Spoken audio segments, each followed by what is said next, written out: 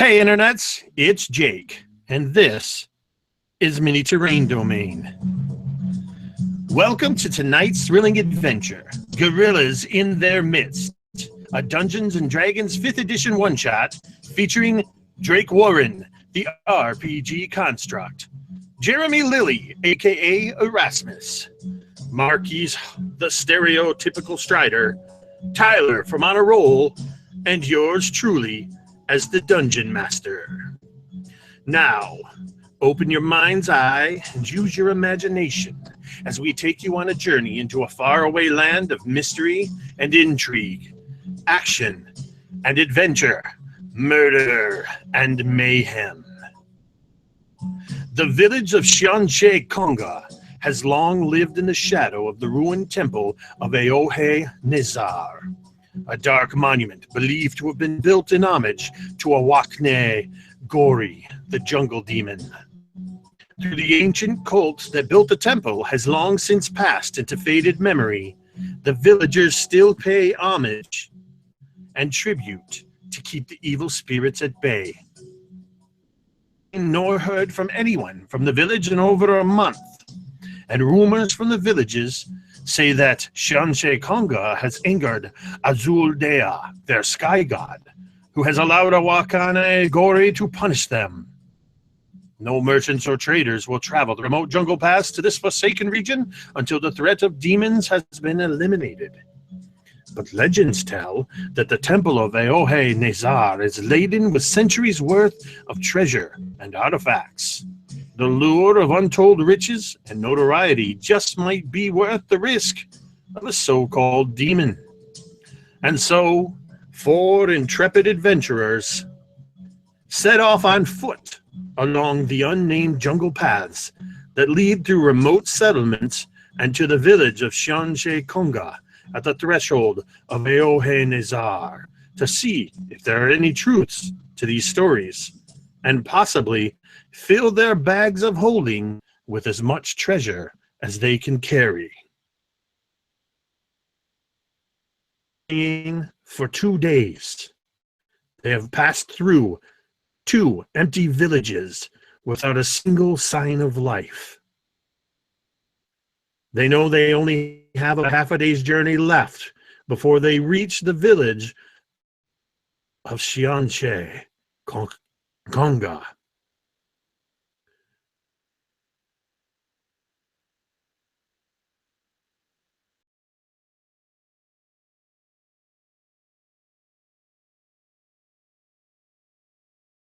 So far into the depths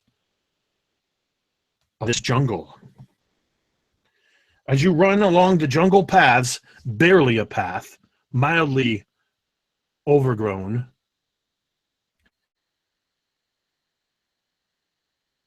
the river flows rapidly on your right, the forest. It has cut a path 20 feet below.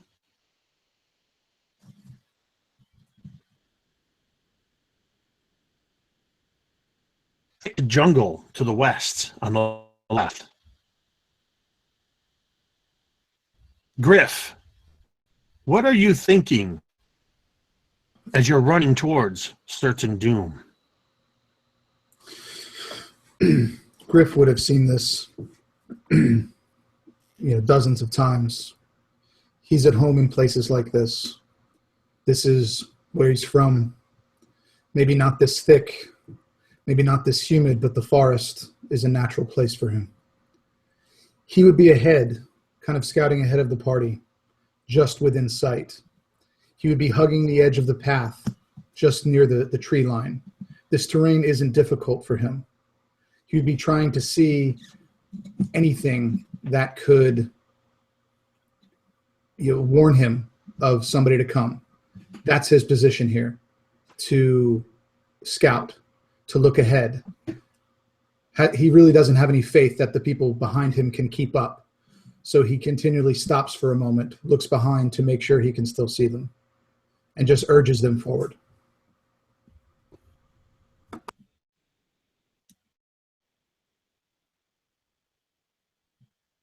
Who's following behind Griff.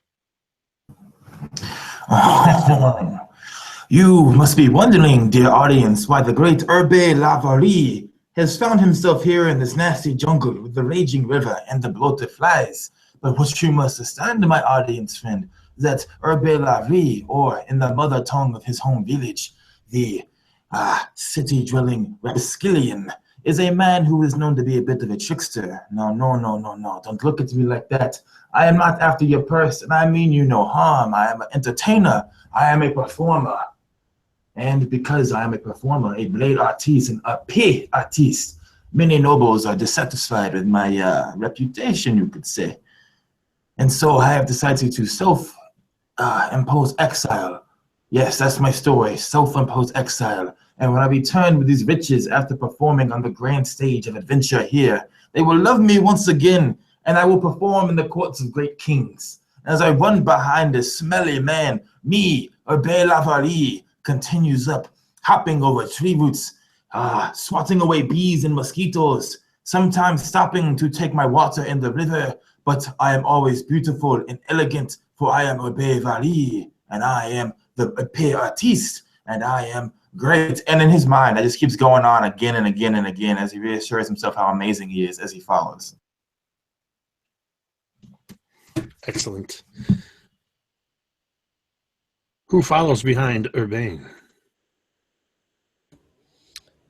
This massive, hulking figure of a man, 7 feet tall easily, walks behind Urbane with disdain for any type of silence that could possibly occur. He crushing roots, breaking branches.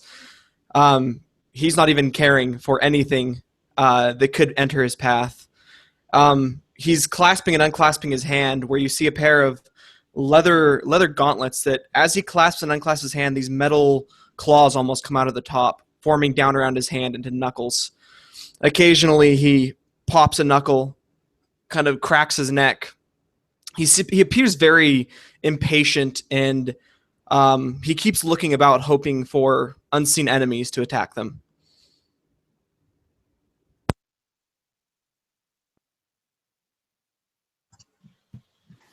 And Rel. Following behind, of course, is Rel, the half-elven druid. He has a very wild and unkempt look about him. Wears a lot of leathers. His hide armor has leaves sprouting from various places, winding around him, and his staff. His eyes are a saffron color, very piercing. And right now, they're boring a hole into the back of the barbarian in front of him as he traipses through the jungle without any care for anything living. And he does his best without getting left behind to soothe the plants and other signs of life that are trampled upon as this group of three blunders ahead. He just shakes his own in disbelief. And hearing this barbarian just crashing through the forest, Griff would turn and kind of saunter down and stop in front of him. And he would look at him and say, "A deaf and blind company of orcs could hear you coming." Oh, that is what Urbane Lavari wants. They need to know the performer is here. They need to understand the power of my performance, the poetry, the elegance. My eyes would roll as I looked towards the bard and say, "Yes, they can hear you too." But I was talking to this one. Now please, use your heads. No matter how good you think you are, you cannot take on a horde of anything. Stay to the side. Try to keep quiet. Don't let them know we're coming. We do not know. And this is my last mission. After this, I can retire. Don't make me regret coming. And he would turn and walk the other way. Oh, Monsieur is so angry, and Urbane Lavari, he turns back to the big bear of a man, and Urbane Lavari looks upon him and he says, "You, my friend, I could use you for many great performance in the future if you can get this kind of emotion from your audience. Do not let anyone hold you back in this world. As Scar kind of just looks down at this bard as he's like, I could use you for performances. And he says, performing is no challenge. And he kind of cracks his knuckle again and walks past him, following the ranger. Oh, steely and cold like a mountain at night, I will make poem from you, friend. And then Urbane looks to the wood elf druid, and I look at him, and I struggle to find words because he has very intense eyes. And then I turn and I continue moving. By the way, he doesn't get more quiet. Rel, as these other three are performing and posturing and complaining, your mind is on the jungle around you. It is in your nature to be in tune with nature. And the longer you've been traveling along this path, you've all felt it. It's beyond the heat and the humidity, the annoying insects, and the cacophonous noise of the jungle. You can feel this palpable oppression over the jungle. And as they're bickering, Rel, you begin to notice, you guys all know that you're rapidly approaching the village of Xhianche Khonga. And you don't have much further to go. But the closer you get to the village, it's as if somebody were tuning down the volume on the world around you until the only sound is the crashing of the barbarian, the soft musings to himself of the bard, the gentle grumbling of the ranger. I'm getting too old for this shit. The sound of the river is the only sound left other than that. You hear no insects. You hear no birds. You hear nothing but the sound of your own labored breathing, the river, and your own footfalls.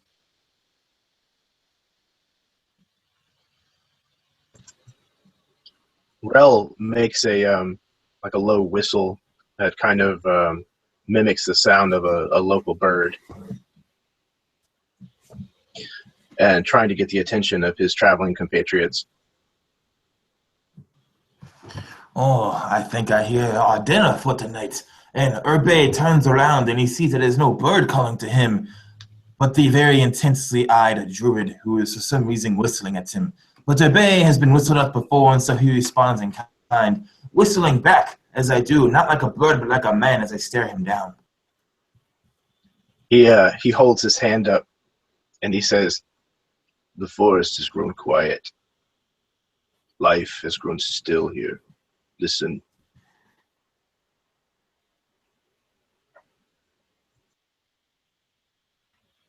Do you all stop?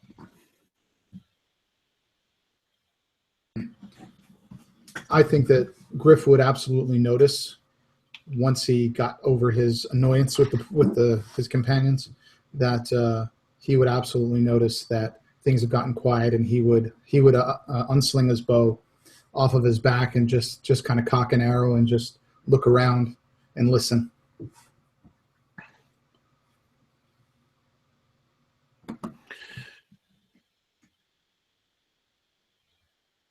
Urbane, Rel, and Griff, as you all come to a stop,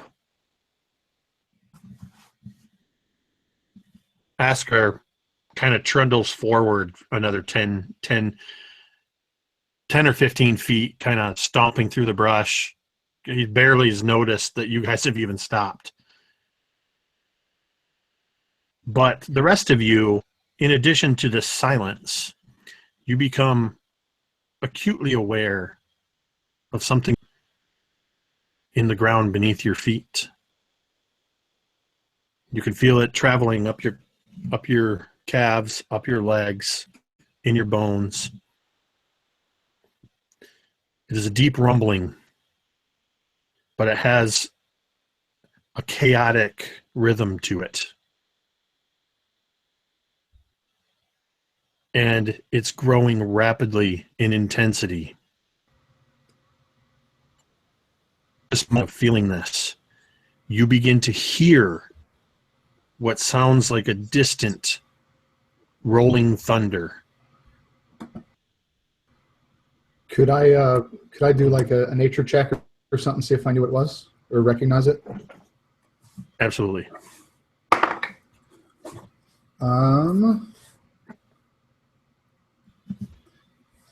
going to be a 16.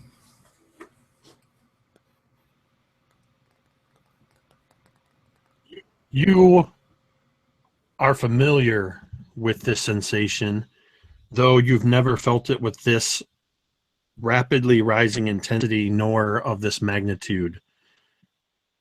More commonly associated on the farmlands and the plains, more commonly associated with wildebeest, with cattle. You know that this feels like a stampede. And no sooner does the word stampede cross your mind than you begin to hear the sounds ahead of you of breaking branches, of heavy breathing, and a multitude of animal sounds. You estimate that you have about 10 seconds to make a decision. You have a river rushing 20 feet below you to your right, traveling in the same direction that you're going, and about 50 feet ahead of you and slightly branching off to the left, you can see what looks like some kind of a wildlife trail, much narrower than the path you're on. Jake, are there any big trees around? You're in a jungle. There's big trees everywhere. Then I think it's clever.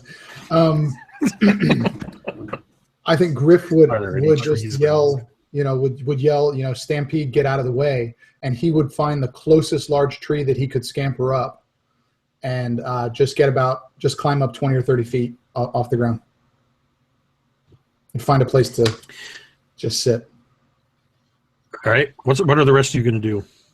Scar would probably do the same. Seconds. Okay. Urbane, Rel. Urbane is a man who knows when it's time for the actors to take their places. And so he too scampers up a tree, much like a gorilla in the jungle, and he hides amongst the leaves. Rel is actually going to point his staff towards a thick, low-hanging branch. It's looks like it might be high enough off the ground to get out of trouble, and he is actually going to cast Thorn Whip, and then use that to swing himself up into the tree. Nice. All right, I need everybody to make athletics checks. And Rel, you can do yours with advantage.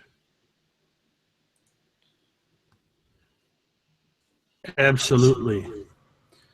Jake, the uncommon I took was Slippers of Spider Climb. Will that help me? Getting up a tree? Oh, yeah. You roll athletics, then you're able to just scoot up it like a bug. Sweet.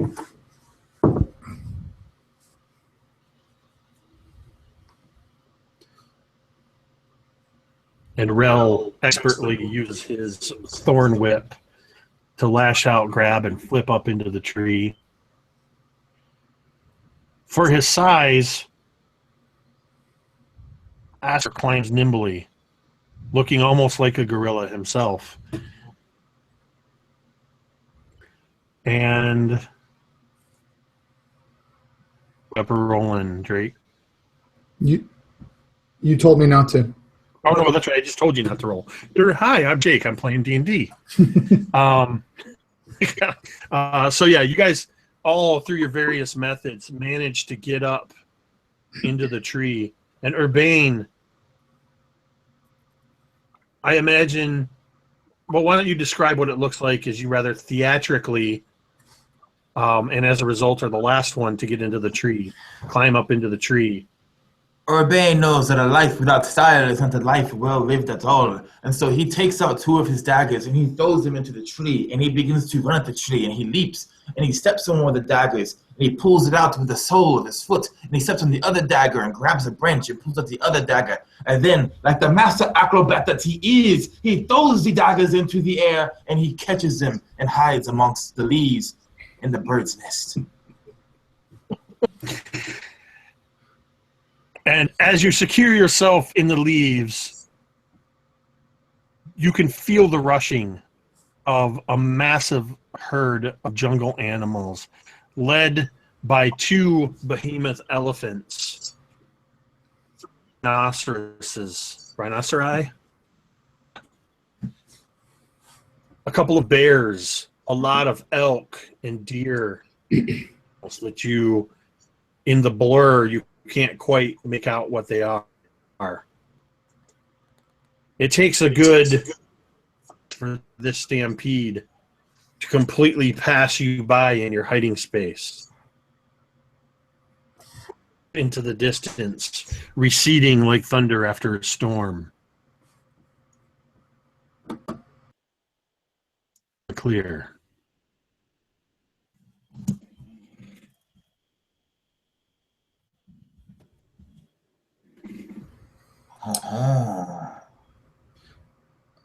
I think Griff would be the first to jump down, and he would just kind of look up at his companions, make sure that everybody was okay, and then kind of rather quickly go 100 yards ahead or 50 yards ahead, just kind of making sure that the coast is clear before he yells for everybody to get down.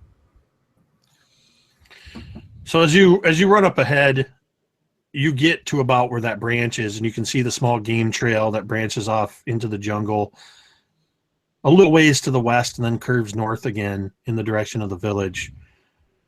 The jungle bird with broken vines and branches, a plethora of more types of animal crap than you've ever seen.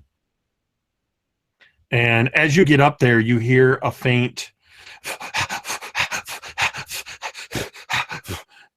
and almost armadillo-looking creature is huffing and puffing along the path, and it kind of stops as it relieves itself on the ground at your feet, snorts, and continues along the path after the stampede.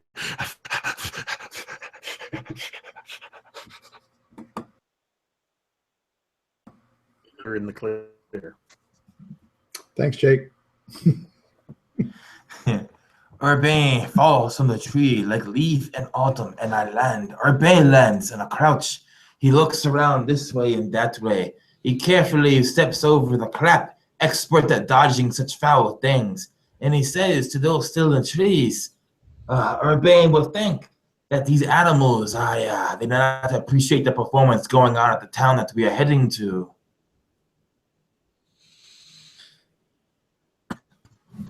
And as you jump down, you'd hear just a loud echoing crash as, with a thump, a Scar lands on the ground as well, smashing a branch in half.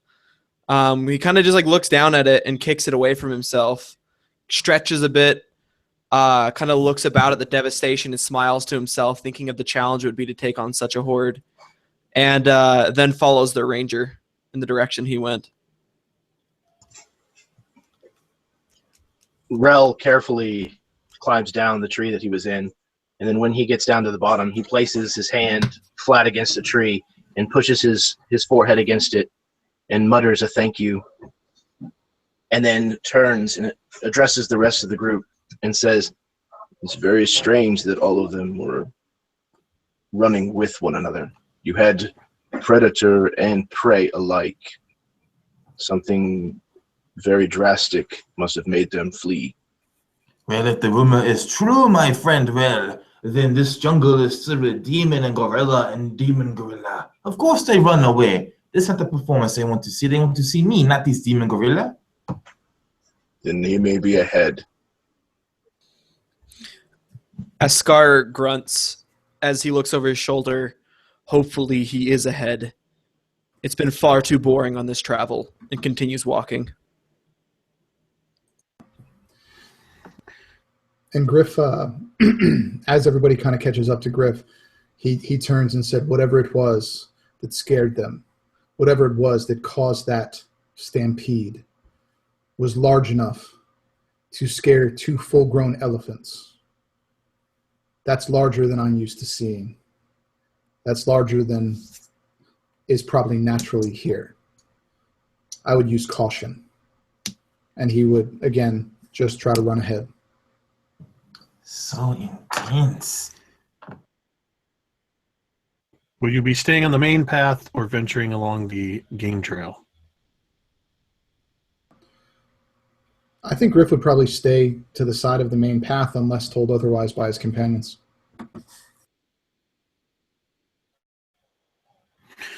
Very well. You travel onward for only about another 45 minutes. And you see the path begin to widen. And you glimpse the edge of a couple of grass huts.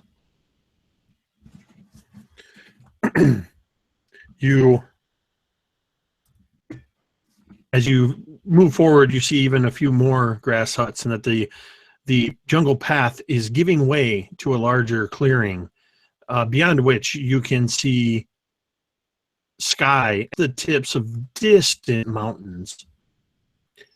And you also can hear the sound of heavy grunting. Multiple sources of heavy grunting, deep bass howls, and some thumping. The sound is now probably about 150 yards from entering the village proper and approaching whatever the sound is.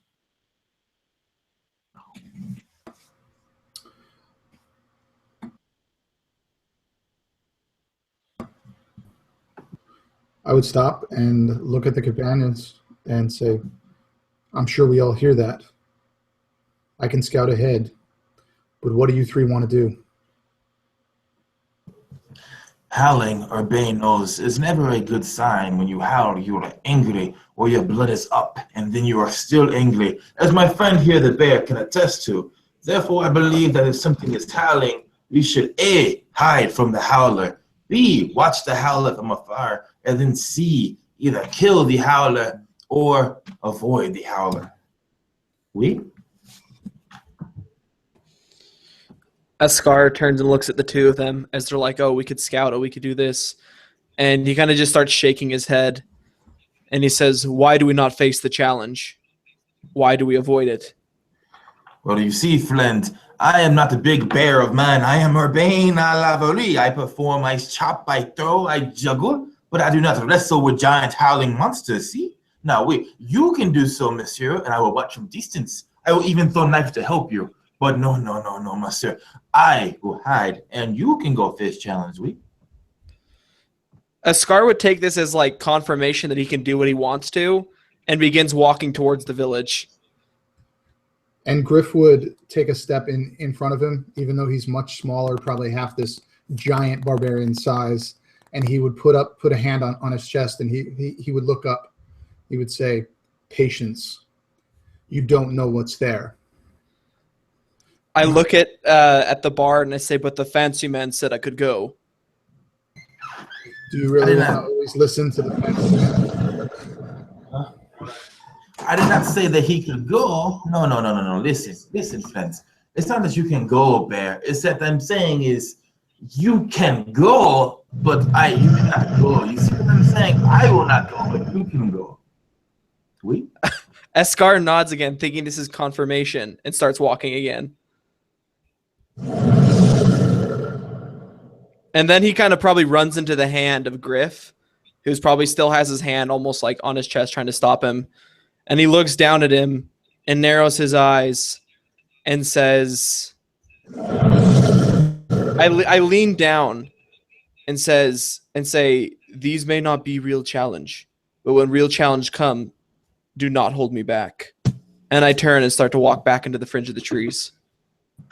And Now, I know you all here with Urbane Nezaar and at this spooky, scary monster war. So Urbane Nezaar is going to hide, and you can go scout, my friend.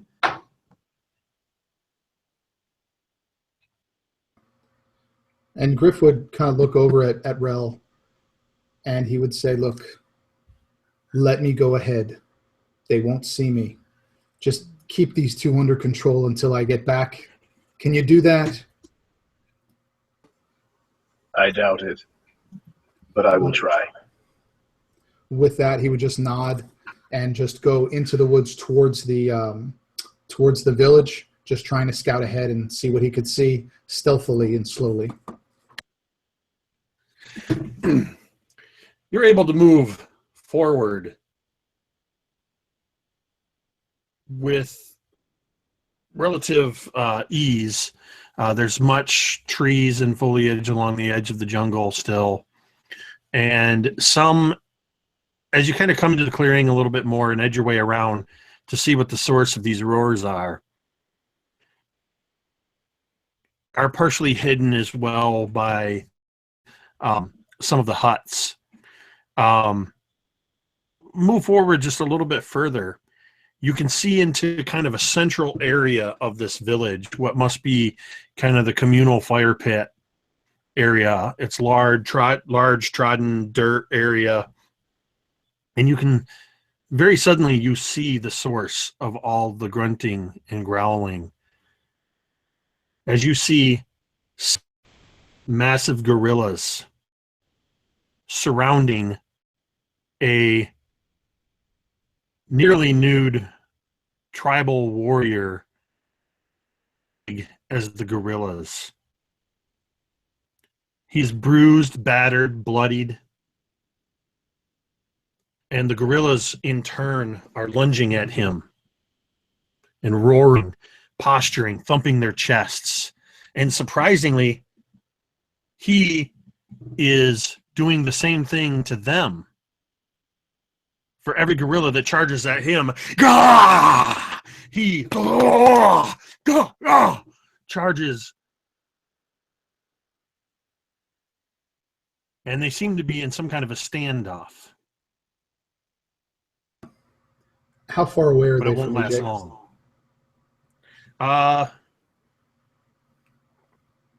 About 60 feet. And how far away am I from my companions? About 30 feet. Okay. So they could, can they see me? Can my companions see me? Scar is watching intently, waiting for like some sort of a hint or sign. Yes, they can see you if they're looking at you. Okay.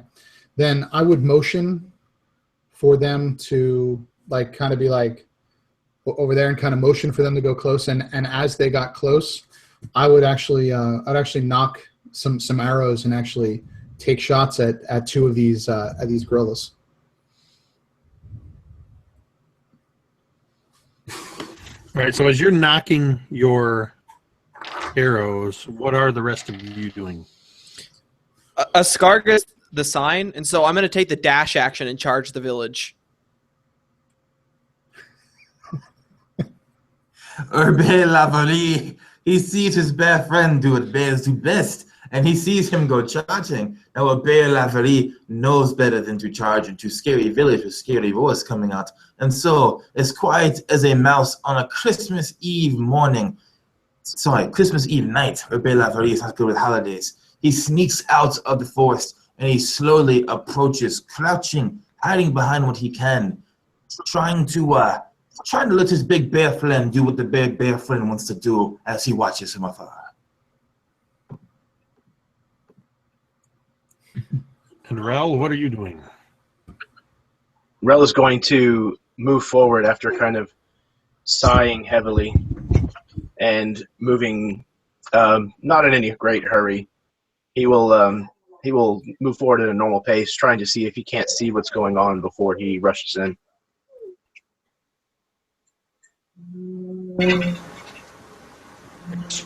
Now, do anything else? Everybody to roll.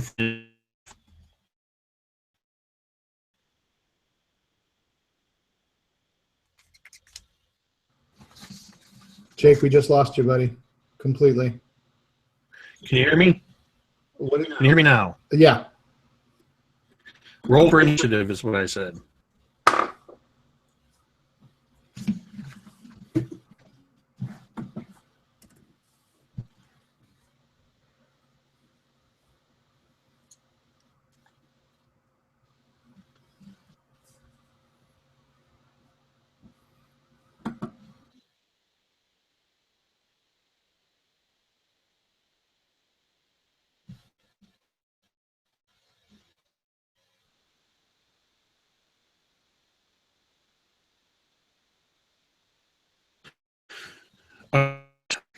So,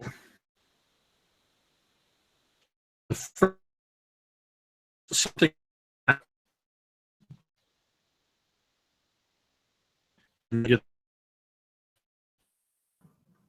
Your internet is cutting out, my good friend Drake. what was that? The internet is it's giving you a very interesting version of auto-tune right now. Okay, so let me try something. I know you like looking at my beautiful face, but I'm going to turn my camera off. Is that better? Yes.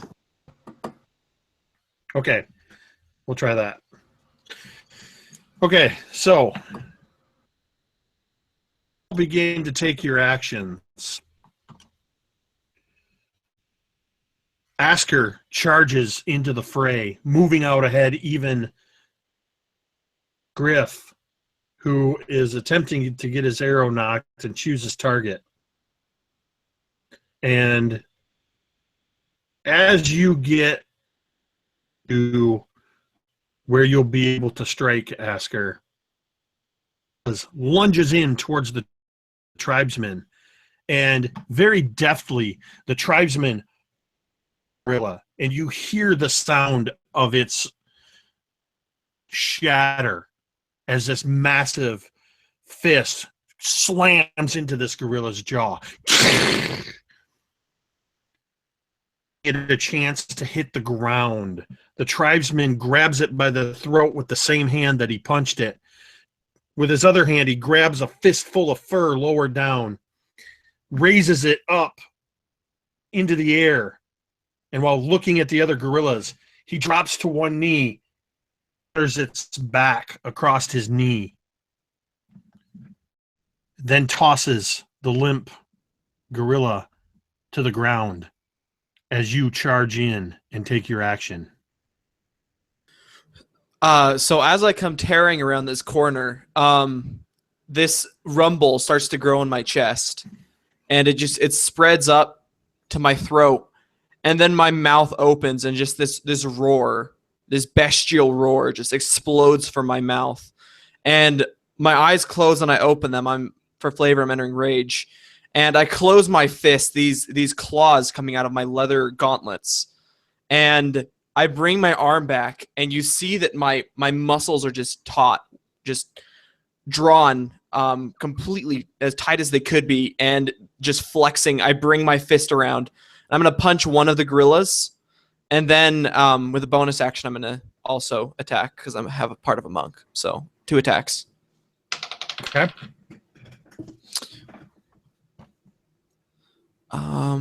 Actually, I can't attack because I bonus actioned rage, so I get 1 attack.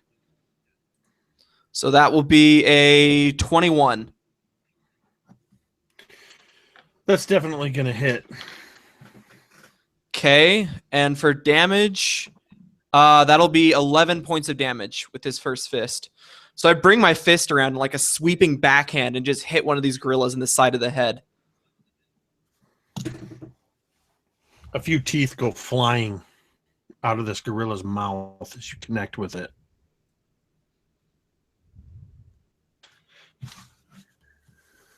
Is there anything else you're doing? That's all I can do for now. Urbane, you are up. Urbane is hidden, but he can still see through the huts and through the grasses. This wild melee, this beautiful performance going on. He studies the tribal man, watching him break that gorilla over his knee. That monsieur will be somebody one day, Urbane thinks to himself. And he watches the bear slap one in the face, and he becomes the bear that he calls himself. And Urbane smiles and says, he too will be someone one day. But it's time for them to understand the beautiful subtlety of true performance. And Urbane reaches behind himself and he grabs his lute and he takes it out and a single string does Urbane pluck. And as he does so, he whispers a word in Elvish, that beautiful language of poetry and song. And then another gorilla falls from the sky and it lands between the big tribal man and the other gorillas and roars at the gorillas. And as Urbane's minor illusion powers take control and manifest, he hopes that this one illusion of a gorilla will distract the others, allowing this performance to become more complex. So I cast minor illusion to make a gorilla to roar at the others. Got it.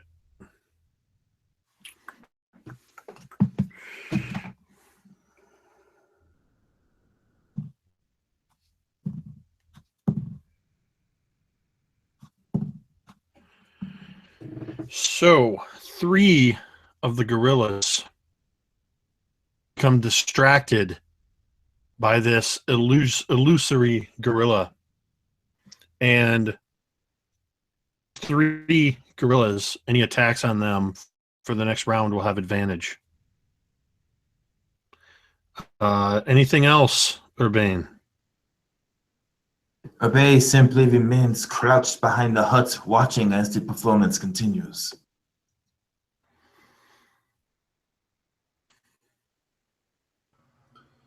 The one that Askar just hit and just kind of shot his teeth out, where is he in relation to the other gorillas? They're all more or less surrounding the tribesmen, Okay. or they were. Okay.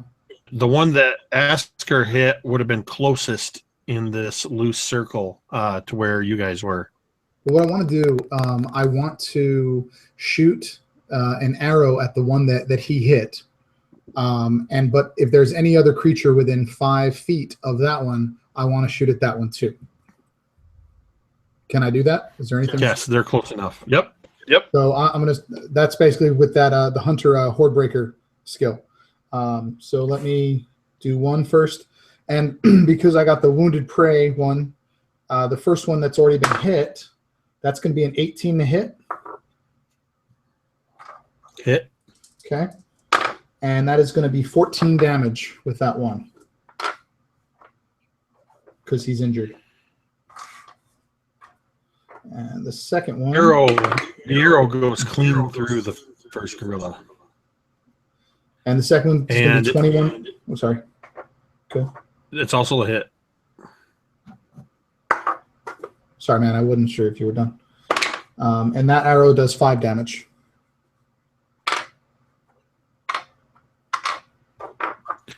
Yeah, so the first arrow goes clean through the gorilla. You hear the gorilla hit the ground before the arrow clatters to the ground in the distance. There are now 4 gorillas left standing, and it is Rel's turn if you're done, Griff. Yep. Okay. So Rel, seeing now a little bit more about what's going on in the village, and seeing that his traveling companions are in a little bit of trouble, he is going to begin to run forward. And as he does so, his gait starts to change, and then his arms reach down towards the ground, their knuckles of his hands making impact with the dirt. And then he slowly changes color and shape, taking on the visage of a gorilla himself as he charges into the circle. And I don't know if he's close enough to close and then attack or not, but that's what he's going to do. Yes. Yep, Okay, you're close enough to go ahead and make your attack. Okay, so they have multi-attack, so I will roll those up.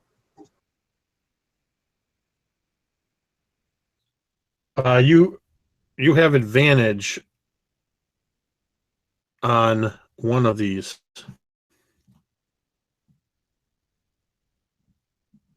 One gorilla or two? I'll try to take on two of them. So I'll basically almost like a clothesline, come in with both fists. I'm imagining that they're probably not expecting my arrival, so I'll try to hit them, in the side of the head or just wherever I can make contact. You get advantage on one of those attacks because of the distraction from Urbane's illusory gorilla. Okay, so the first one with advantage was a 24, and the second was a 15. Both are hits. Excellent, okay. So the first dealt 9 points, and the second dealt 7. Good solid hits. Just enough to rile up the anger of these gorillas.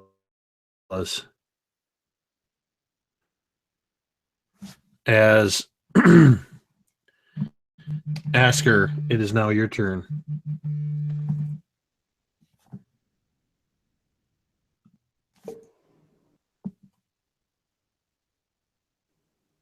Are the gorillas like surprised and like looking around? Like, do they look like they're about to attack? Well, actually, I don't think Asker cares. Actually, I think he's just gonna attack.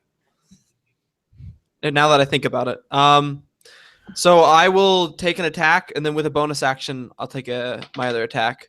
So that is a 19 and a 14.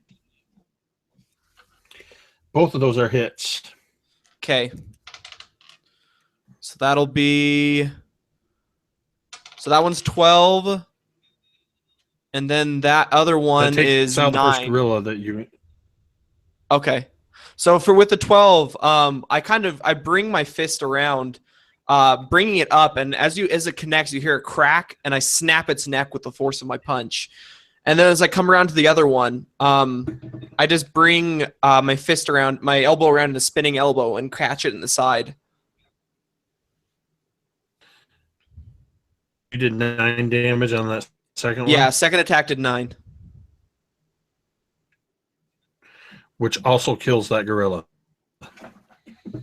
You just see it kind of cough as its side just becomes concave, ribs snapping, and blood spurts from its mouth as it tries to take a breath. But I've collapsed its ribs and smashed its lungs in the process.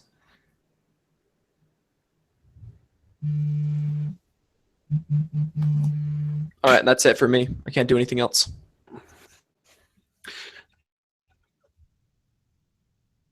And now the 2 gorillas that remain, one of them that has already taken some damage,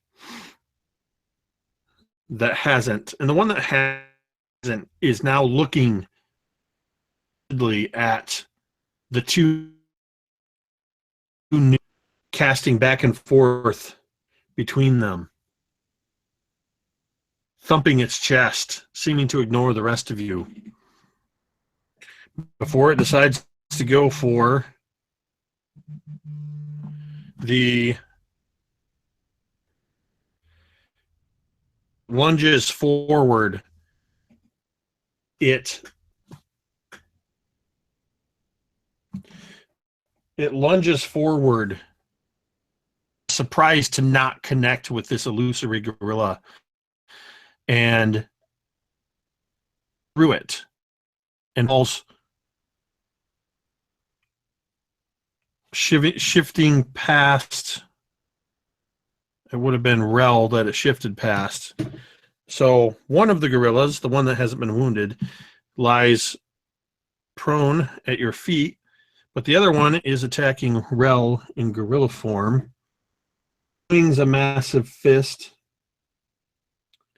And that is a 14. Does a 14 hit you, Rel? Yes, my AC is currently a 12, unless it's modified by what I wear as a human or as a half elf. And then the second one is only a 7. So the first hit just connects with the side of your gorilla head, dealing 6 points of bludgeoning damage, making you see a little bit of bright light. And Urbane, you are up. You've got one wounded gorilla on its feet punching Rel in gorilla form, and one lying confused. Urbane laughs, seeing that his illusion has tricked one of the gorillas. He laughs to himself deep and hearty, knowing that once again Urbane has done the impossible. But now he sees that another gorilla is attacking his friend, and Urbane does not believe in gorilla-on-gorilla violence, especially when one gorilla is not actually a gorilla. And so, taking his ankle, he quickly kicks it into the air, and a knife comes thawing out of his boot, hidden in the compartment, and it goes into the air, and Urbane catches it, and he says, "Bonjour, gorilla!" And he throws the knife at the gorilla attacking well, and he gets an 11 plus 5, giving him a 16 to hit for a total of 6 points of damage on the gorilla. Your dagger flies true and embeds itself in the chest of this gorilla. It's backwards, stunned at the blade sticking out of its chest, narrowly missing its heart. It staggers again, but manages to stay to its feet. Barely. Griff. So both of these are injured, correct? Nope, one of them, the one on the ground, hasn't taken any damage. Okay. Then I am going to do exactly what I did before, just shoot it at both of them. The one on the ground first is going to be a 26. And that's going to be 9 damage to the one on the ground. And the other one is going to be 19 rolled, and that is going to be 7 damage. Was that you were shooting at the two different gorillas then? Yes, sir. Yes, sir. So you thump an arrow into the hide of the one on the ground, and shot flies, and your arrow, you actually hear a metallic ring, ting, as it hits the crossguard on Urbane's dagger, and uses, almost like it uses the blade as a guide to shift right into the same spot. The gorilla staggers back once and just crumples like a sack of potatoes. Dead. One wounded gorilla is all that remains, lying on the ground at your feet.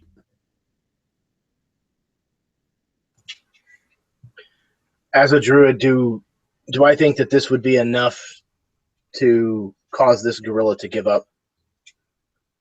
Or do I feel like I don't have a choice in the matter and need to finish this?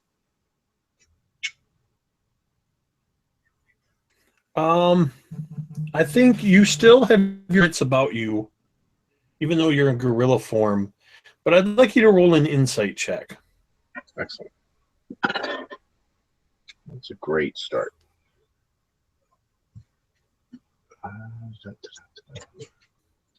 Insight. A 12 total.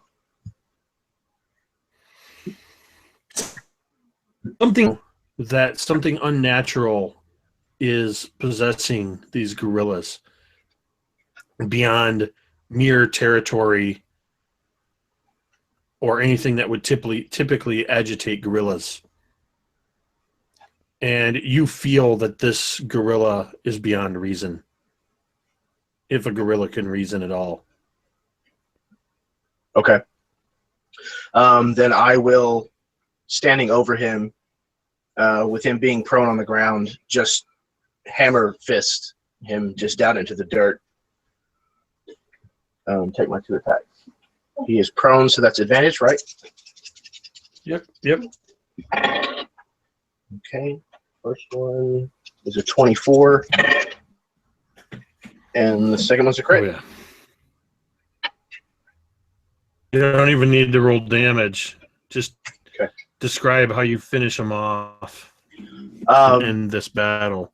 Yeah, so as quickly and mercifully as I can manage. So I'll probably go for his head and chest mainly to just try to end it quickly as I just pummel him with my gorilla fists.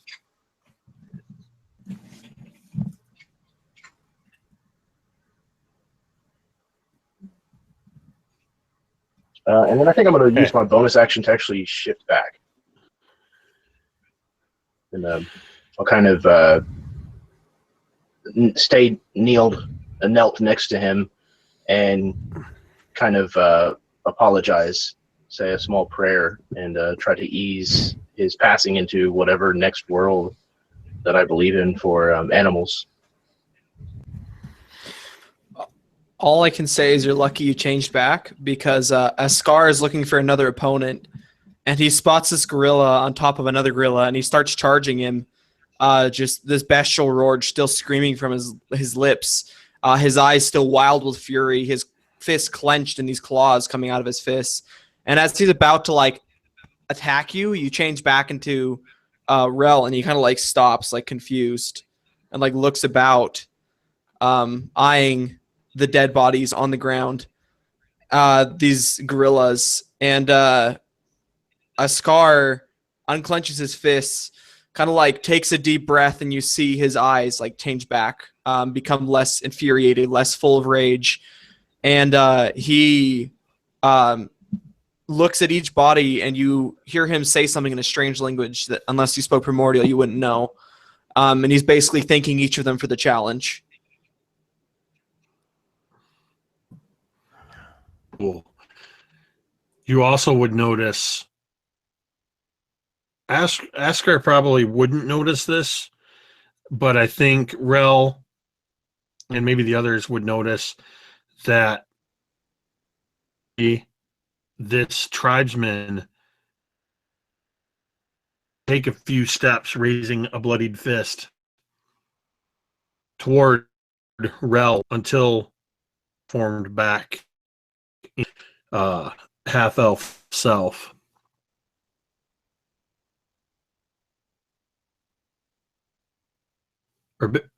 Urbane, Rel, or Griff, what are you guys doing? Urbane is supremely impressed with the method acting of his performing troupe here. He has never seen a druid nor a barbarian do these types of things, and he takes notes mentally. But knowing that this situation has some serious to it, he does not voice these thoughts to the others. Urbane knows that they do not truly appreciate his theater, and so as he approaches the gorilla with his dagger in it, he takes out his precious knife, for this is his baby, and he quickly wipes it off with a handkerchief and puts it back down. And he looks at this tribesman, and he looks over to Nell, and he waits for him to speak to this tribesman, knowing that these lowly savages would not fully appreciate the poetry of Urbane's words.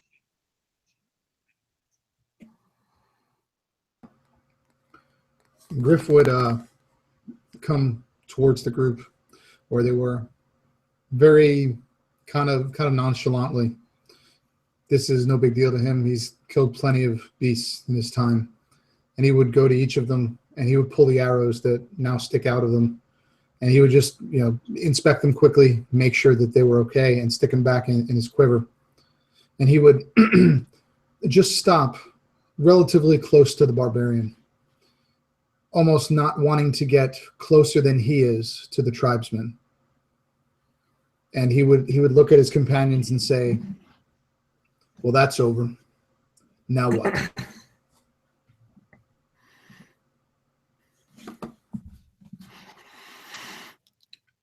And you would notice that the tribesmen, as you are saying your prayers and calming yourselves down and gathering your arrows, he looks around at you all, takes a few staggering steps backwards, and slumps down on a log that is clearly intended as a seat around the dead fire pit in the center. His shoulders kind of slump down, and he says, and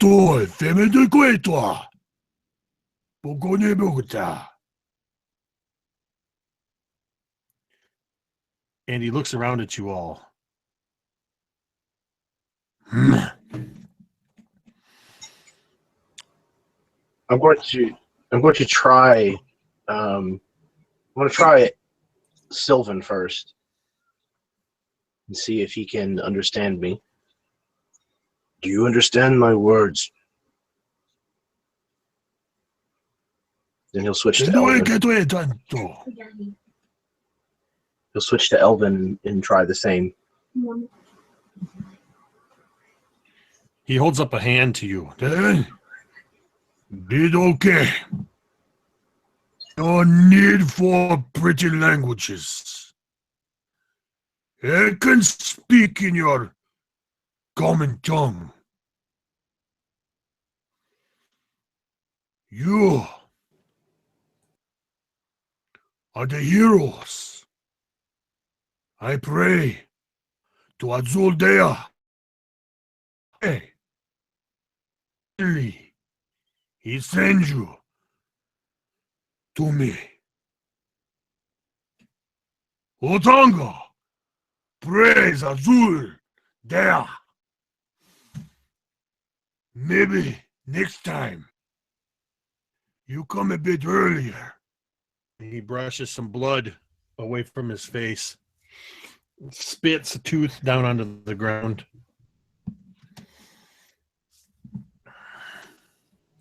Does he look pretty messed up? Yeah. At his feet, He's kind of holding his arm up and kind of working it a little bit, grimacing, and you can see kind of a bulge on his forearm that maybe he's got a broken bone to gorilla with. So with a soft thump at his feet, this little vial lands filled with this red liquid, and I look at him and I say, "Drink it. More challenges to come." And I turn and start walking out of the camp to see if there's anything out there. I tossed him a health potion, basically. Yeah, he looks down at it. Utonga does not need your pretty potions. I have my own ways. And he reaches into a pouch, and you see he pulls some kind of a grass substance out. And he begins chewing on it. And after a few moments, he spits it into his palm and starts rubbing it into various cuts and bruises. If you are the heroes Azul Dea send to Utonga, you will need your pretty potion. You keep. I just hold out my hand for him to toss it to me, and I'll catch it deftly as he tosses it.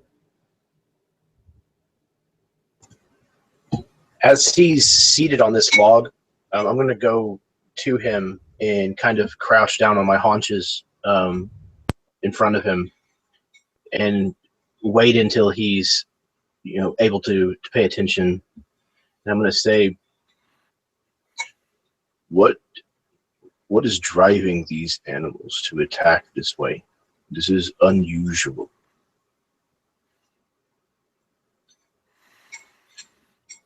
This,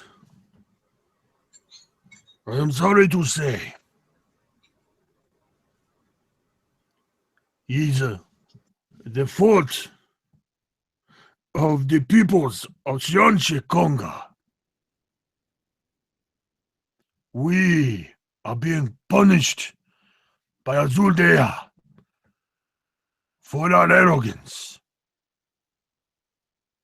That a magicker come into our town, to our village. We let him entertain us with his abilities. We laughed at his pretty smokes he blew out of his pipe. We laugh at the flowers and the little he conjure. And slowly we tell him the secrets of Aohe Nezaar. And he crossed the river, across the bridge, and he go to the temple. And that is when Azuldea punish us. That is when Azuldea AWAKANE GHORI free reign to punish us.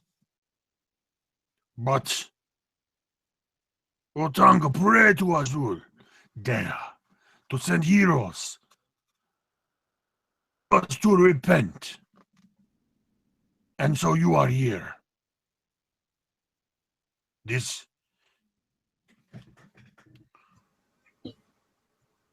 And this magicker, he did not return from this temple?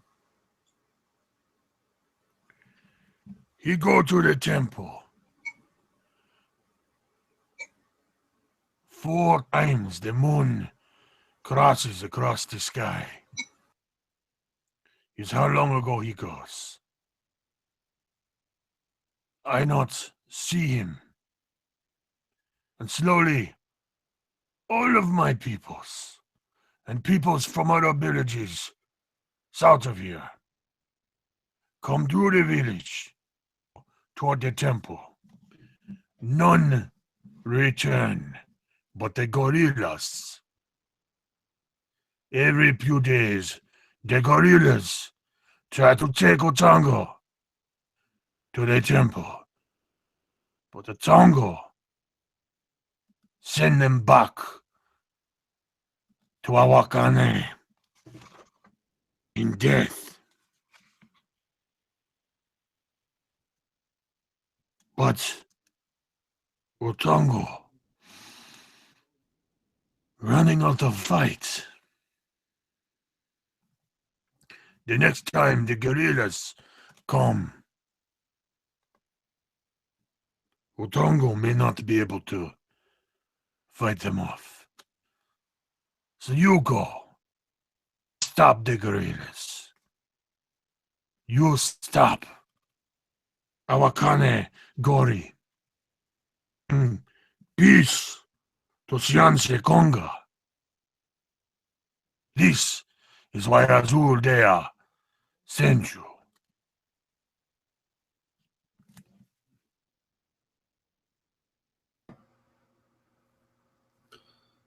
With all this and hearing all this, Griff would be pretty impatient. You know, to him it's a job.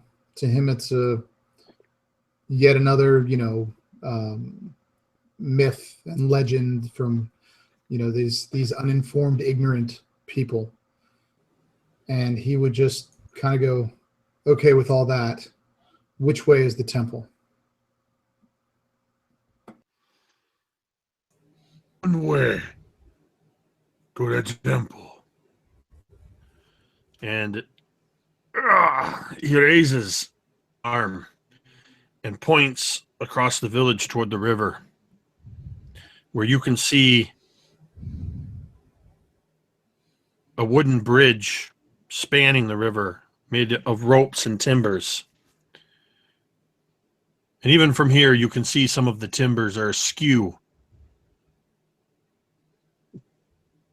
as if, oh, I don't know, hundreds of giant animals just stampeded across it.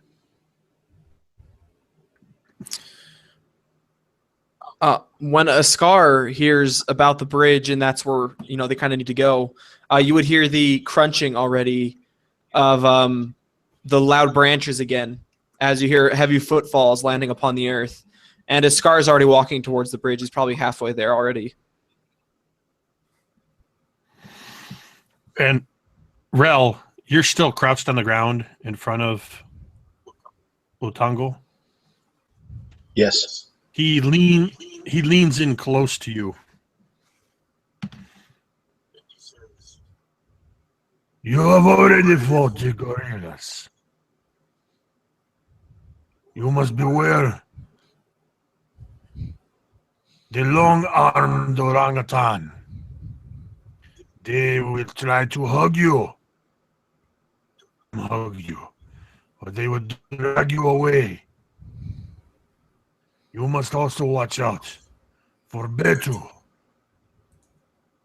the demon's guardians, fierce players that wield spears. There are 4 of them. Together are called Betu. And then he leans close enough that you are nose to nose. And he looks right into your eyes. And he says, "Don't hurt the monkeys. Don't touch the monkeys. You kill the Betu. You kill the gorillas. You kill the orangutans. You kill the demon. But you don't touch the monkeys. You bring them to Utonga."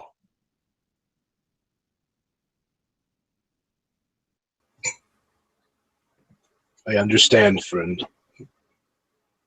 Take it easy. Now go! He will stand up and will make his way to follow the others.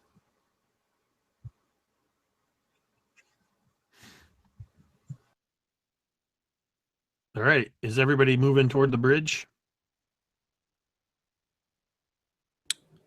Scar's already at the bridge. All right. The bridge is a mess.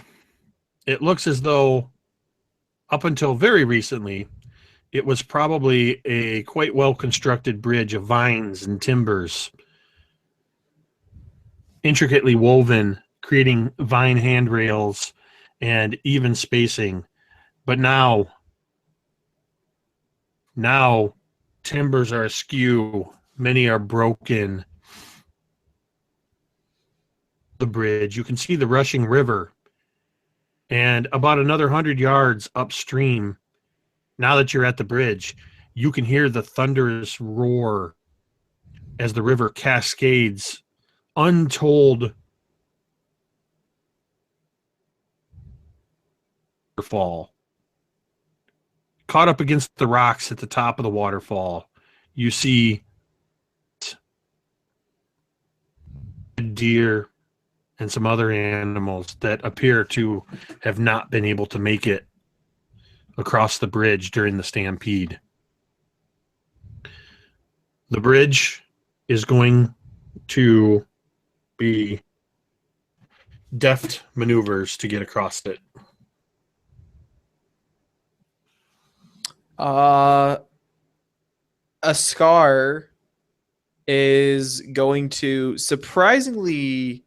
on surprisingly light feet, make his way across the bridge. I would like you, Scar, to roll a d20. No modifiers or anything added to it? Nope. Okay. I got a 14. As you begin making your way across the bridge, the boards, you seem to be able to find just the right steps. You hear cracking, groaning and creaking as the boards groan under your weight. But they don't give, and you make it halfway across the bridge. Who's next to the bridge? Urbane sees this big man, this bear, going across bridge, but Urbane know he can do better. Even though Urbane has been distracted thinking about what he will name this play after it is done, and he has decided on a good name at that, he has decided that he must show this big bear of a man how true men do this. And so he doesn't cross the bridge, no. Instead, he sees the railings of the bridge, and he goes to these railings because he knows they will be more stable than the bridge itself. And he hops up onto the railings, and he puts his arms out to the side. And much like the tight walking stumps that Urbane used to do when he was a young child, he tries to walk across the bridge like this, keeping his balance and knowing it to be more trustworthy than the actual planks. I'm going to need an acrobatics from you. Oui. That will be a 14 plus 7. That is a 21. As Urbane deftly moves silently across the vine railing, catching up to Iskar halfway across the bridge, who approaches next. I believe that would actually be Griff, Right. Since Utonga kept Rel behind a moment. Griff would see this huge barbarian just run across or go across, and he would notice the creaking and that things were bending. He would then see this insane bard start tightrope walking basically along the railing, and I think he would wait. He would pause. He would have enough experience and just knowledge to know if this thing's creaking and everyone's stopping halfway, let's let them get across before he continues to go. And I think he would just wait, and he would even motion to the druid, let's just let them get across before we go any further. My thoughts exactly. All right, so you guys, Rel and Griff, are going to wait for the other two to get across. I need another acrobatics check from Urbane, and I need another D20 roll from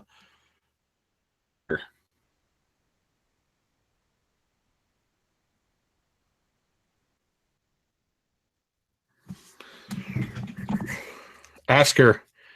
More boards creaking and cracking almost all the way across. One board cracks and ankle just a little bit, and for a moment you're caught off balance and you reach out to grab the railing. Causes, because of your size, the whole bridge to sway, and for the briefest moment, Urbane, as you are dancing across this wire,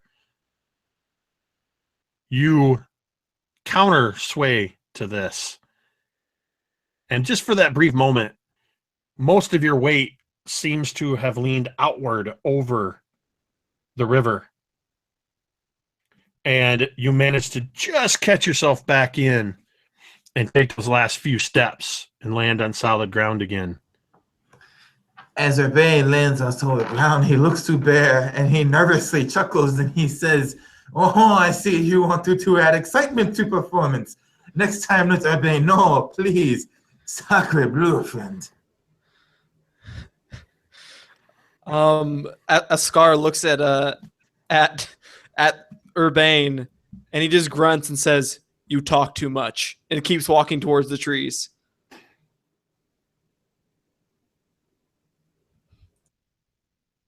All right, Griff and Rel, you need to figure out who's going to go next. I think I would probably go next as long as they're off. And I would just tell them, let me get halfway before you start. Certainly. All right, I need a D20 roll, Griff.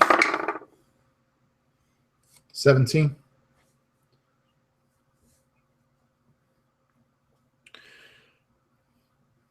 You seem to avoid the spots where Asker was stepping, and you get halfway across with a creak or crack from the boards.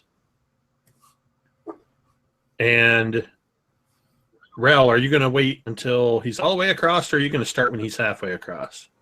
I will wait until he's all the way across. All right, Griff, give me one more. Give me one more D20 roll. That's a 2. All right. You're confident, rather, as you are striding across, avoiding the breaks and cracks that are there and where Asker stepped. And you look up and you see everybody waiting for you, and you know you only have about 10 more feet to go.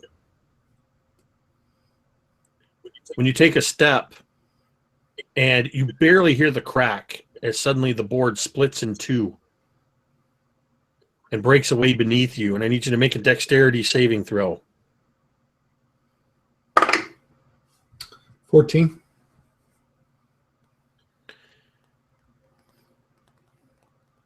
You reach out, just manage to grab the next solid board before you slip down 20 feet below into the rushing river. And you are now hanging underneath the bridge. And this whole time, I think the first thing that would go through Griff's head is the damn bard walked across the rail and the wood elf falls through. That's irony.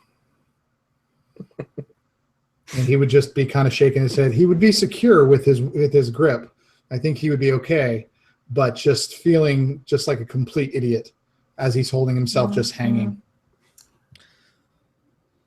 Urbane will go to edge of cliff and he will squat down and look and he will say, "Friend, if you were not so heavy with your attitude all the time and more light like Urbane, perhaps you could make it pass without problem, no?" This prompts raucous laughter from Askar, who for the first time agrees with the bard.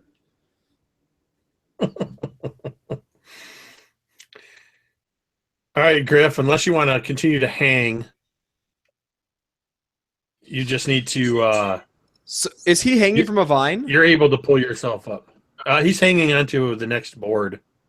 I don't think he would pull himself up, though. I think he would feel like he had to kind of show off a little bit because the bard kind of got the better of him right there. He would kind of be, I would imagine it, he would kind of be holding on with one hand and he would start swinging himself a little bit further and a little bit further, and he would actually swing under the bridge and kind of wrap around the other side and kind of do a little bit of a flip onto the top and just kind of look over at the bard and say, "You're not the only one with skills," and then walk towards them. Oh, you may be skilled of hand, my friend, but your swordsmanship is surely lacking.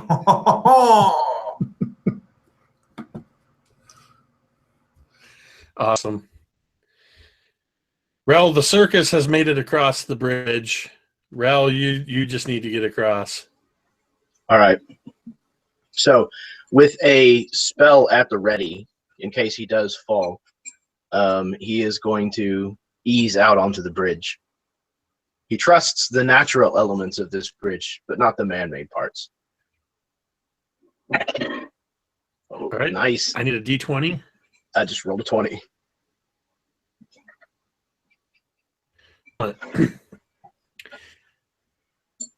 You have learned from watching your companions cross the bridge, and you know exactly where to step and where not to step, and when to rely on the natural integrity of the vines that are woven together.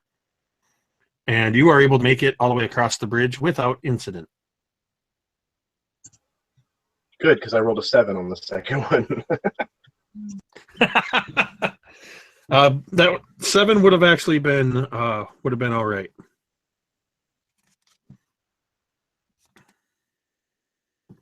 Well, A 1 would have been terrible.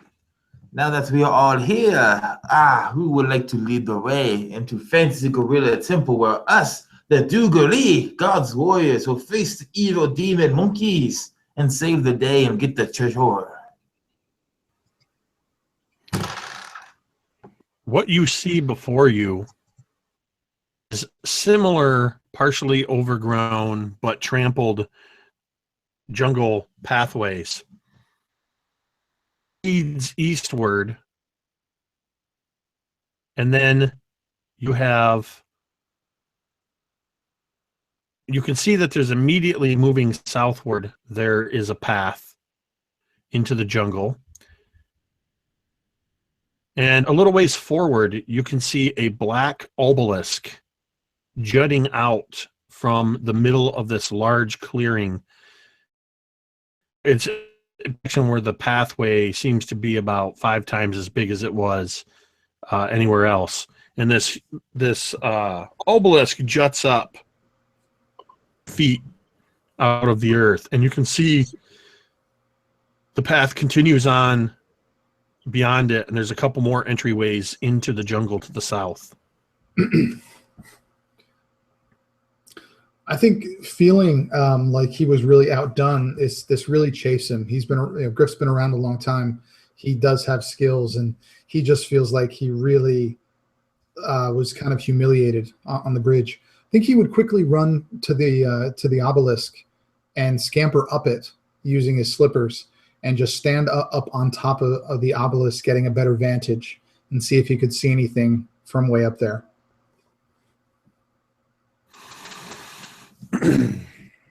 Very well. You are able to do that. You are now 12 feet higher off the ground than you were, and still can't see over the towering jungle trees that block your view in all directions. But you have a good view of the rest of your party watching you scamper up the obelisk. Monsieur, if you're going to climb at the top, you must strike a pose such as this. And I strike a pose as Urbane does. And I strike another pose as Urbane does. And I look to him and I say, strike pose. Be showman-like, my friend, if you want to make money in theater like Urbane. A Scar, seeing that this is turning into a competition, looks towards the nearest tree, and he's going to climb up it with just brute strength. Oh, that is the way, my bear friend, that is the way. Impressed with rippling muscle, flash of man flesh. See, my friend, do they see? This is how you do it. This is theater, this is performance. So I nat 20'd, climbing the tree. So, like, showing off, I don't even use my feet. I just, like, arm my way up the top. And when I get to the top and poke out of the top of the branches, you can see my form, my big hulking form up there. I strike a pose. I do, like, the flex where you put 2 arms down. And then I do, like, the Mr. Universe flex as well. Nice. Rel is going to say, the tribesman warned me not to kill the monkeys. I'm starting to think that he was talking about you lot. Mr. Well can tell joke I like to hear. Tell me another, Mr. Well. I pray tell me another. Griff would turn to Rel, and he would just say, he would kind of jump down from the obelisk, and he would look at him and just, that was funny. That was a good one. And he would just get down, not pay any attention, because he can't climb up as quick as the barbarian did. He can't strike a pose the way the bard was talking about.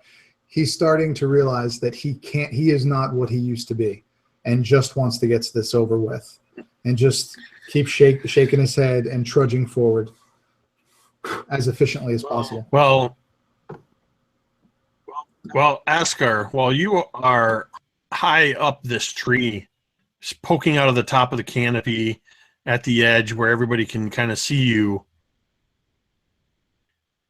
you sense the show kind of winding down, and as you kind of maybe turn around in the tree, to the south, you see an area that's probably about with a mile south of where you are. The forest seems to almost recede away from a dark, overgrown form even above the treetops. And ivy and moss and vine-covered stone pyramid with stairs rising up to the very top. So, spotting this massive hulking ziggurat of sorts, I look down at my traveling party, my compatriots, and I kind of just like not being the one to talk very much, I kind of grunt, almost like that'll get their attention, and then nobody looks at me, so I yell down like, "Hey!" and I kind of point my finger in the direction of the ziggurat, and I say, "I see something large, black, overgrown, over there." And then I'll climb back down. Do you see that they look like monkey? Did it look like building? What did it look like, my bear friend? I say like a tall, dark ziggurat once I reach the ground next to him. You know bigger word than I thought you did, Haskar. I am impressed. The ziggurat, that must be the temple where they pray to a monkey demon and sky father. That must be where we go. Yes, my comrades. I think he would totally miss the insult and just kind of like shrug his shoulders and keep walking towards the ziggurat.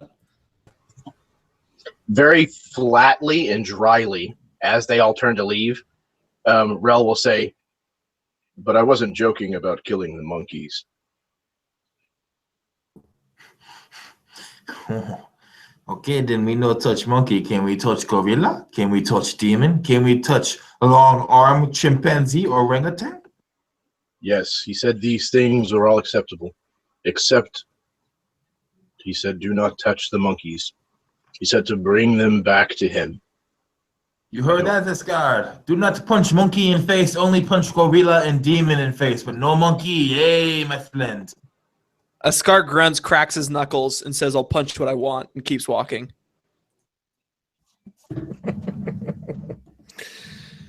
Griff, as you've slid it down this obelisk and all of this is taking place, and you're kind of realizing that you are, in fact, too old for this shit, you kind of, I imagine you kind of maybe lean up against the obelisk, that there are shapes, runes of sorts carved into the sides of the obelisk. 1 second. I'm sorry. My headphones are dying and I can no longer hear anything.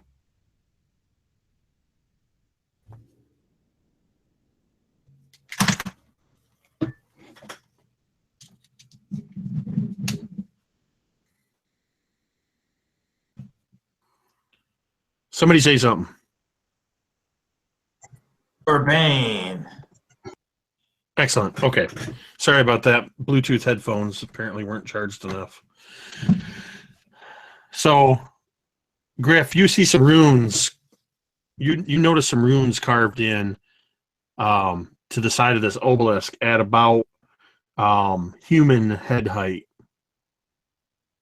And you are wood elf, so fairly around your head height as well. And the north side would be the side that you're kind of closest to, and you see looks like a circle with rays emanating it from it. In just about any language, it's pretty similar. It looks like a sun. But you notice that there is a blue gem embedded in the stone of the obelisk in the center of this rune.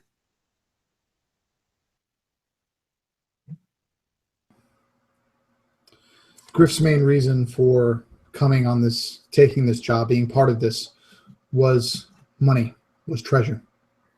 He would see this gem and he would pull a small dagger from his hip, and he would very quickly and almost trying to like cover it from his companions so they wouldn't see what he's doing. He would kind of try to put the knife under the gem to pop it out and pocket it, if possible.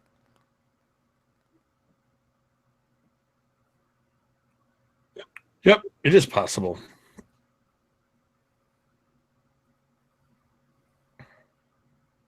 Okay, and So yeah, you have a gem in your possession, I would just and I'd give put it in my pocket. everybody else was kind of. Why don't you roll a stealth? Let's see everybody else and compare it to your guys's passive perception, which I never asked you guys about. So That's going to be a 13. anybody got a passive higher, 13 or higher? I was How about thinking- 14? You came down from the tree. Were you stomping off anywhere, or were you kind of? What were you doing? I climbed down from the tree and I started heading in that direction, maybe looking over my shoulder to see everyone come. So if I did beat him and saw him take the gem, I don't think I'd actually care. I think I'd just keep going anyways. Okay. Scar isn't here for the riches. He's here for the challenge.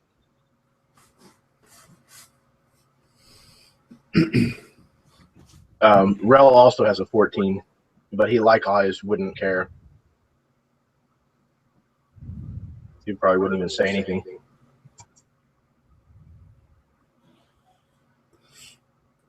Yeah, if nobody said anything to me, I would absolutely just basically palm it, put it in my pocket or in my cloak, and just walk like nothing's happened. You notice as you pop this out and kind of obelisk over that the other three sides also have runes carved into them, though you see no other gems. Was just going to say, Griff's probably like, yep, still got it. And we both noticed it, but just didn't care. So Griff, you see on the western side of the closest to the direction you came from the bridge, you see a symbol that looks like three wavy lines, one over the other, running horizontally. On the southern side, you see what looks like two separate points, kind of angled, so they're pointing at each other with a space in between. The eastern side, you see and realize that you're thinking to run up that side, the side furthest away from you, because whatever rune was there appears to have been gouged out of the stone by claws. There is feces smeared into the grooves.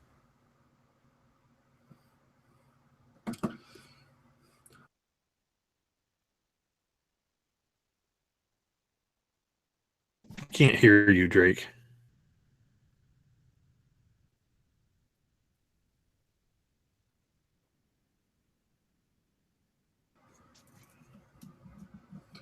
What about now? Can you hear me now? Yes. Okay, sorry about that. I would actually, noticing this, you would see again that smirk on my face getting a little bit larger, and I would yell over to the bard and say, "You, Urbane, is it? Yeah, come, take a look at this. Look really close here." And I would point out to the gouged out thing on the side of the pillar. And then I would be pointing, but look right here. And as he got closer, I would put my hand on his head and just. My friend, as you put your hand on the back of my head, I quickly collapse my knees and I say, "My friend, I can smell the smell of gorilla crap a mile away. This is not enough to trick me." Oh. Hold on, guys. Hold on. That's only This is a very awkward situation, but that's only in character, but out of character as well. Please say that as Urbane falls to his knees, he lands and grill a crap that was on the ground. have mayonnaise boots. Sure. Okay, enjoy your sandwich, asshole. I'm really sorry, guys, about that. I have no idea what just happened. Urbane senses something in the distance, and he feels like some man just got surprised with mayonnaise booze and called an asshole. And he begins to laugh. I was gonna say I heard mayonnaise, boobs, sandwich, and asshole. I Sounds am like a story. unbelievably apologize for that, guys. The wife and her friend have been drinking, and I asked for a sandwich, and they bought it on their boobs and put it in. Oh my God. I apologize a lot. I am incredibly embarrassed right now. And it's probably on video. That's hilarious. You cannot plan for this stuff. Dude, that's not bad for a Tuesday night. You know, it's not. And I'm sorry for that, all of you. That's incredible. Okay. I don't okay. know. I'm adding sandwich and eggs. Wow. I'm incredibly embarrassed. Yeah.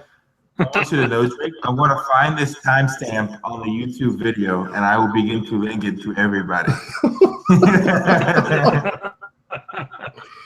Oh For my the record, God. Marquise, we're at approximately an hour and 40 minutes in. Oh shit. I think we need to have T-shirts made. Yeah. Jake, maybe since we're an hour and 40 minutes in anyway, can we take a 2-minute break? I was actually just going to say, because of the unintentional intrusion, let's go ahead and take a break right now for a few minutes. Do what you got to do. Remove mayonnaise for whenever you need to. And we will be back in just a few moments. Urbane will be back after this commercial interruption. And again, guys, I am so sorry. I apologize.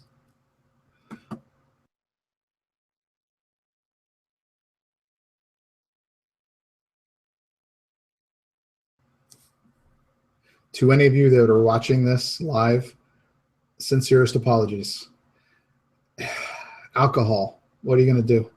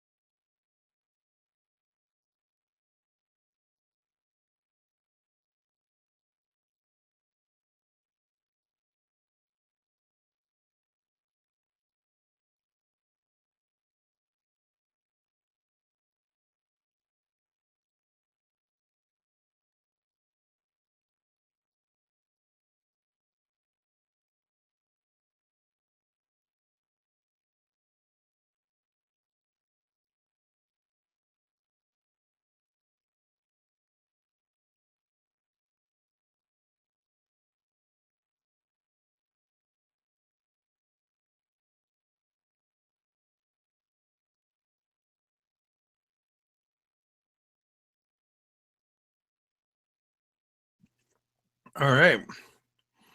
Let's see what's going on in the chat. I don't know who's still here. Hey, Carol. Looks like Carol's joined. Carol likes my hat. Thank you. Not quite an Indiana Jones fedora, but I thought it was fitting for this style of adventure.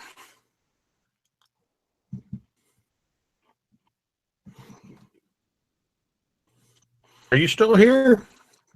I see you in the chat there. Thanks for tuning in. Chad, I don't know if you're still watching, but thanks for tuning in. Yeah, I kind of wanted a little bit of King Kong, Tarzan, Indiana Jones, Jungle Book, lot of inspiration. Excuse me while I eat. Shove up. I don't even know what kind of Pop-Tart this is. And look at the box. There's confetti on my Pop-Tart. Well, at least it's not mayonnaise on my boob.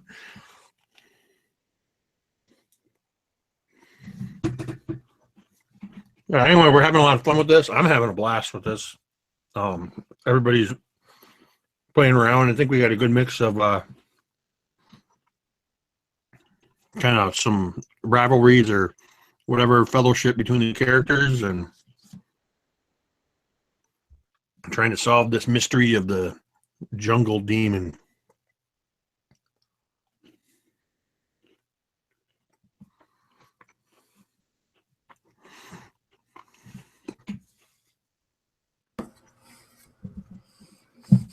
Apparently, I shouldn't have asked for a sandwich. Did you do it on the down low through a text or something? Yeah. Well, they're out there just drinking wine and talking. So I was like, hey, I'm getting kind of hungry. Would you make me a sandwich? Which, by the way, in 17 years, I've never asked my wife to make me a sandwich, ever. And yeah. I mean, well, Jake, you know who the other one is. But,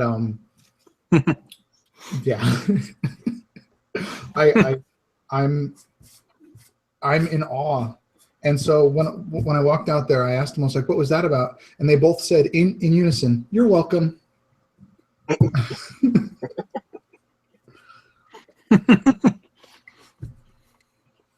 That was hilarious. So was the mayonnaise on the boob just a side effect of messily making a sandwich, or was it some kind of a statement?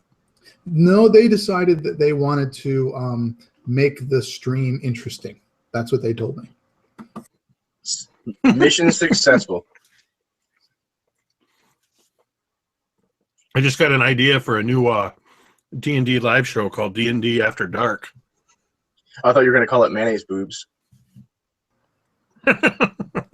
That's episode 1. There you go. The funny thing is, I have people who would star, so whatever. I honestly wasn't even watching. I didn't even see what happened. Good. Good thing it's recorded. Good thing it's recorded, yeah. Seriously, I'm obsessed with keeping my glasses clean. I think every stream I probably take my glasses off about 20 times to clean them. And that was when I had my glasses off to clean them. Good. Well, it's just one of those things. When I realized what they were walking in with, I turned the camera away. It was not quick enough because I saw everything happen as it happened and in slow motion as my adrenaline exploded. I took in these details and I realized this will be a story that I will tell my children one day. Jake, you throw a hell of a stream, buddy.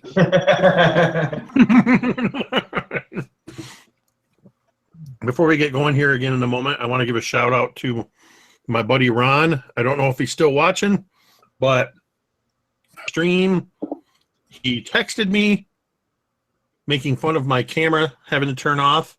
Then he heard my phone vibrate over the stream and proceeded to text me several more times just so he could hear my phone vibrate on the stream. Jake, A true friend.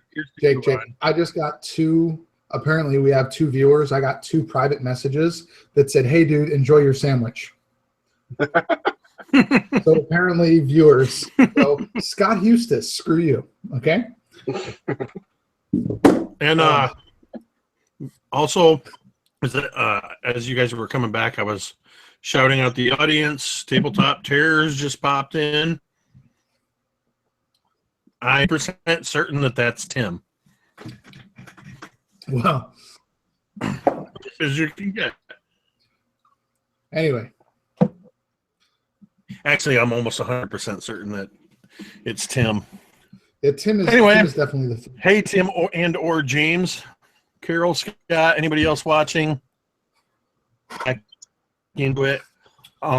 So we left off with Griff attempting to shove Urbane's face into the gorilla crap. Asker leapt out of the last few feet out of the tree, took a knee right into a pile of gorilla crap. You have seen that there are runes on the three sides, the east, west, and south sides of that seem to indicate something.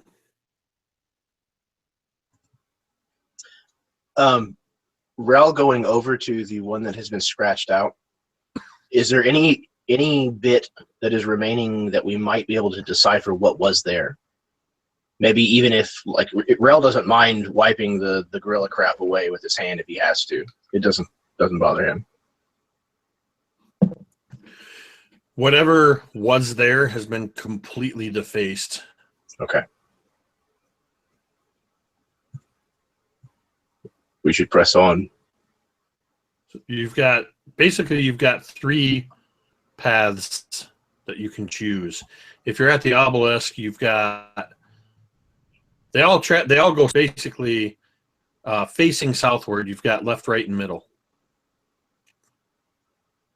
And the dark building that the barbarian saw was also to the south. Is that right? Yes.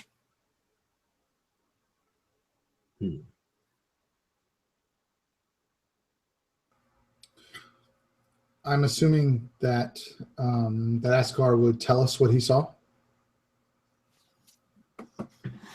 I shouted down Yeah, from he the did, tree, guys. what I saw, and then I came down pointing in the direction that I saw it.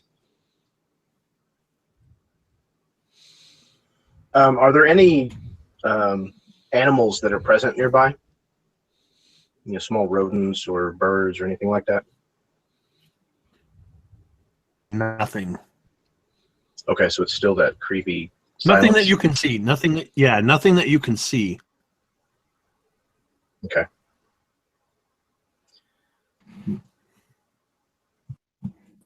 Well, my friends, let me tell you something real quick. Now, Urbane Lavarine, he is a man who's experienced with these types of things. You see, life is a story.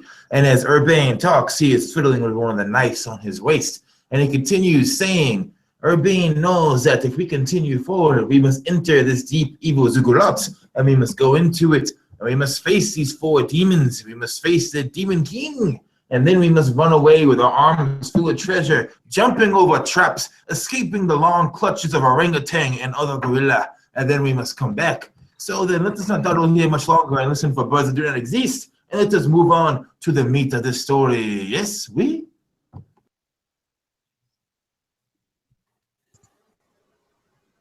Then which way, showman?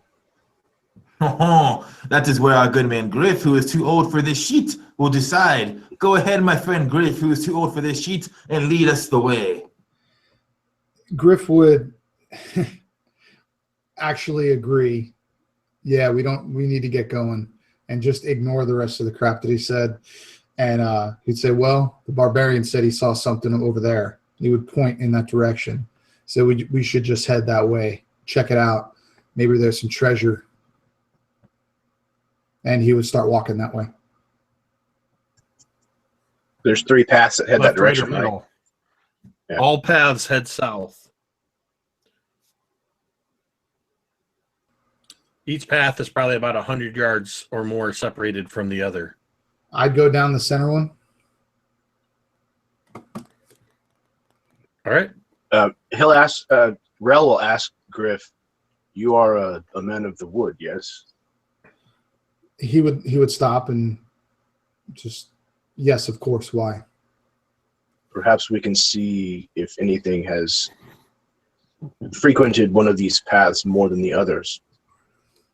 I think Griff would, where we are right now, Griff would see, animal prints everywhere, from all manner of beasts that have been there. I think we would need to go a little bit further to see, unless Jake tells us different. Very well.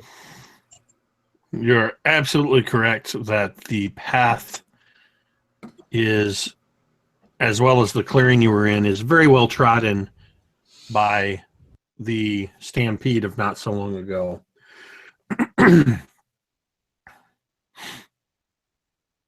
So are you continuing then down the southern path? Or the central path, I mean. They all go south. Yeah. All right. So Griff is in the lead, followed by... Probably a Scar. Just always looking for that challenge, always looking for... He wants to be into the fight first, so he would be pretty much like breathing down the ranger's neck. I imagine Rel is probably bringing up the rear again. Therefore, Urbane is in front of Rel, and he is just fiddling with his daggers and his knives as he moves down this path.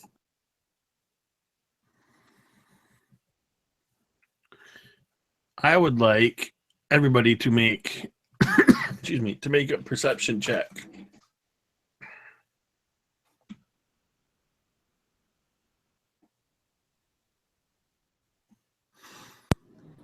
The eerie silence is still.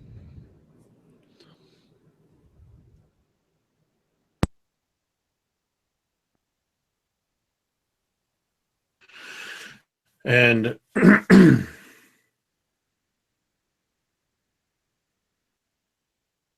Raul, what'd you get for perception?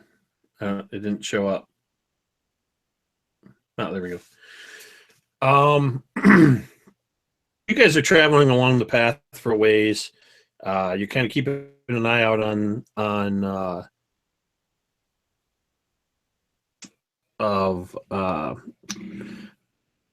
or anything, but all you see is trampled earth everywhere. And suddenly your feet, Urbane, vines begin to move of their own accord very rapidly and begin to entangle themselves around your feet and start wending their way up your body as two forms lunge at your party from either side of the trail. And I need you all to roll initiative.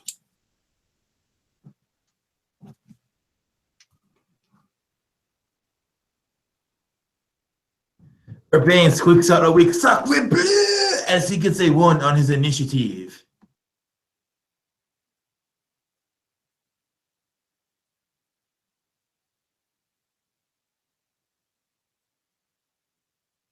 Make sure I got everybody.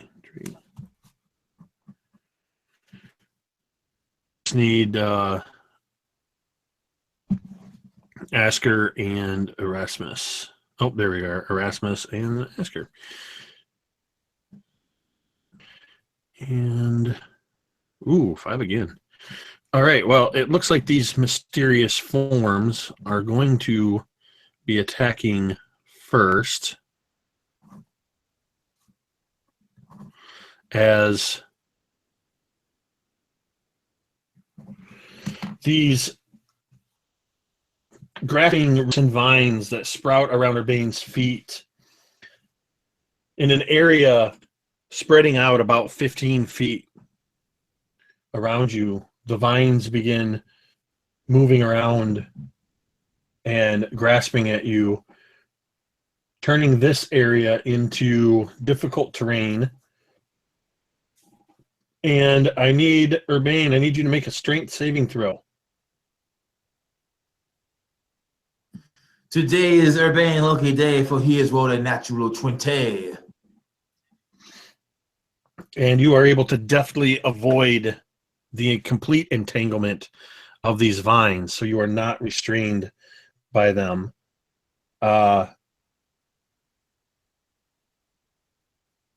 Griff, one of the forms that lunges from the edge of the wood at you, form, what you see is kind of a bulbous purplish pink green as the stinking maw opens up as it lunges at you and it attempts to bite. Are you there, Drake? Yeah. Okay. Yeah, I'm here. I just wanted to make sure I wasn't talking to you when you weren't there. No, And this form that appears to be of as if the foliage itself has come to life, attempts to bite you and bites at the open air in front of you. Powerful jaws snap shut, and you hear a sound like a whip cracking as a tendril of vine lashes out at you. Does a 16 hit you? My AC is 16. With a whip crack sound, this vine and just lashes around you and grapples you. Okay.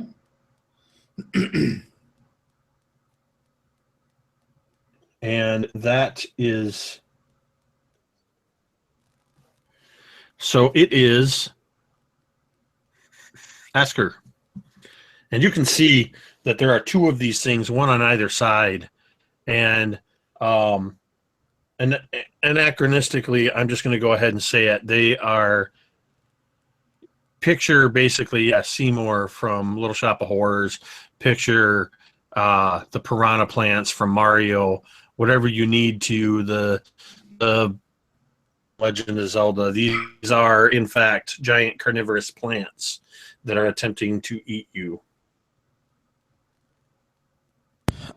Okay, so one of them just barely attacked Griff, correct? And is now restraining him?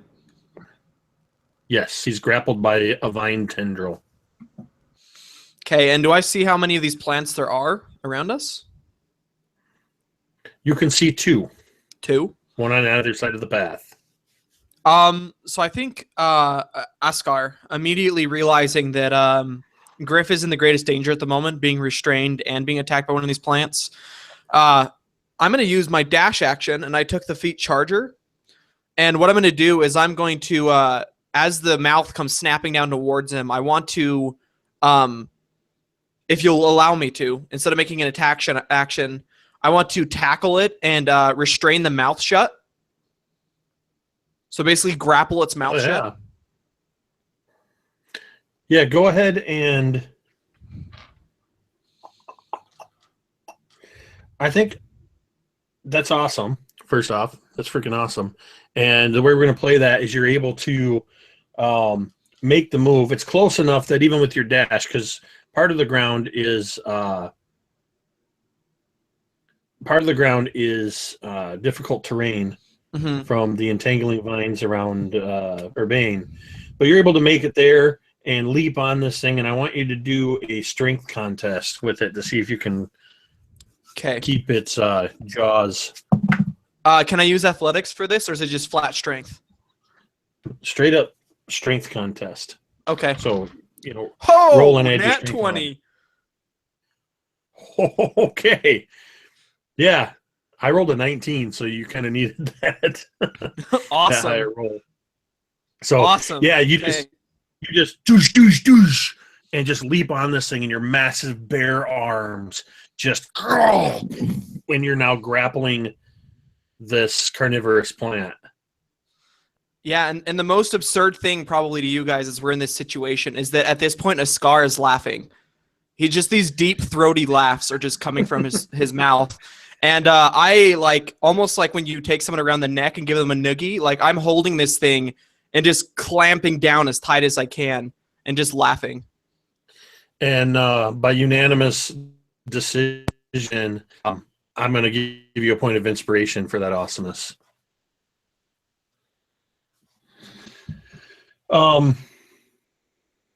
Yeah, so it is Griff's turn.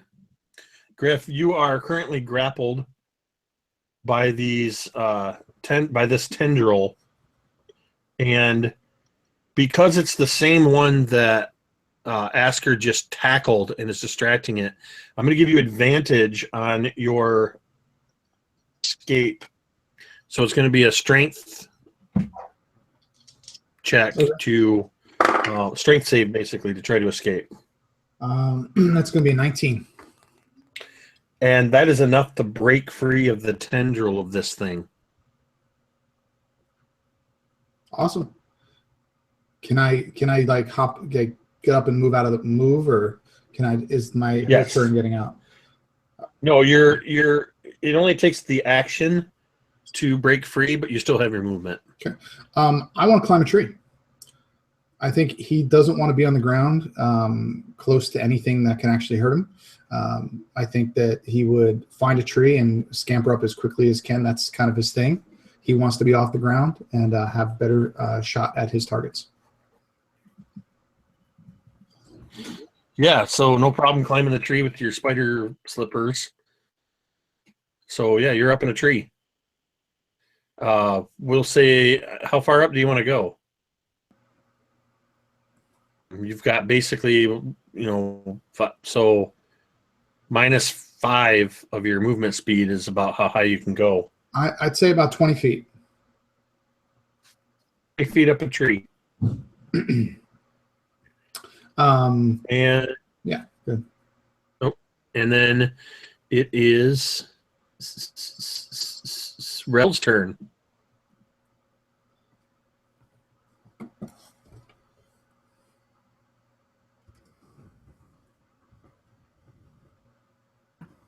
Rel has dropped. Oh, did we lose him completely?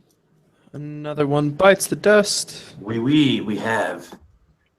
We'll go ahead and slide right into Urbane's turn, and then we'll pick up Rel when he's wait. Rel has returned. Rel is using invisibility magic. Wow. Okay. It's working. All right. It's your turn, Rel. Yeah. Sorry, I hit the Control R instead of Control D, and apparently that's the refresh button or something. Oh no. Okay, so Rel is going to brandish his shield and quarterstaff, and he's going to move forward towards this plant that just released Griff, and he's going to, as a bonus action, cast Shillelagh upon his quarterstaff, and then he is going to attack with it.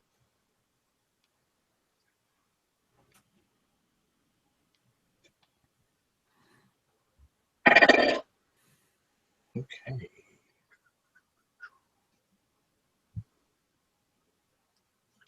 So that is a non-natural 20.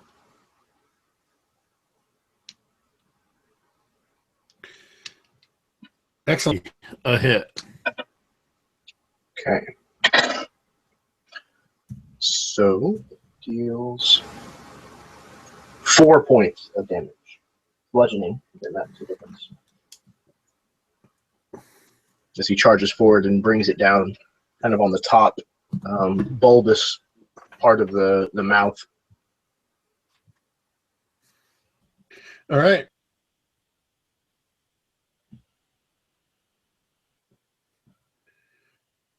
Is that the end of your turn then?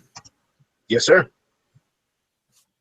All right. And now Urbane. It's Oh, your time Urbane. to shine. Urbane is last, but he certainly is not least. He was the first attack, and as the vines came up Urbane's feet, he saw them, and for a moment he was concerned. Is this the end of Urbane? Is this the end of his performance? Nay! This was not even the beginning, for Urbane leaps into the air, and he flips, and the vines miss his feet, failing to wrap around his ankles as he lands in a crouch, and his hands go to his back like this, and Urbane says confidently, "Performance debute," and he draws both two scimitars, and he flips them around his hands in beautiful flourishes as the blades catch the light of the jungle sun. And he sees these plants beside him, and he leaps to the left, and both blades come out like the snakes that he was trained to slash when he was younger. And he is deft, and he is quick, and once and twice you see the beautiful swordplay of Urbane Laverie. And he deals a total of 18 damage to this plant as he pulls back his blades and strikes a beautiful pose and says, "The performance has begun," ending his turn. Excellent.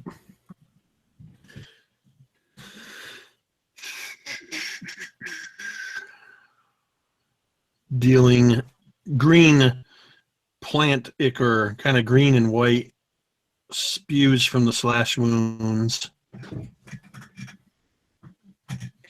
But it is still kicking. And it is back to the plants. And this plant that you just assaulted with your blade flourishes is going to attempt to ensnare you in between its sharp, pointy teeth with a 21 to hit. Urbane is swift, but he is not swift enough to dodge that.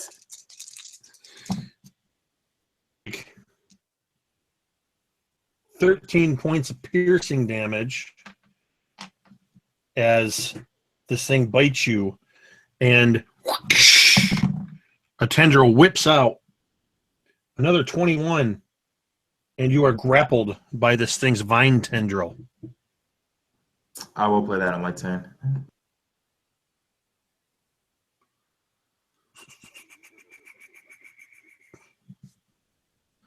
And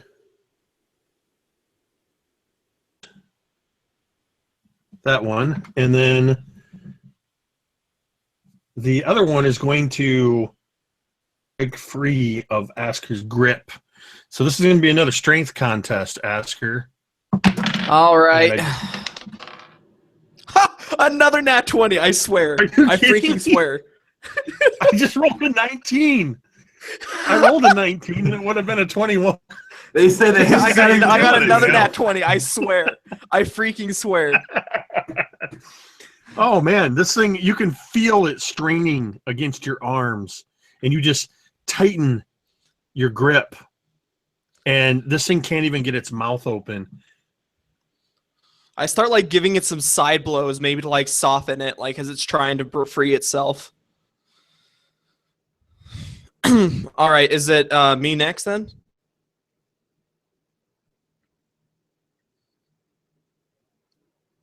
Oh no. Your turn, Asker. All right, cool. So I'm straining against this thing as it's trying to like free its mouth. It kind of like opens its mouth a bit, and then you see my biceps just curl and close shut the mouth again. And then I kind of like, I'm thinking for a second, like, oh, well, I'm not going to hold this thing forever. And I kind of like look up in the tree, and I lock eyes with Griff, and I kind of nod to him. And I put my fingers inside of its lip, the lip of this thing, and I'm going to pull its jaw open to open the, like, expose the fleshy interior for Griff shots. Fantastic.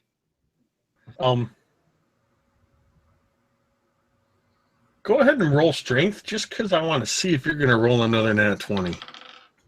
No, not nat 20 this time. It was a 17, though. Plus my strength, it's a 21.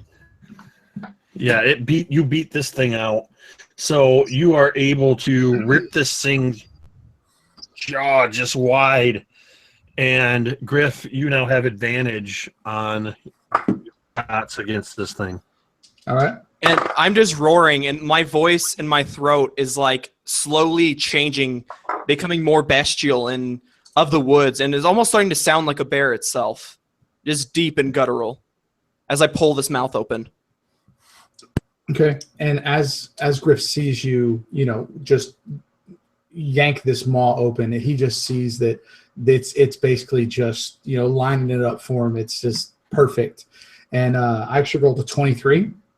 To hit Jake, and I'm gonna aim for directly down this thing's to the back of its throat, and that's gonna be 14 damage as the arrow just sinks in and just almost sticks out the back of this thing's head.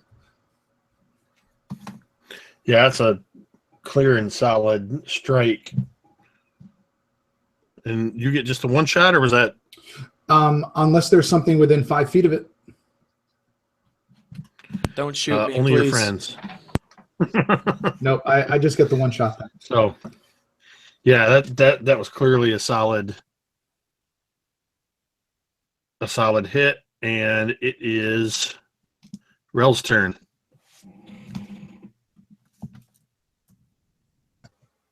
All right, so let's see. Shillelagh is still going.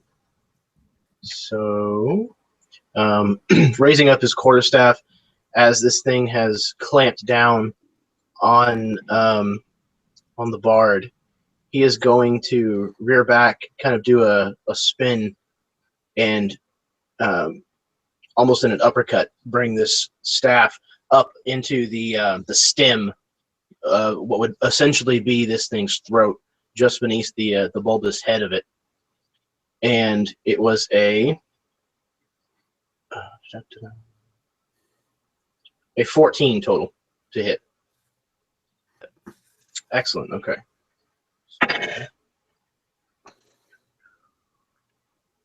10 points.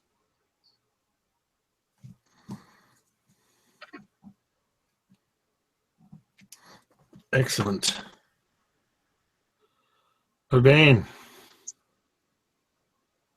Urbane's day has become quite the opposite of what he hoped for. As the creature bites down on Urbane, Urbane begins to think this is not how the performance was supposed to sadly go. And as he screams out in pain, like, stop it, sacre bleu! The vines begin to wrap around him, and they get around his throat, and they close his jaw so he cannot speak the magic of his elvish spells.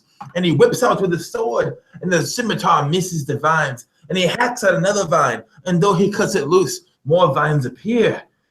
And Urbane is confused. Why are there so many vines? Before he can find the answer, his arms are restrained again, this time behind his back, and he is struggling against the vines, against this creature biting into him, and he is shouting to Rel, and he's saying, "Come on, man, help me out, help me with the performance, I am dying over here." And thus ends Urbane's turn, as he fruitfully misses both of his attacks.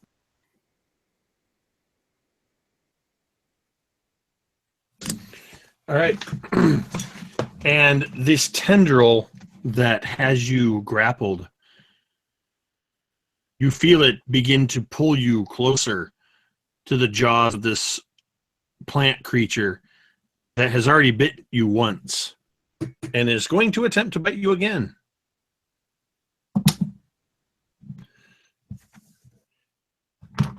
Its jaws clamp down on its own vines, ensnaring it before it can clamp down on your flesh.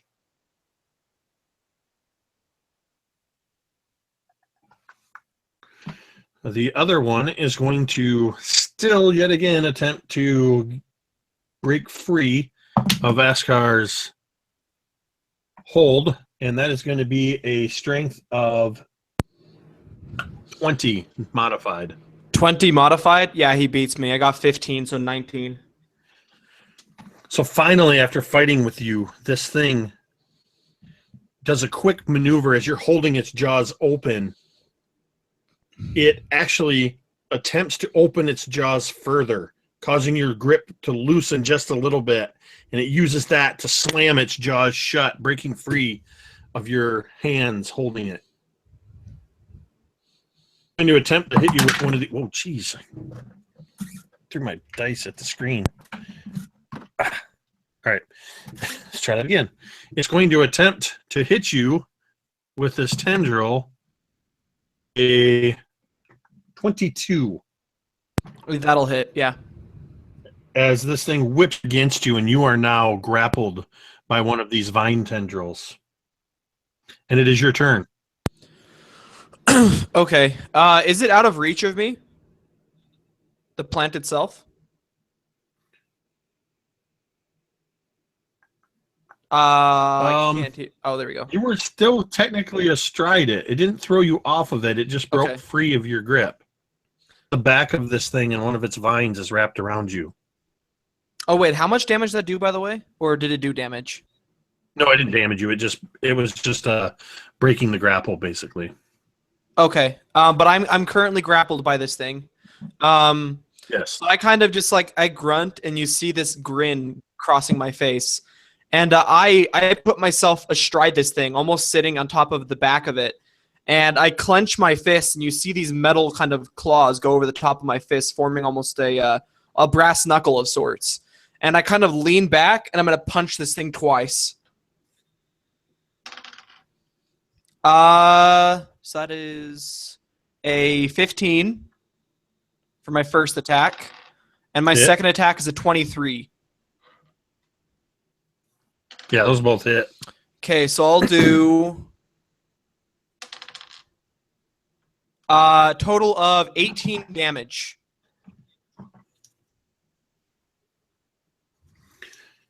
So as you pummel into this thing, with your first hit, you feel the vine's grip loosen on you.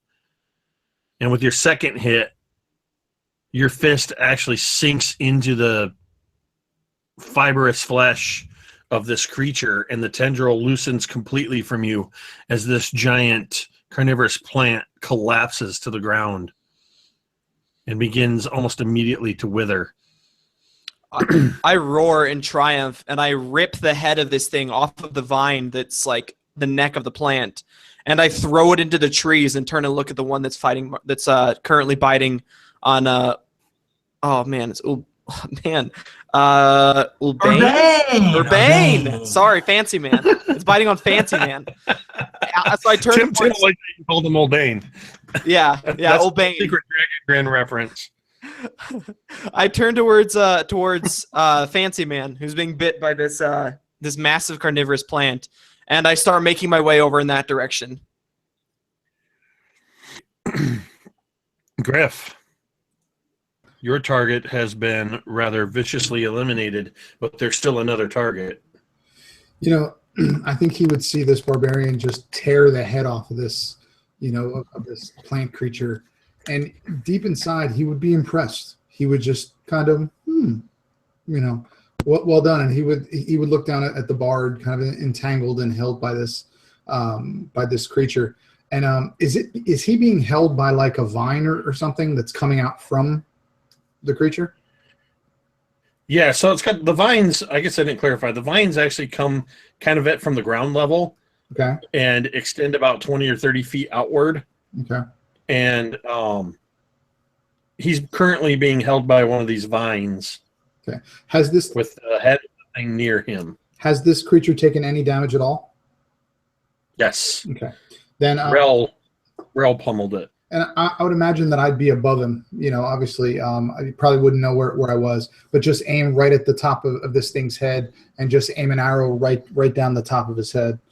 And I did pre-roll, actually. I got a 16 to hit. That is a hit. And that is going to be 14 damage again. And just as I knock the arrow, and you just hear, and you just hits in the top of it, and you just see like half the arrow sticking out of this thing's head as it takes that damage. Excellent. Rel. I was just entering this information into the chat there. It was pre-rolling. So I have stepped back, trying to give Urbane enough room to try to fight his way free, mistakenly thinking that his boasting was a little stronger than his attempts thus far, at least. And he will then go ahead and try to strike the head of this thing again. Actually, what he's going to try to do is, as this thing opens its mouth to try to bite once more, he's literally just going to take the butt of his staff and just try to ram it down into the throat of this thing from the inside. So, assuming that a 24 hit, he deals 5 points of bludgeoning damage. Absolutely. And that is all that he does. And that takes us to Urbane. Urbane has his mouth closed by these disgusting vines that are trying to go in and suffocate him and crush his lungs from the inside, and they're wrapping around his throat. And Urbane kind of feels his head getting lighter and lighter. He's beginning to see stars. And Urbane knows that this will be the end of Urbane if Urbane does not make this the end of the performance. And so he takes both of the swords in his hands and he struggles against them and gets just enough room to kind of wiggle his way upwards, and then pushing his legs, he jumps at the creature, shoving both of the swords into its open mouth as his friend shoves the stick into it. And Urbane is hoping that his swords find purchase, which they do, and he prays to whatever god they may be that he tears this thing asunder, as he does a total of 13 points of damage. This thing doesn't have a typical humanoid or even monstrous type tongue, but it has like smaller vines that serve like tongues inside it with prongs on it, and you have succeeded in cutting away most of those, causing it much pain and agitation. Enough that it is going to lash out at one of the two of you that are shoving pointy and pokey things in its mouth. And unfortunately, that's going to be you, Urbane, as it attempts to bite you with this mouth that has been severely damaged. It succeeds only in briefly clamping down on your swords as you withdraw them, to prevent you from being able to withdraw them completely from its mouth. And it is Asker's turn. So, as it's snapping at Urbane, Fancy Man, I kind of grunt and I slowly start picking up speed as I rush towards this thing. I'm not I don't have. If I don't dash, I'll still get there, right? Or do I need to dash to get there? Oh no, not at all. Okay. Okay. So I will. I start picking up speed, and just you hear the thump, thump, thump, thumps, vines snapping, branches breaking, and then with a roar, a scar is there, and I come around with one fist, slamming it in the bottom of the chin. For 8 points of damage, and then my other fist comes around from above, almost like I'm trying to meet my two fists in the middle. So there's that tension there. So there's more for me to hit, to break into, and that's 16 points of damage total. Determined to not let anybody else in this adventuring party get a kill, you come rushing in, and on an organic and smaller scale, it looks like the scene in Return of the Jedi when the Ewoks let the logs crash in on the AT-AT, as you just crush this thing's head, covering yourself. Dang it, you got me wanting to call him Urbane now. Urbane and Rel, all in milky greenish white ichor from this thing. And you are out of combat. I just Griffin in a tree. Still in my frenzy, my hands close on the inside of the mouth. I rip that head in half and throw the two pieces to the ground. And I raise my head almost like like when a wolf howls to the moon, and I just roar, looking upwards. And slowly my eyes, like as the thrill of battle leaves me, like they come back into focus. As my friend the bear is raging and roaring, Urbane, now free of the vines, drop his swords, pulls them out of his mouth. Thankful these vines were there, for now the ichor did not get in there and have to taste it. And he takes his water bottle, and he pours it over his head, and he washes off, and he says, Fiend, my man the bear, Fiend, the performance is over. And he lowers it, and he looks to you, Asker, and he says, You are a man of great strength. When we come out here with our riches and our treasures, I would like for you to accept the challenge I will lay out for you. I believe that if you accept these challenges, you will be satisfied, and I will be satisfied. And Urbane is saying this, and this is now Urbane thinking. Urbane is saying this because he knows if he bites the challenge, then he will be able to use his new monkey, the bear, to make greater money in his ventures. His monkey? You better not call that to his face. I look over at Urbane, who's like throws this offer out there, I see him bleeding, these gashing holes in his side, and I kind of like think to myself, surely he won't turn down the potion also. And I reach into my bag and offer it to him. Oh, thank you, my man, Aska. And quickly, Urbane just pops the lid, and like a fine wine, he smells it, tastes it. Tastes like the soils of the south. And then he drinks the rest of it as his wounds begin to heal. And how much healing is that? 2d4 plus 2. I kind of like look at him as he's drinking it and enjoying it. And I say, where I am from, those are more common than you would think. Made from the piss of the troglodytes. And I nod to him and start walking in the same direction we were going. You say this is made from what did I find? And he drops the bottle, and he sees his wounds are healed, but he's like, that was not worth it. I just grunt to myself as he's like trying to get out of his mouth. I'm like, gets the job done, and keep walking. Rel man. leans in and says, "Don't worry, it's not poisonous." Man, I've already given you inspiration. I can't give you any more. No, it's okay. I don't need any. That got me. Griff would actually hear I love that. and he would just hop down from his tree, and he would stand next to his Taskar and just kind of put a hand on his shoulder, kind of reaching up, and just start bellowing, laughing. Just he really got this bard good finally, and he just keeps patting his arm and just bellowing in a laughter that you've never heard him like that. He really enjoyed that.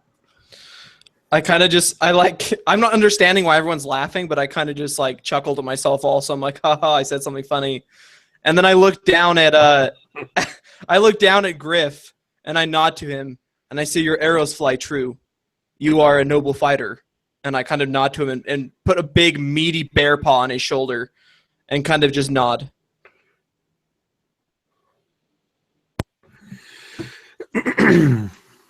As if in answer to the raucous laughter and the war cry that you issued moments ago, further to the south, barely a half a mile, you hear a roar easily 10 times as loud as your own.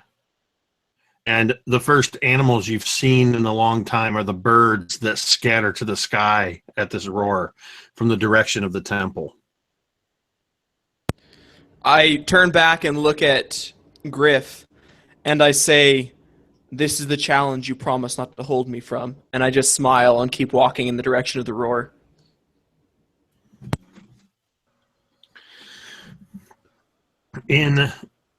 Oh, you gonna say something, Griff? Oh, okay. In short order, you find yourself emerging from the trees. Before you is the Temple of Aohe Nezaar.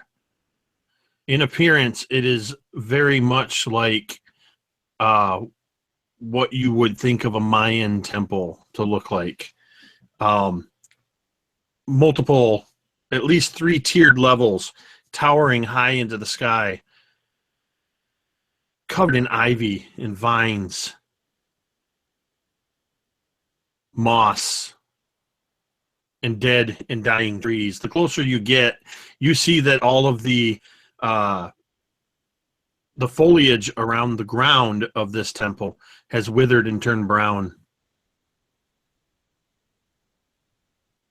And up the full length of the tower, carved kind of into the temple itself, are stone stairs leading up to the top. And where it is carved in, up on either side, are stone walls. In shallow alcoves along the wall, up the side, are the remains of statues, only one of which is mostly intact. And if anything resembles your tribal warrior friend Utonga.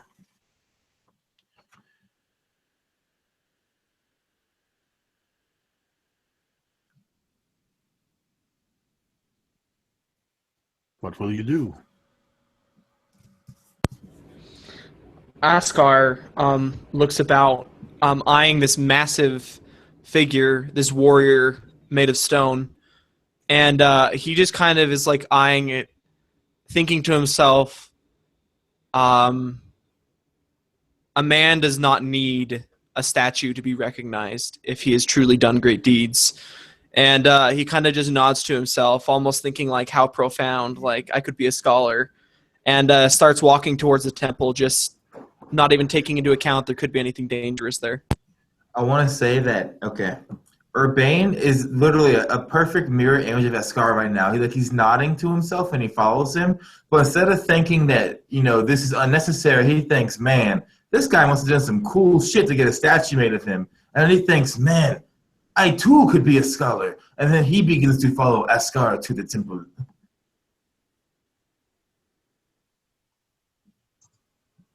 Rel is going to look at it and say, what a waste of rock, and keep walking. Each of our different thoughts. I love it.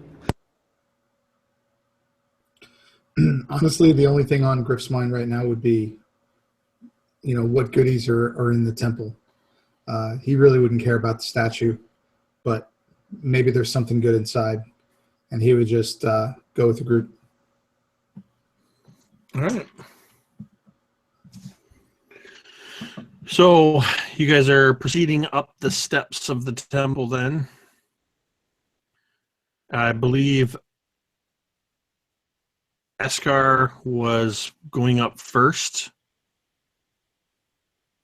I took the lead with no disdain or thought towards what could be lurking. I'm just going for it, basically.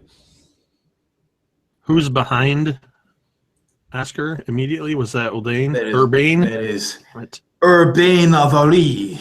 I'm going to write that down again with an R.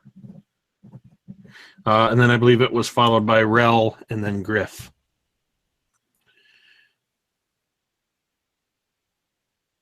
So Askar's trouncing up the steps with reckless abandon. Is anybody else scanning or looking for anything? Absolutely, Griff. Urbane is not. Griff would actually be trying to get to the front, but the whole time just looking out of the corner of his eyes and everything, trying to see if there's any traps or anything coming. Give me a perception check. Rel is also kind of keeping an eye out as he's moving up, but he's kind of looking more at the plant life that might be growing on this temple, kind of see if maybe there's any sign of taint that has made its way into the plant life. It's 17, Jake. Yeah, you definitely see, Rel, that the any moss and vines seem to have threads of blackness and what almost looks like veins of white running along them. As you walk up these steps, these walls tower alongside you 15 feet. The steps themselves are about 15 feet in width. And as Askar is trundling up the steps at the front of the group, and Griff, you're trying to get to the front of this line where you belong as the scout. And you see the pressure plate as Askar's foot comes down on it. Askar, you feel the step give slightly below you.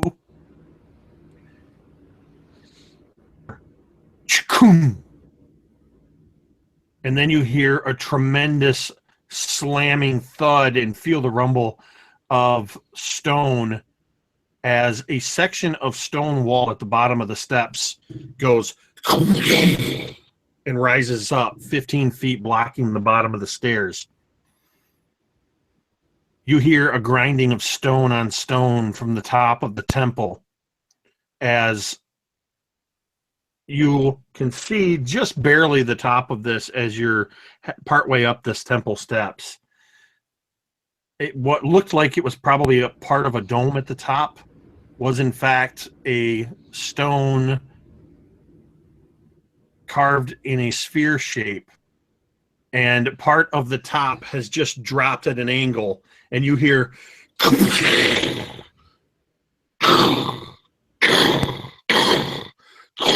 as this giant 15-foot diameter stone sphere begins rolling down the stairs toward all of you. And I would actually like to have you all roll for initiative on this. Initiative? Okay. Yes.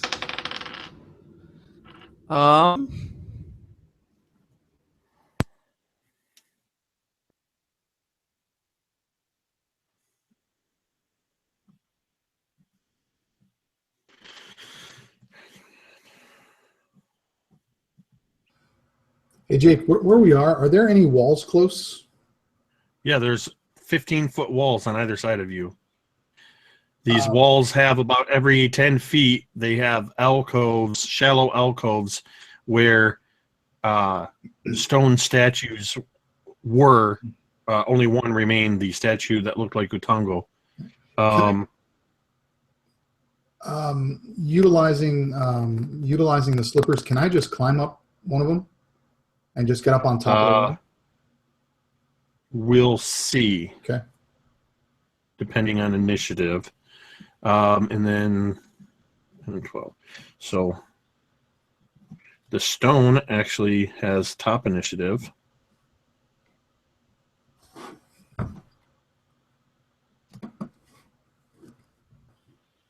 What the stone is doing, obviously it's rolling down the stairs, but before you guys are able to even move, this thing has come down the stairs 60 feet and is now within 30 feet of you. And it is going to be Rel who gets to act first.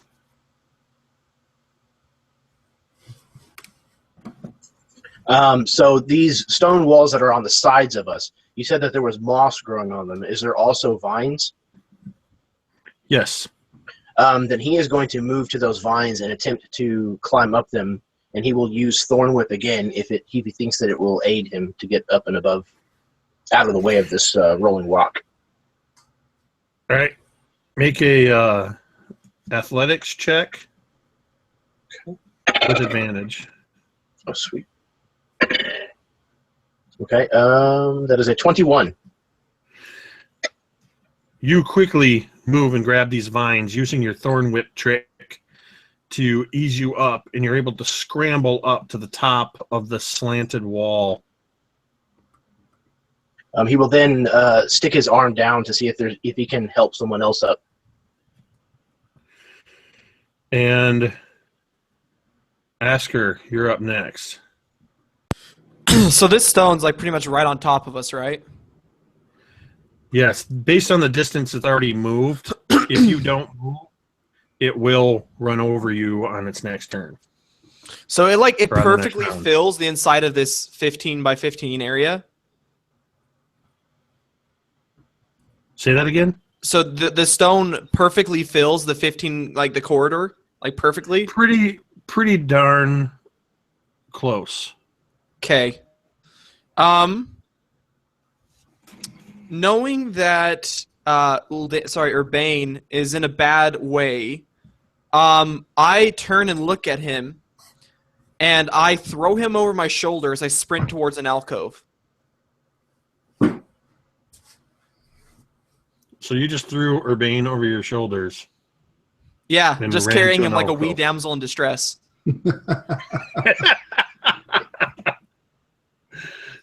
All right. So I throw him over my shoulder, and I sprint towards this wall, this 15-foot wall. I'm like 7 feet tall. Yeah, 7 feet tall. And I run towards this wall, and I jump, and just with a meaty palm, I grab the wall and hoist us over it with just my massive bear strength. Wait, so you're climbing? You're going over up the wall? I thought you were going to an alcove. I don't. How big is the alcove? Will the alcove hold me?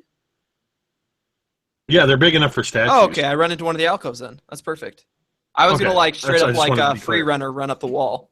That's cool. I'll do that. All right, so you run to the alcove. Yeah, one of the alcoves held a statue bigger than Utonga. Okay. And So yeah, it can you can press yourself into this alcove even with Urbane and be able to press back away as the stone comes rolling down.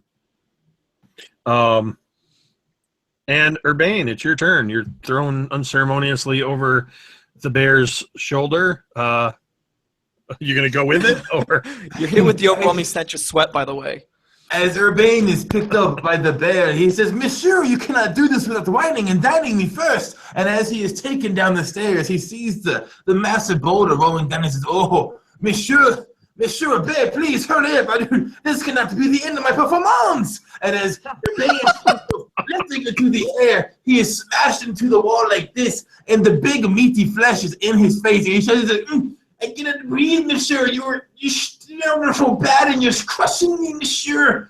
And thus ends Urbane's turn inside the alcove, sandwiched between stone body and stone wall. Oh, I love it. And Griff, you're up. Hold on a second. How do I follow that? I mean, really? What, what the hell, man? You know, he's going to walk over to the wall with his little slippers, and he's going to walk up and live. That's what he's going to do. I can carry you on my shoulder also. I've got two. You know what? You know what I actually like to do? I would, I think he would see this, and he would find it funny. He really would. Just hearing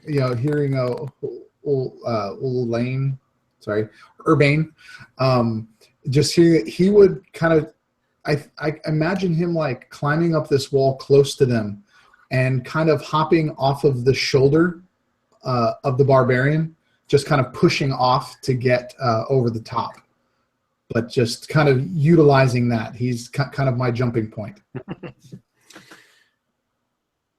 And you pull yourself up clear.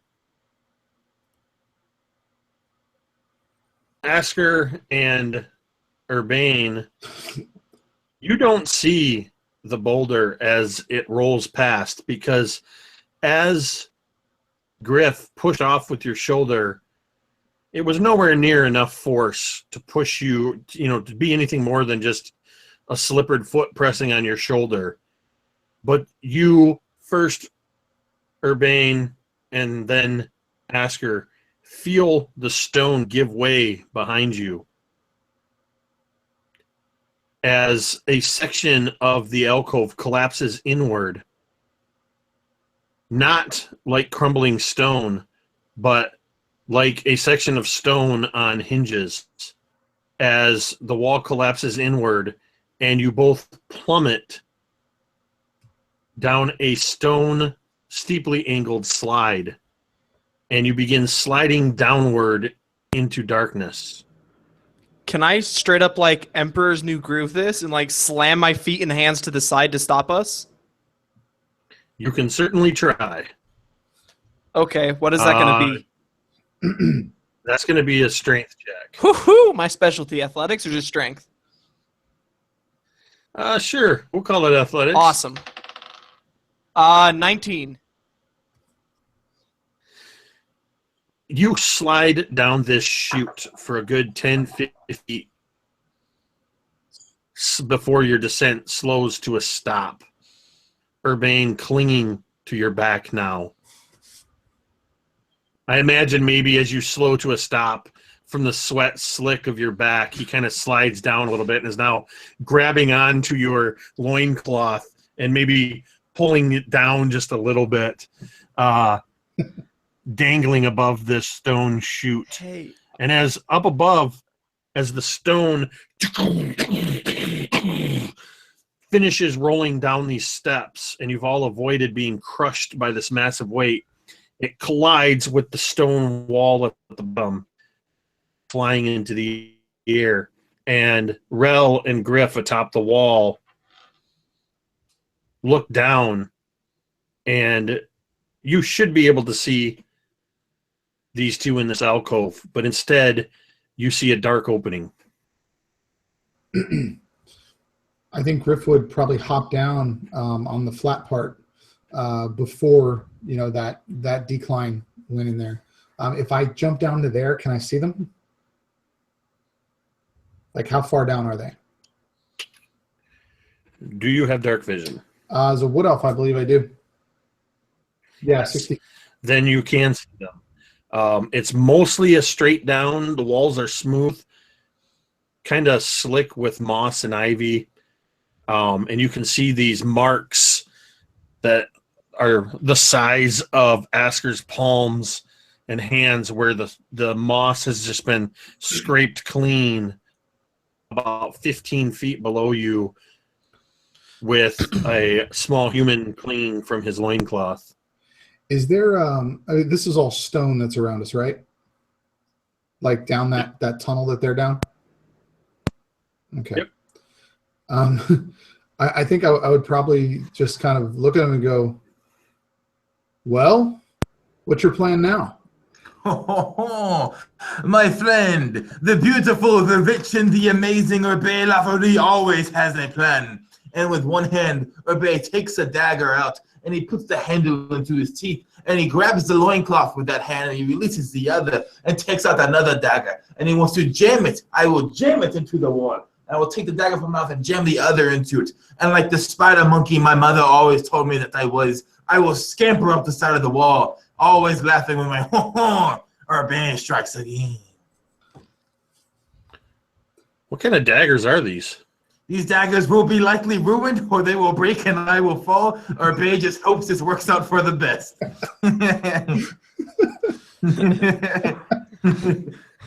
Urbane always has a plan, but it may not always be a good plan. Not like this. I did so much to save you. By the way, we're just going to say, Askar is a sophisticated barbarian. We don't wear loincloths in the South. We do wear pants. So So wait, so that makes it better? He pulled your pants down instead of your loincloth? Not all the way. They were just no, not enough to all the way. expose Just enough to get half moon. Yeah, half moon. Well, that makes it better then. Not enough to summon the werewolves or anything. Just half moon. Urbane, I'm going to allow you to make with disadvantage, a dexterity check to see if you can somehow sink your dagger into the narrow crevice between two stone smooth blocks. You see, Urbane, his dagger, when he puts it to the wall, he misses, and he can hear it crack, and it cracks and it breaks. And as Urbane thinks to himself, I must have rolled a natural 1 on my luck to have such misfortune. Urbane sees his dagger break, and he begins to fall. And Urbane says, "The bear, please, monsieur!" The bear, please, monsieur. Okay. Rel's gonna jump down, and he's gonna cast Thorn Whip on Urbane. And I'll catch Rel. I'll catch Rel as I see him jump down to catch Urbane. Okay. So I want Asker to make a dex check to try to grab Rel Okay. as he's jumping in. Okay.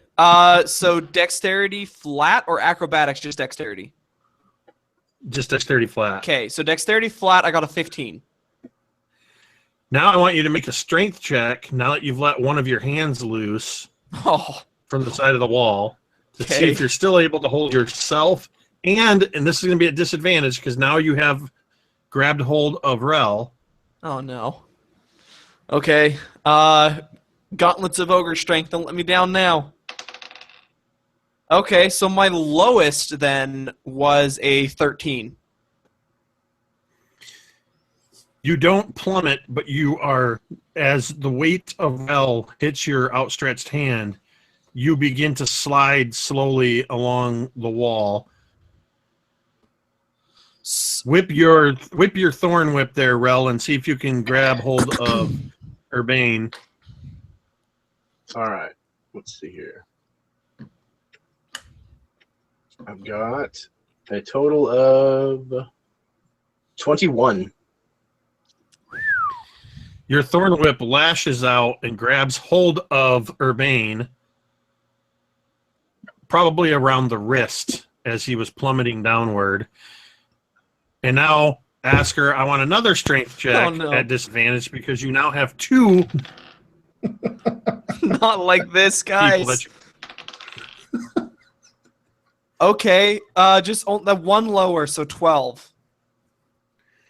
Unfortunately, that is not enough to hold yourself up. And as the thorn whip grasps a hold of Urbane, you can no longer hold anymore, and the 3 of you begin plummeting at full speed down this stone chute. As From the top, Griff would hear, "Son of a..." and then As we slide down. Griff would also then hear, "Curse the man who sold me this bad dagger!"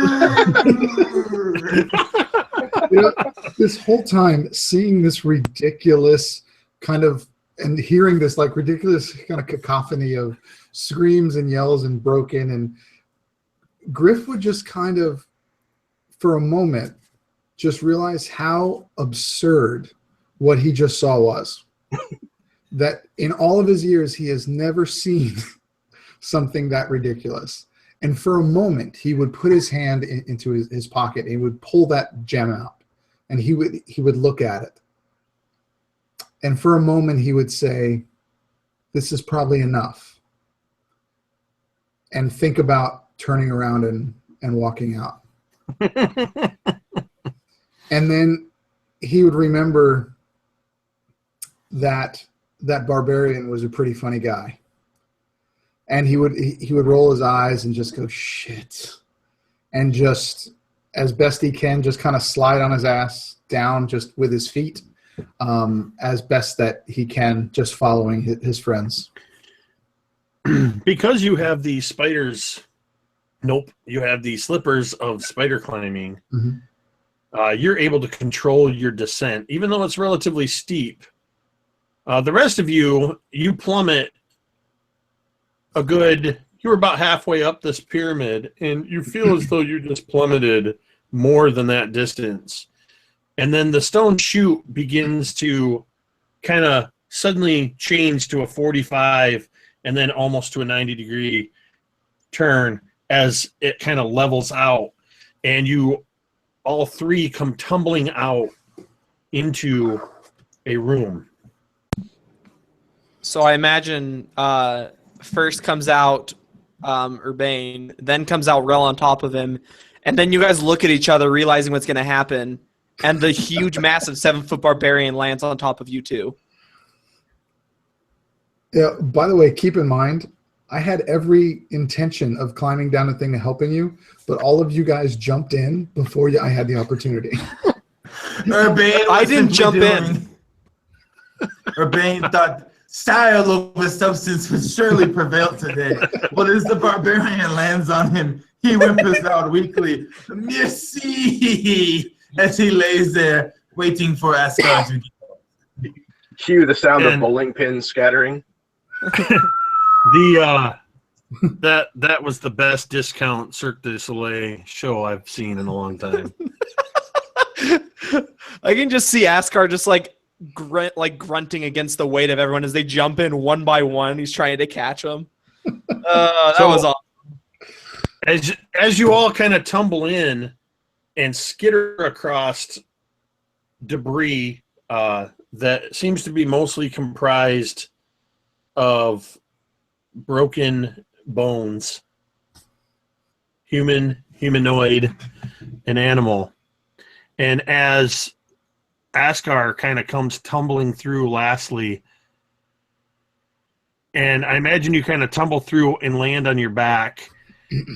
And as you land, you kind of go, "Ooh," and you're looking straight up.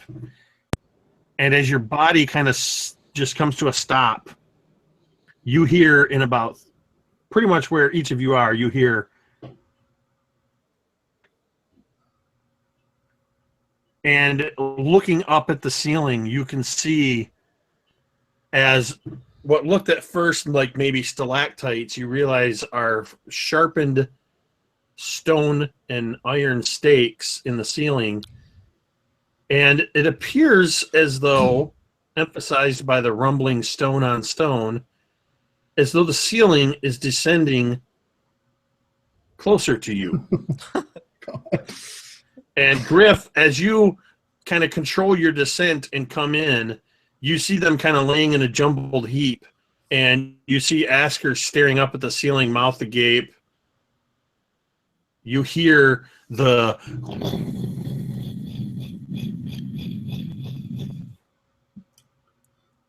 how far out of the frying pan into the fire and into boiling oil. Askar breaks the fourth wall and says, "This is just like Indiana Jones." And Urbane, too, breaking the fourth wall, says, "I forgot how this scene ended, but I hope it ends just as well for us as it did for him." I hold Urbane over my head. No, I'm just kidding. Yeah. So, Jake, how far am I away from these guys? Did they fall through the ceiling? Did they fall through the side? So the chute emerges more or less at ground level, maybe about 1 or 2 feet above the surface of the floor. And they kind of tumbled out about 10 feet into the room. And what does this room look like besides these things coming down? The entire room is about 30 foot square. And on the far side of the room, there is a pillar kind of in the middle. And on the far side of the room appears to be a doorway. I think Griff would, as he saw his friends were okay and he noticed the roof, he would literally, as soon as he hit into that room, just kind of hit the ground running and make a beeline for that door. And as he passes, his companions go, "Get up, let's go," and just keep running to that doorway. Askar stands to his feet, throwing Urbane over his shoulder again, running across the room. Bear before beauty, my friend. Bear before beauty, as he's picked up and he's carried to the door. I set Rel on his feet too, just with a single meaty palm, as I start rushing across the room. Rel kind of dusts himself off and turns and says, yes, perhaps we should probably leave this place. It doesn't look safe. As you are darting across the room, you're able to make it, Griff, to the far side where the doorway is starting to get smaller as the ceiling descends ever closer. Asker, with Urbane on your shoulder, you're starting to have to kind of juke and dodge a little bit as spikes are now coming down below your head level. And you're able to maneuver your bulk through with some crouching.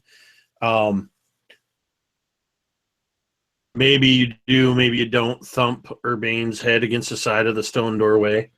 And then finally, Rel, you manage to, crouching a bit more, you manage to get through the doorway. And as you pass through into this 15-foot wide hallway, you hear the as the spiked ceiling hits the full limit. I set Urbane down. You're now in a 15-foot wide hallway that appears to go on for about 60 feet.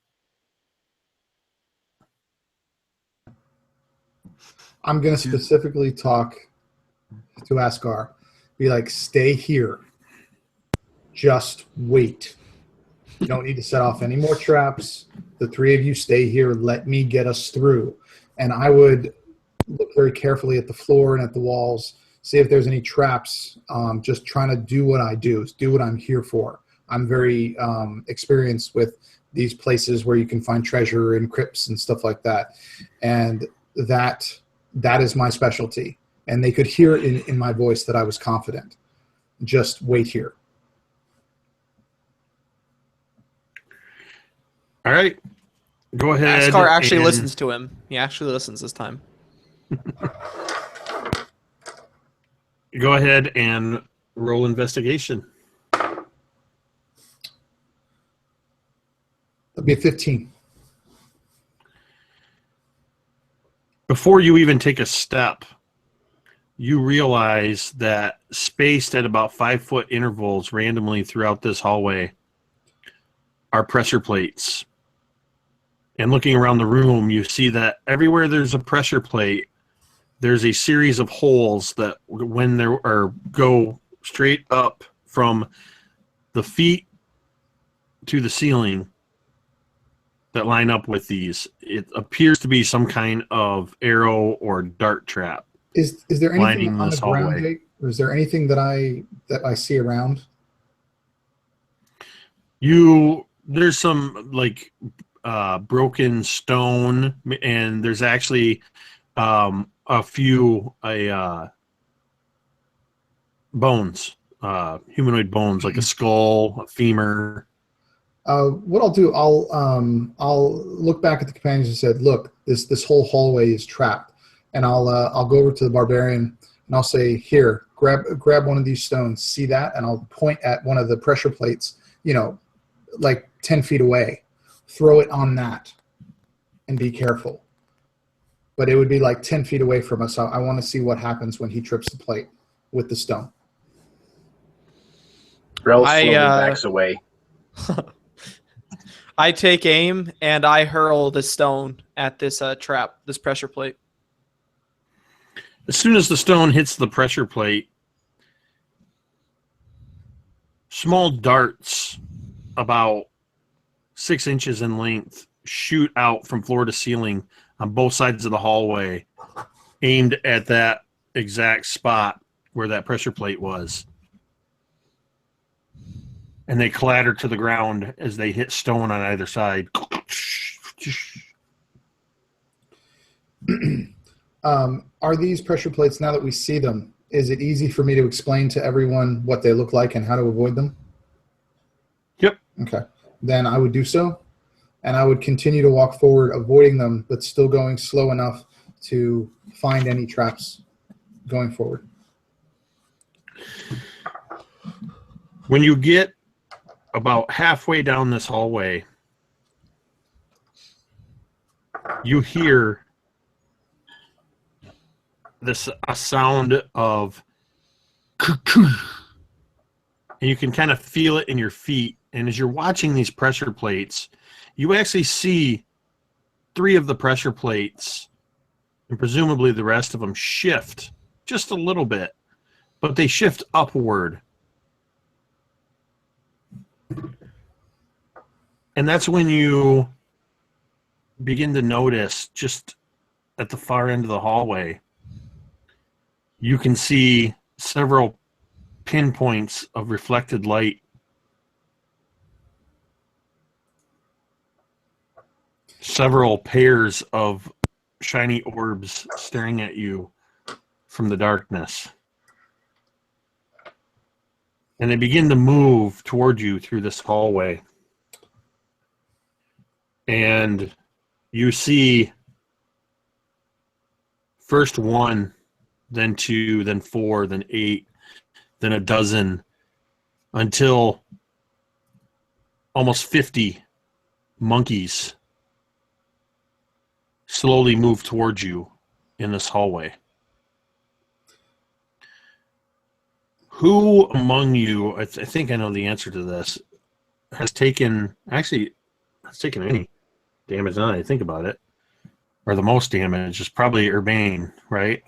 See, we. Fuck. You wrong language.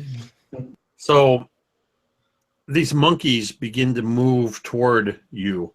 You can see that they're actually moving freely across the pressure plates, and that the pressure plates don't seem to be moving or responding to their weight anymore. And as they get closer, they kind of part, and a monkey, a chimpanzee with streaks of gray in its hair and oddly wearing a satchel across its shoulder, hesitantly moves towards you, Urbane. It touches where you maybe have a scratch, but kind of on its own face. It touches your side where the plant pierced and where maybe the healing potion didn't quite salve your wounds. Satchel and pulls some grass substance out and begins chewing it. After a moment, it pulls this desiccated wad of saliva and grass out of its mouth. And looking at you in the face, it reaches out for the wounds in your side and presses this mixture up against your wounds. Urbane goes into... Do you allow it? Yes. Urbane goes into a crouch and he stares at chimpanzee in the eyes. And as it reaches out, Urbane says to the others, his hand in the air to make sure the Monsieur the bear does not try to stop this. He says, I think, my friends, that the reason they want the monkeys brought back to town is because these monkeys, and then it gets closer, almost pressing against my face, and I say, these monkeys are indeed the townspeople, I believe, the villagers. And as it presses this chewed up substance into your wounds, you feel a warmth spread. And you can go ahead and recover hit points equal to a standard healing potion of 2d4 plus 2. Rel would like, if he can, to cast Speak with Animals. Absolutely. Okay, so he will kneel down beside Urbane, and as he mutters the incantation, he actually pulls something of his own out of a pouch that he has, and likewise chews on it. And then he spits out the remainder of it, and then he tries to get the attention of this gray-haired chimpanzee and says, "What has happened here?"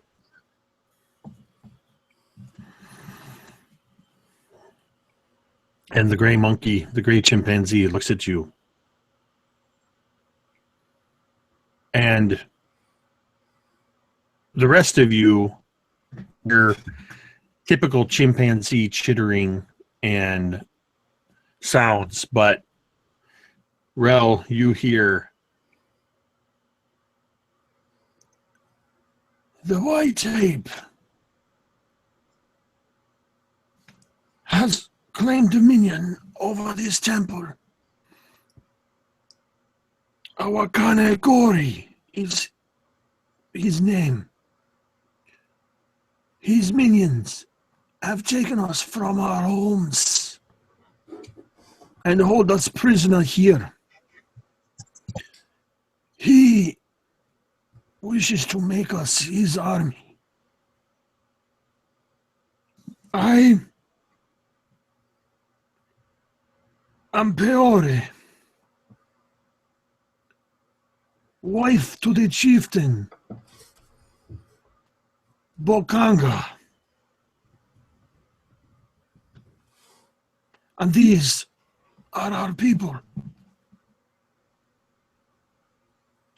You are sent from Azuldea?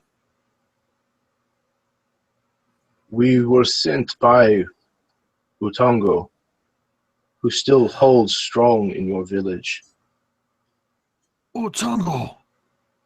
Tell me you saw Utonga and Bokanga. I can only say that we saw Utonga.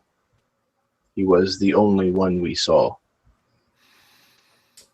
Then Utonga, my son, is chieftain now if Bokanga is gone.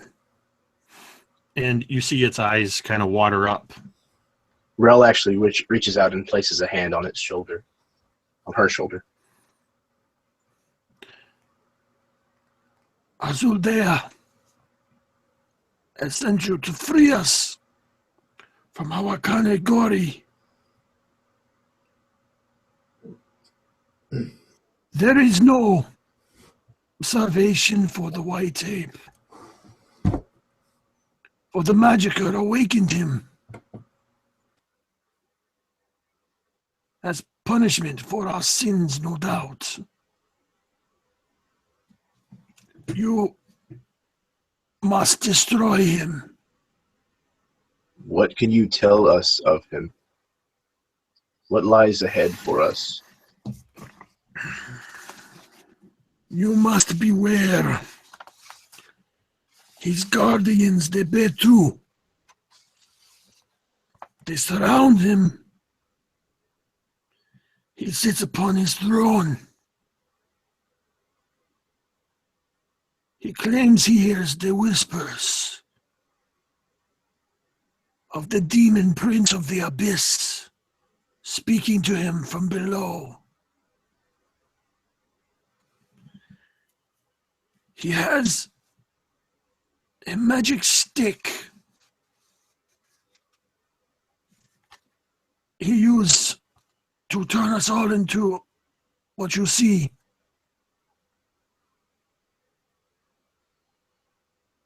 Beware the stick he stole from the magicker.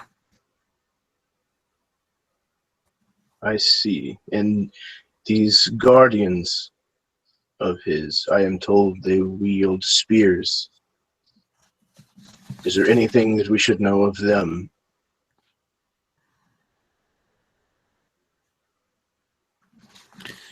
The Betu are the children of the demon prince himself. They must be. I have seen them breathe fire.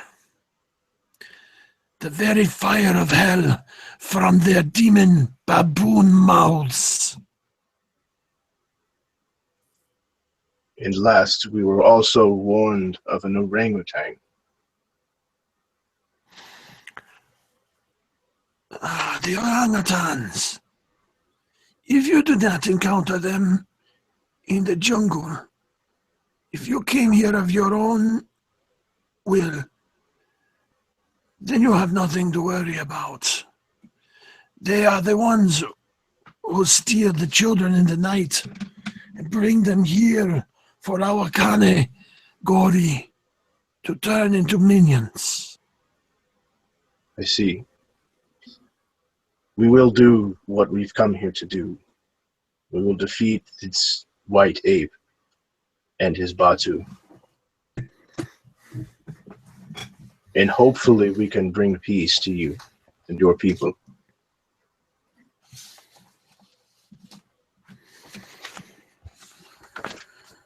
And with that, he will dismiss the spell and then stand back up and relay this information to his friends.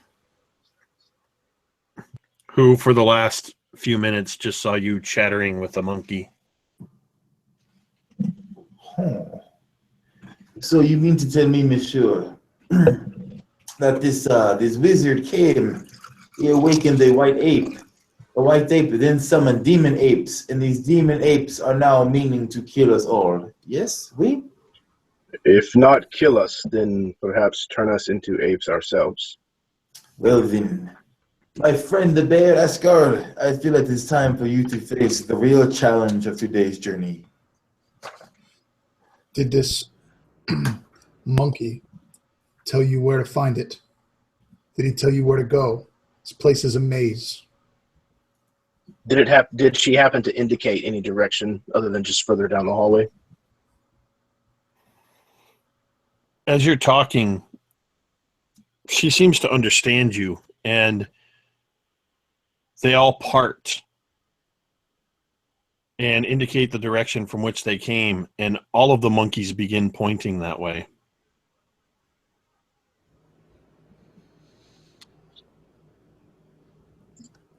Askar smiles broadly, cracks his knuckles, cracks his neck, flexes his fists, and starts walking in that direction.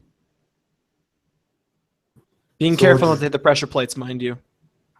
Swords drawn and flourishing through the dark air, Urbane follows his partner in what will hopefully be the start of a lifelong of crime and adventure, skipping over the plates and following the bear into certain death or richness.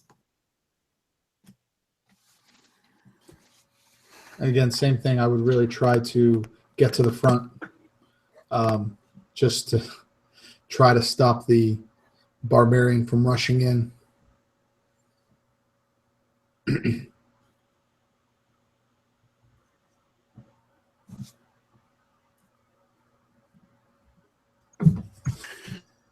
So you guys are able to follow the hallway. As you get further down, you see that there's a switch on the wall that the monkeys appear to have used to disable the trap. And so the pressure plates are no longer an issue. The entire hallway seems to wind its way around to a set of stairs. And yeah, I totally forgot. I totally biffed it on the character setup. You guys should all be at max HP. You should have been from the beginning. So no need to take less just because. You should have been at max HP. That was my bad. I forgot in the character setup. Trust me, you're going to need it. Oh crap! He said it. So you work your way around, and eventually the stairs come up to a large room about 80 feet square. There's several columns, some of which are broken. It's just simple stone square columns. Part of the ceiling has caved in and sunlight streams in, casting part of this room into shadow. Monkeys continue to line the hallways, and now they line the perimeter of this room and disappear into the shadows on the edges. On the far side of the room, the floor itself is cracked, and there's a gaping 10-foot hole just off center. From the center, on the far side, off center from the middle of the room, is this big crack. And as the four of you crest the stairs and come into this room, you begin to hear the sound of wood on stone.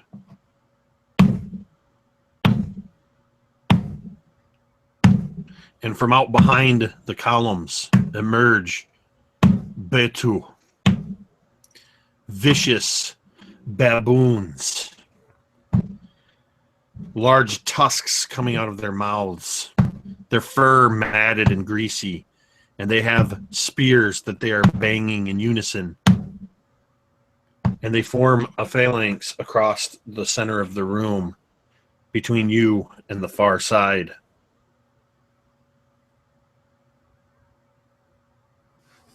And brandish their spears at you. Do they see us? Oh, they're looking right at you. Okay. How many of them are there? They are 4. 4 of them? Okay. Anyone that could see Askar's faces, you would see that this giant grin was spreading ear to ear as he's clenching and unclenching his fists.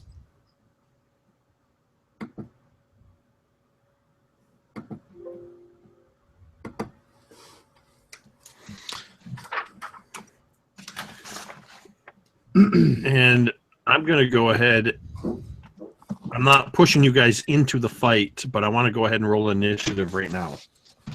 Okay. Ooh, that's good for me.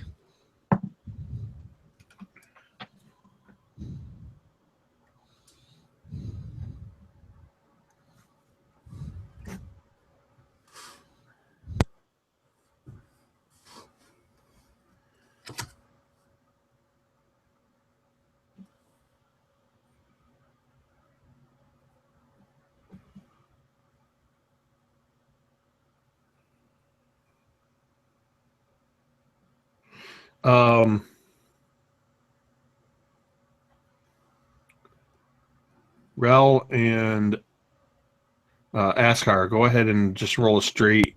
Actually, what's your guys' dex bonus? Mine's plus 3. Askar can have it. That's fine. I don't mind. Okay. All right, so we'll call that 21. Okay, you guys all, well, except for Urbane. The rest of you all rolled really high, but believe it or not, well, we'll see what you guys are going to do. First in the order is going to be Askar. Okay. But technically you're not in combat at the moment because you haven't taken any action yet. Are these monkeys, these Batu you call them? Mm-hmm. They're just staring at us with their spears brandished, right? Yes, they formed a line across the center of the room between you and the far side of the room. You see, so I close my eyes momentarily, Askar, and I kind of like point towards the animals and then point back towards my throat, and then I touch my forehead and slide my finger down, almost like connecting the two. And I'm casting Speak with Animals, which I get from my totem, for being a totem walker. And I say to them in this kind of, it comes out like a very deep guttural, almost like if an ape could speak a language. I speak to these and I say, leave. There is no need for you to die here. We are here for the one causing this strife, for the challenge that he poses. You are nothing. Four of them speak as one back at you, and all you hear is a string of the most vile and foul curse words in your language, in your worlds that you've heard. I just smile and I say, so be it. And I close my eyes again and I'm going to use rage. And my eyes change back to that feral, savage state. I kind of swing my head to the side, almost like a bear tearing at meat. And I clench my fist, these claws coming out of my fist. And how far away from us are they? Let's see. 40, about 30 feet. Okay, I'll move 30 feet and attack twice then. All right.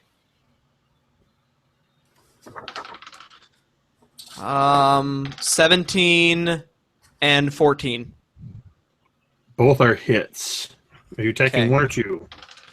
I'm just laying into one of the one who was saying the curses at me.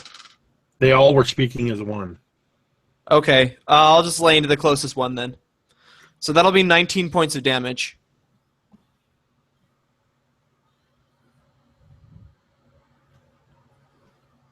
All right. A couple of solid punches in on this thing. I like grab this thing by the back of the head and slam a fist into its gut and then bring my elbow around, clocking it in the chin. Nice. And Rel, you have an opportunity to immediately follow up this initiation of combat. Okay, so once it has begun, Rel begins kind of looking around upwards towards the ceiling, and he spots one small little crack that has daylight coming through it. And he reaches into, he reaches for his staff and kind of holds his staff aloft, pointing towards this crack, and begins muttering under his breath as he closes his eyes. And he ends up causing the daylight. It goes from kind of a golden color to the silver color of moonlight as I am casting Moonbeam. It's a 5-foot radius, 40-foot high cylinder centered on a point within range, which I will affix just starting on the farthest right-hand side of this line. When a creature enters the spell's area for the first time or starts its turn there, it's engulfed in ghostly flames and cause searing pain. It will have to make a Constitution saving throw. Okay. And that is it. All right, we'll do that when it's its turn. And Griff, you're up.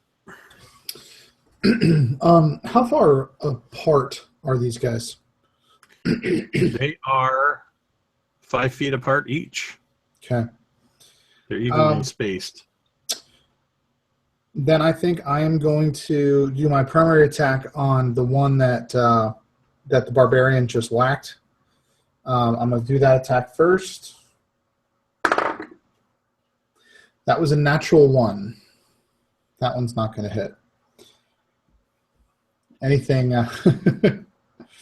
Go for one more with the one just, I guess, to the left of that guy. Drake? Yeah. Or Griff, as you entered this chamber, you felt something in your pants. Oh. In your pocket, to be more precise. It feels like a vibration and a warmth. And it's exactly where you put the blue gem that you took from the obelisk. So as I walk into this room and see a bunch of monkeys holding spears, I get a warm feeling in my pants. Gotcha. Yeah, that's actually exactly what happens. It's about how this night is going for me. And that is why you don't steal mysterious gems, kids. And you have the ability to add 1d4 to all attack rolls and saving throws. Nice. You're basically blessed by Azuldea for having what is known as the Eye of Azuldea. Well, I still don't think that's going to help me on that one, though. So I'm going to roll for the one just to the left. And that was actually a nat 20. All right. So, all right. So you want me to roll the 8 and the 4 and then double it? Yeah, roll your damage dice and then... Okay. Well, no, you rolled twice as many dice. Okay. Then add your modifiers. It's going to be 13 damage to the one on the left.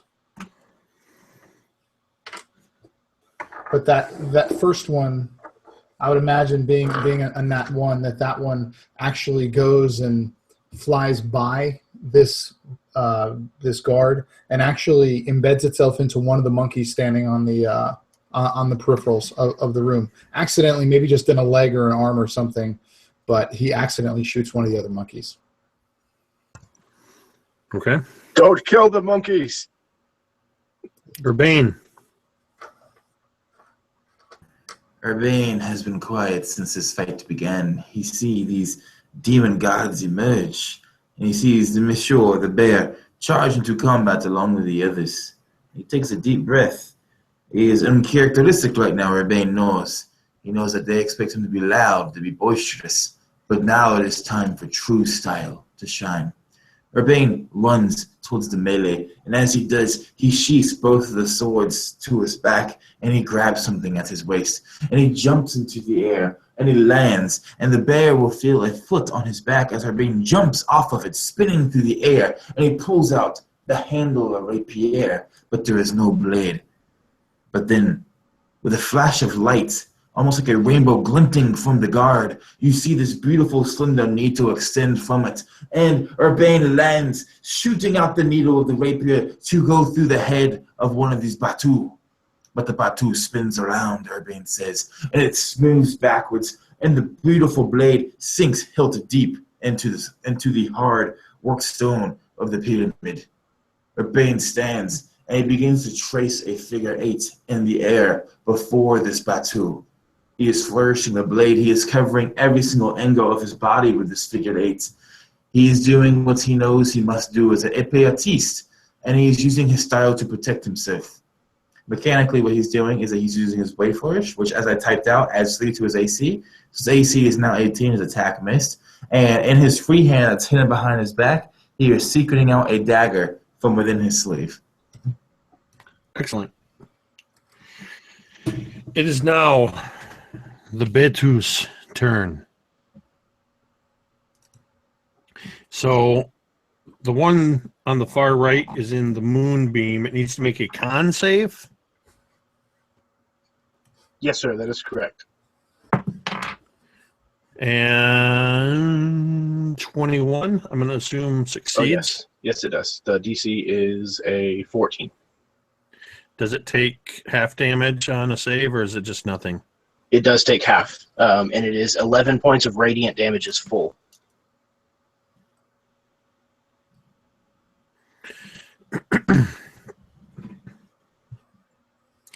Okay. So this moonbeam kind of singes the rear end of this Betu baboon demon as it rushes out of the magical energy descending, and it rushes forward, and it hurls its short spear at you, Rel.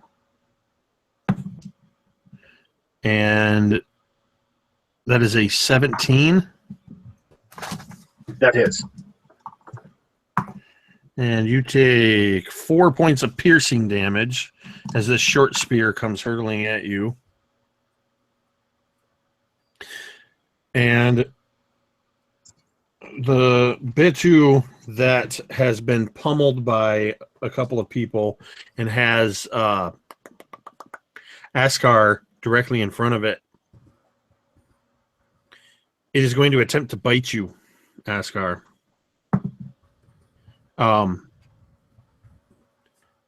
But you're so big, it can't seem to figure out where to bite at you.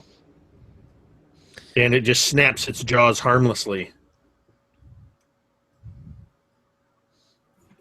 Awesome. The other two are going to hurl their short spears at Urbane and Griff, respectively.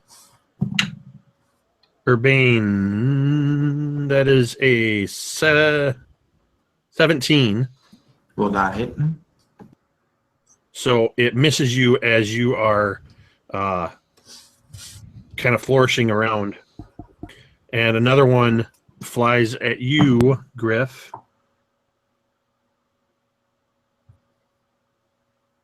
And it's so caught up in this frenzy. I rolled with disadvantage because it's outside of range, and I rolled a 20 and a 1.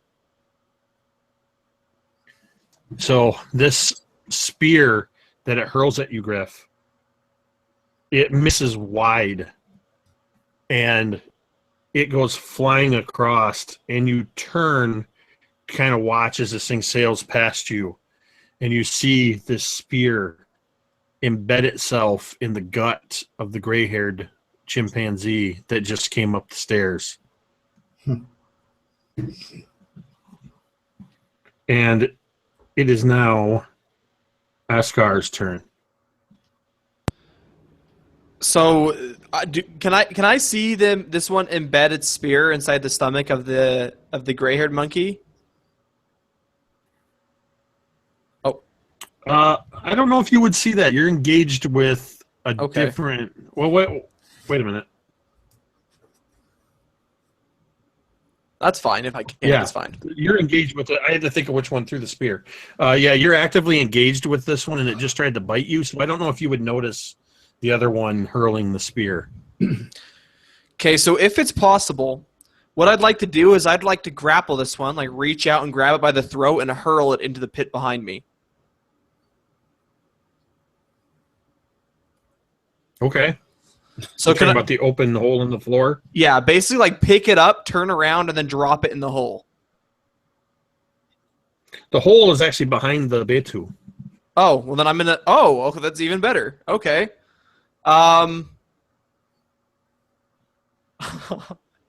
Even better. Okay, I step back.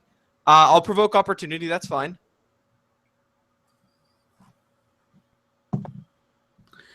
It is going to bite you, I assume, with the 23. That'll hit, yeah. I have resistance though, so I'm raging. As you step back, that's 5 points of piercing damage as it bites at you as you try to move away from it. So what I'm doing is essentially I'm taking the dash action. So I turn, I sprint 10 feet back, and I turn, I lock eyes with it and smile. And I sprint forward, and I'm going to use the shove on my charger to knock it 10 feet backwards.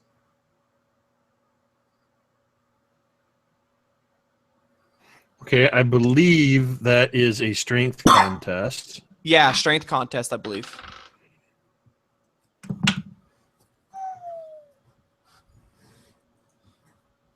So I got a 17. And the Betu got a 12. Okay. So I charge back and I like Spartan kick this thing in the face, sending it flying backwards. This is Sparta. Yeah, and this you connect solidly with this thing. It looked like it was trying to brace to get hit, and it just couldn't stop your sheer bulk, and it goes flying through the air, and nothing but net through this 10-foot hole in the floor. This Betu, Kobe. and you hear its cries as it yells as it falls down below, and then you hear kind of a dull thud followed by the sound of cascading coins. Well, we found the treasure. And that's going to be Rel's turn. Rel is going to turn, if he did indeed notice the healer monkey go down, and he is going to run over to her. I don't know if he can close the distance in his normal move or not, but if he can, he is then going to cast Cure Wounds upon her. Okay. Assuming do that. assuming that she's not just outright dead, as it is. No, she's not outright dead. Okay. So then he will place his hands together and, begin incantation once again, and then move them over her wound, pulling the spear out first, and then trying to get his healing magics to mend the injury. So that is 10 points total. Okay. I assume you pulled the spear out? Yes. Mm-hmm. Absolutely. Yeah. So, yeah, you were able to tend to Peore's wounds. And as you cast this magic, you pull the spear out and you immediately begin casting. And this is the second spell you've cast in the space of just a few moments. There is a tremendous roar that vibrates the very stone coming from the far side of the room. And anybody that looks over in this direction, you would see the shadows begin to stir. And you would notice that for all the monkeys that had surrounded the perimeter of this room, there were none in that far corner. They kept a wide berth. And you see why, as this massive 12-foot tall, dirty white ape emerges from the shadows. And I'm not even going to try to destroy my throat doing this, but just the biggest jaws wide open roar, saliva just spewing from this thing as it steps into the light that's coming in from the broken ceiling. And I'm going to, actually I forgot to roll. Rel would tell the healer, "Get your people out of this room."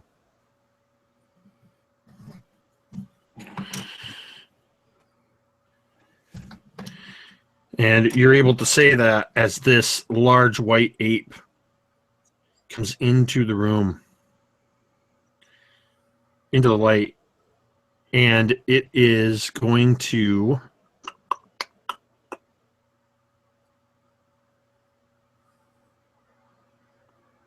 I don't think it can make it that far. It makes it as far as immediately behind the Betu. Griff's turn. How far away am I from the Betu and this big ape? I'd say it's about 10 feet behind them, kind of near the hole in the floor. And you, I believe, because I don't think you moved into the room after you came to the top of the stairs. Nope. So you were 30 feet from them. Okay. What I want to do, Griff would very quickly kind of sling his bow, and you would just you would see him just kind of motion and kind of mutter something under his breath that you really don't recognize what it is, and he'll put his hand out towards that group of enemies, both the Batu and that, and centered right in front of the Batu, he is going to extend his hand, and he is going to cast Fog Cloud. He's going to, in a 20-foot radius centered from where I choose, in a sphere. That area will be heavily obscured for the duration. It's a concentration spell up to 1 hour. So I'm basically just going to try to blind them to buy us some time to figure this out. So from them, about 15 feet to us, and like I said, about 20-foot sphere.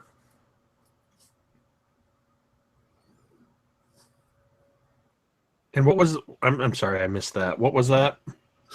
I heard the description. I just missed the actual. Oh, the spell is Fog Cloud. Okay. Sorry. Okay. Just trying to buy us a little bit of time, and just as I'm doing, I'm saying yelling, come back over here. All right, Urbane, you're up.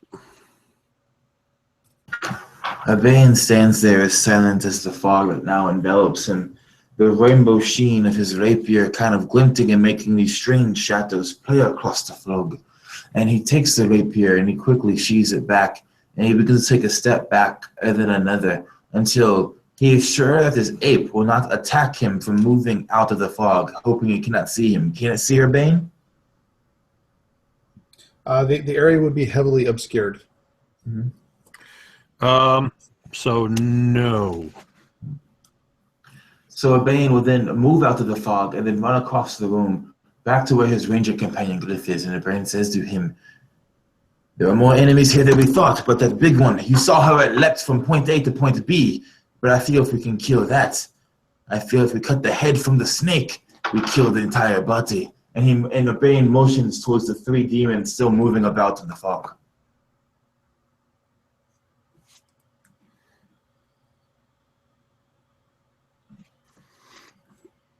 All right.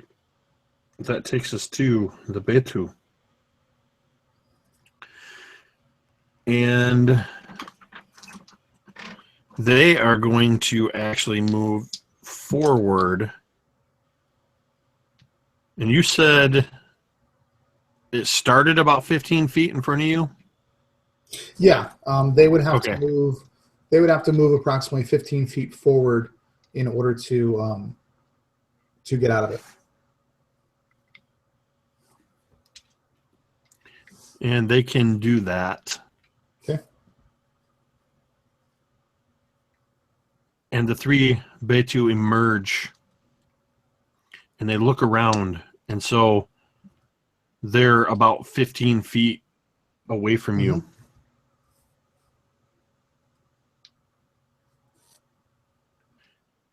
Oh, you have Urbane standing next to you, don't you?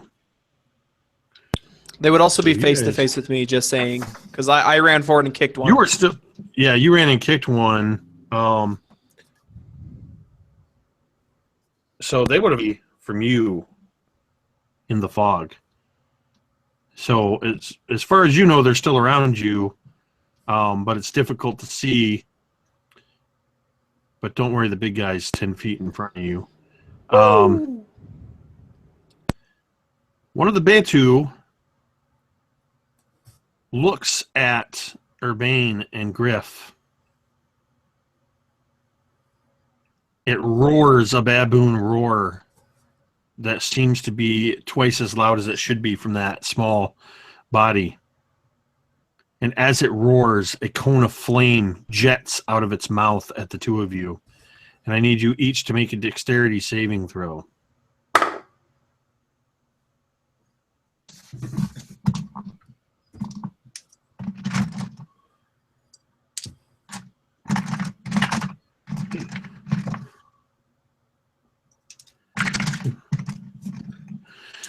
Oh.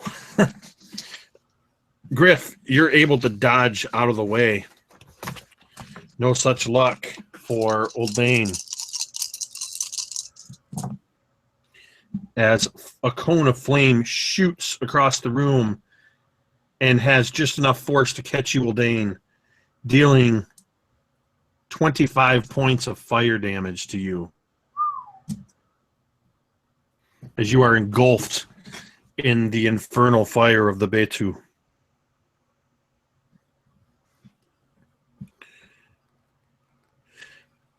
The other two Betu are casting looks around the room, and one of them spies you, Rel, tending to the wounds of Peore. And it looks at you and then turns its head to the side, opens its mouth in a roar, and shoots a jet of flame into a crowd of monkeys.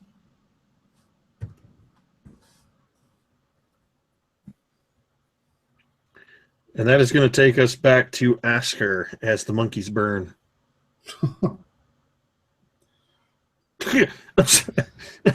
No. Sorry, I don't mean to laugh at that. I just saw Jeremy's comment in the chat. At two, bed two.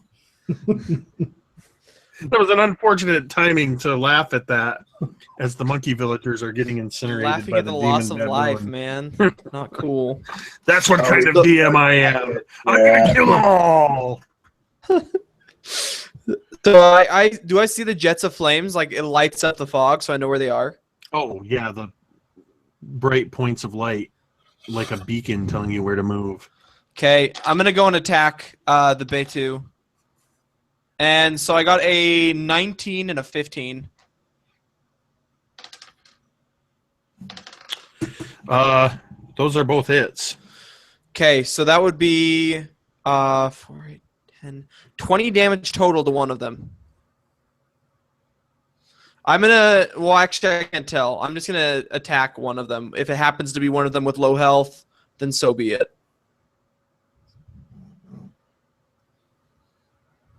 All right.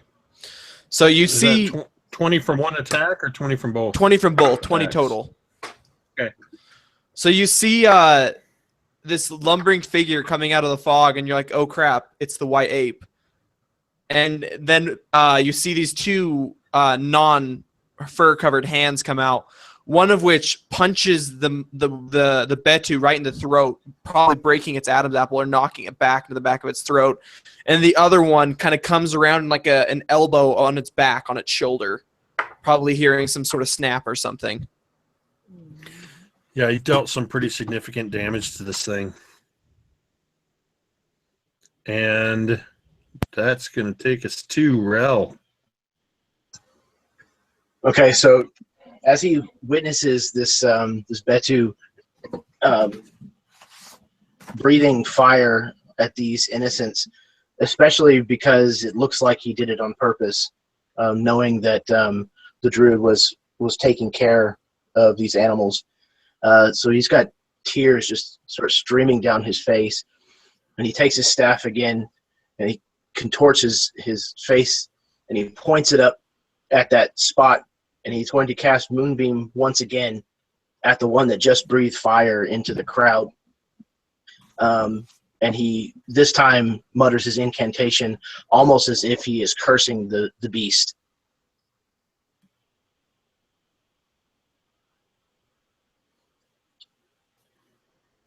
What was the spell again? Moonbeam. Okay. On that, the one that burned the... Correct, yes. All right. So that's going to be this one. Okay. And Griff, you're up.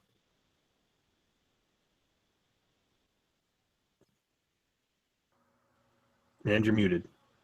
I'm working on it, man. Sorry, I'm getting real choppy. No, I want to strike it two of the Betu right in front of me. I put it in chat. Pre-rolled 18 and 17 to hit. Do those both hit? Yes. Okay. The one that has damage, that has been damaged, would take the 23 damage. That's the one with the extra roll. And then I added your 0.4 to it. So one of them takes 23 damage, the other one takes 16. As these arrows just sink into them. So the one that takes the 23 damage would be the one that Asker was pummeling? Yes. Yeah, your arrow, after Asker punched it in the throat, seemed to have loosened its Adam's apple as your arrow pierces the Adam's apple and sends it out the back of its throat and across the room. Nice. And it drops into a heap.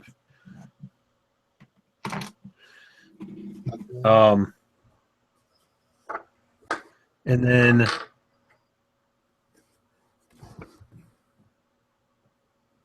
that is going to take us to AWAKANE GHORI. At this third spell that you've cast, the great white ape zeroes in on you and he leaps out of the fog across the room, landing next to you.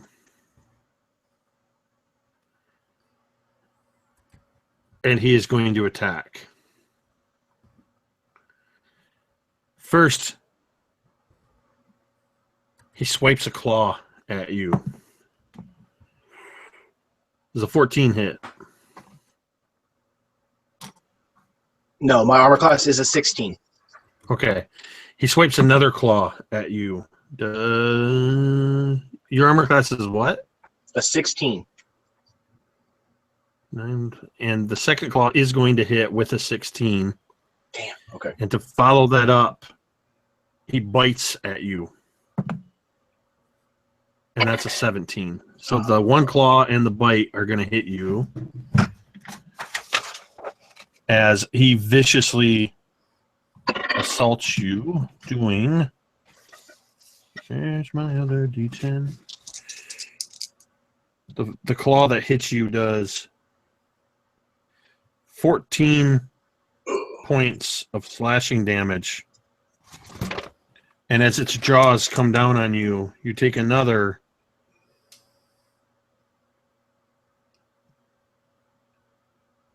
11 points of piercing damage. Okay, so concentration saving throws, you have to beat the half the damage, is that correct? Or 10, whichever's higher. Whichever's higher, okay, yeah. Yeah. So I failed again with a 9 on that second one. So I lose the moonbeam again. Okay.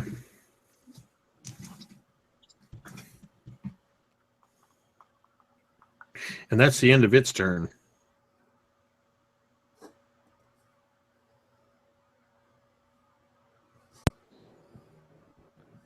Uldane. That is, yes, Urbane, you are up. So, Yeah. go ahead. I was just going to say, I couldn't follow what you were saying in there, so you're going to have to explain it to me. Okay, so mechanically I cast Hold Person. Theatrically. Yeah. Okay. But so what happens is to kind of break from the standard narration of how I've been doing Urbane, the last thing he would have saw temporarily would have been the bright flames of hell engulfing him. And that's kind of all anyone will kind of see of Urbane, just at least for those next few seconds. Because those flames of hell are so bright, they temporarily outshine the bit of sunlight that's coming in through the cracked roof. And the smoke and the heat kind of drowns away any screams Urbane might have. And all that's left is a smoking pile of charred earth left where Urbane was. until it seems something penetrates through the smoke. And flying through the air is a small sliver of dagger, not the full dagger. Most of it's been melted or burned away, but just a little bit of steel. And it goes hurtling towards one of the Beitu, and it stops. It goes straight through between the Beitu's eyes, but stops before it ever makes impact. The Beitu, staring at it, tries to move its head out of the way, but it feels its head cannot move. And as long as that little bit of dagger is there, the Beitu realizes its entire body is completely frozen. And as the smoke begins to clear away, you guys can see the charred arm of Urbane. You can see his ruined clothes, his destroyed armor, his melted away and burned away, ashed away, really, loot that was on his back. He is a ruined man almost. He is covered in horrific burn wounds. But his eyes kind of glow with his determination, with his anger. And he says in his native tongue, "Monsieur te place," which translated means, "Die, please." And he holds the spell on his one Beitu. His eyes flicker over to where the bear is, and they flicker back to this Beitu, telling him wordlessly to beat the ever-living life out of this thing as long as the spell holds. And that ends his turn. Because you said he failed the saving throw. Yep. And that takes you to Askar, the bear. So let me get this straight. Any attacks made on this thing by a creature within 5 feet is an automatic crit. Yes, sir, because it is paralyzed. So which Beitu got frozen? That's up to Jake, because I told him he could choose which one. The one that just had the moonbeam on it that dissolved when the white ape attacked Rel. So there are how many left? Because did we kill? I knocked one. So there's 2 left. Yep. Okay, I step up to this thing from behind. It's unable to move. And you just see the towering figure looking down at it. And I kind of shake my head like, sadly, this isn't a challenge because it can't move. But in this case, I'll make an exception. And I'll attack it twice, both being instant crits. How do you do your crits? Double the damage dice rolled. So roll twice as many damage dice, then add your mods. Okay, so that is 5 plus 4, 9 plus 2, 11 plus 4, 15 on the first attack. And then 6 plus 5, 11 plus 4, 15, 17. So 32 damage total. So how does the bear destroy this paralyzed Beitu? The bear walks up behind the Beitu. He looks down at it, and he reaches down one hand and closes it around its throat and starts to squeeze.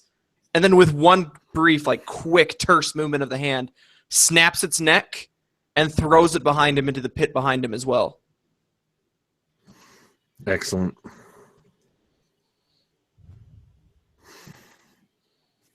And then there was one.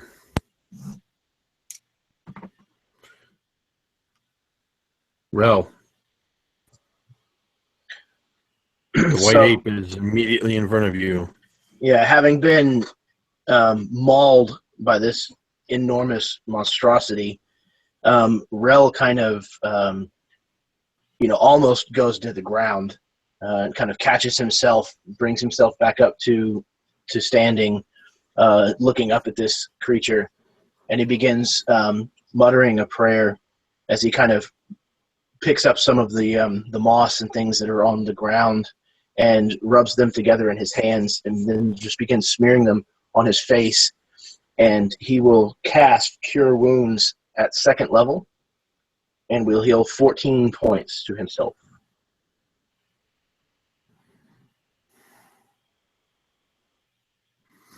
All right, Griff.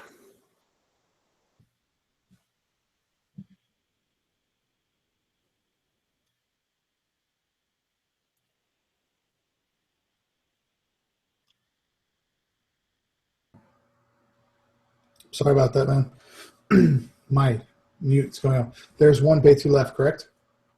Correct. Okay. I'm going to try to shoot him with an arrow. That's going to be 19 to hit.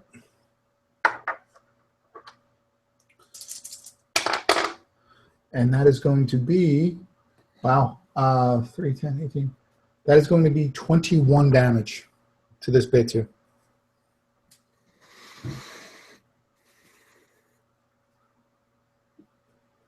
Tell us how it dies.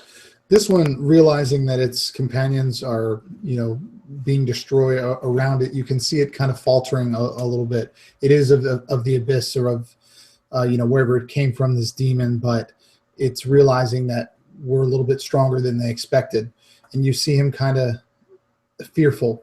And as I draw back with this arrow, he would just hear that dink of the string. And as he turns his head to look at me, the arrow goes right through his eye and just impales itself through his brain and sticks out the back of his head as he just collapses on himself. Nice. And now it is AWAKANE GHORI, who has now seen two spellcasters immediately in front of him. One casting healing magic and another that casts a spell on one of his Beitu guard. And this great white ape rises to its full height, extending its spine beyond what normal primates do. It punches at the ceiling. It pounds its chest, and it begins frothing at the mouth as it goes into a frenzy. And it is going to multi-attack both of you, Rel and Urbane. That is going to be... We're going to start with Urbane, as it swipes a claw at you for 26 to hit. Urbane is it. It swipes another claw at you for 21 to hit. And it bites at you for 11. So that missed. Well, if the first one drops me to 0, that would be 2 death saving throws, correct? Or would it kill me? I can't remember. Well, let's see what the damage is on this. Okay. So it's 2d10 plus an extra d10 because you're a spellcaster. So that's going to be 3d10 is 6, 7, or let's see, 13, 17 points of slashing damage from the first claw. Okay. You don't need to roll any more damage past that. I'll whisper you what's going to... basically, every attack is a critical failure, which means 2 death-saving failures. And so the next 2 attacks will therefore kill Urbane. Only one hit. But since he's already dead, it's going to hit automatically. And since he's unconscious, I mean. Right, the first one... So you're saying this claw attack knocked you unconscious? Yeah, the first claw attack puts me unconscious, which means the next 2 are automatically hits, which means they're automatic critical failures, which means he dies. I got you. Okay. So, in that case, Rel would see Urbane get shredded by this great white ape, frothing at the mouth as it turns on him, claws raking the air. The first one is a 24, the second is a 13. And its jaws are an 11. So it only rakes you once with its claws, but you're also a spellcaster, and you get the extra d10 of damage, 7, 8. That's only going to be 13 points of slashing damage from the great white ape, Rel. Are you still standing? Okay. Yes. Thankfully, because of the cure that I did, I have 12 left. So that's going to take us to Urbane. Are you going to hold this? Yeah, I'm going to hold it till after the fight. Okay. So we're going to skip over Urbane since he is very obviously deceased, and move to Askar. The great white ape is all that remains, and he has shredded Urbane. I think watching Urbane get shredded, like seeing this happen as I finish killing this one, Beitu. I look up and having this connection with nature, I feel him go, and I roar in rage again, and I charge this ape, and I'm actually going to grapple it as it starts trying to beat down on Rel. I'm going to catch its fists, and we're going to lock in combat like that. So I guess strength, right? Yes. So for me, if we're not using athletics, just flat strength, that would be a 22 total. And I'm going to roll. And that is a 9 total. So it's laying into him. It turns to start attacking Rel. And suddenly, as Rel is getting attacked, there's this hulking figure in front of him. And my hands come up and I catch this thing's fist. And I almost think it stops it in surprise. As a man, a human, not nearly as big or tall, as it catches its hands and locks eyes with it. And we're just stuck there in this death grip. It can't move. I'm holding it in place. And yeah. Rel, while the ape is in frenzy, any attack against it will have advantage. Okay, so he is going to use his bonus action to cast Shillelagh against once more upon his quarterstaff and move forward and try to strike this thing on the side of its knee.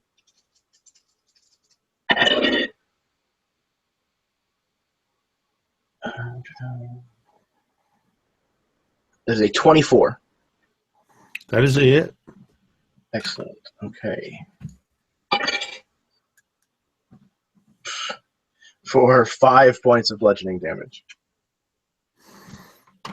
It doesn't even flinch as it's locked with Askar. Griff.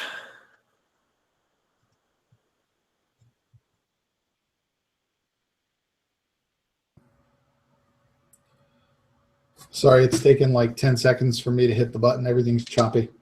I am going to notice that he has the druid just went for his knee, and I am going to shoot an arrow at his knee as well, seeing if I can get it to buckle. See if we can chop this guy down like a tree.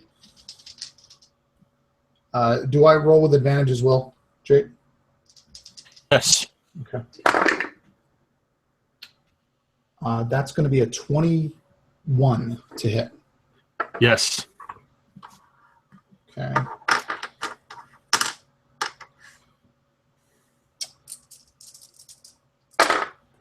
That is going to be 3, 5, 16 damage as the arrow sinks into this thing's knee. It does flinch a bit when this arrow hits it. But it is locked in the grip of the bear. The bear and the ape, as the ape is going to attempt to break your hold on it. Contested strength. Yep. I kid you not, nat 20. No way. Yes, I straight up got a nat 20.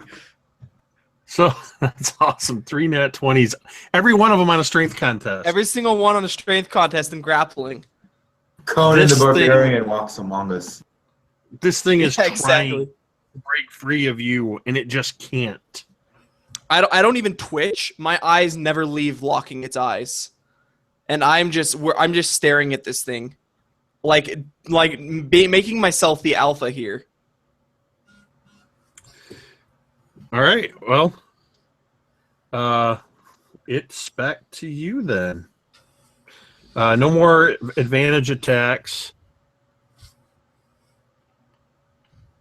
So as we're locked, what I want to do, since I've got it in a hold, I want to twist quickly and wrap an arm around its waist and slam it to the ground like a wrestling move.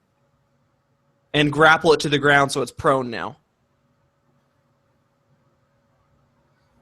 All right. Strength contest. I'm gonna use inspiration because that was a 3.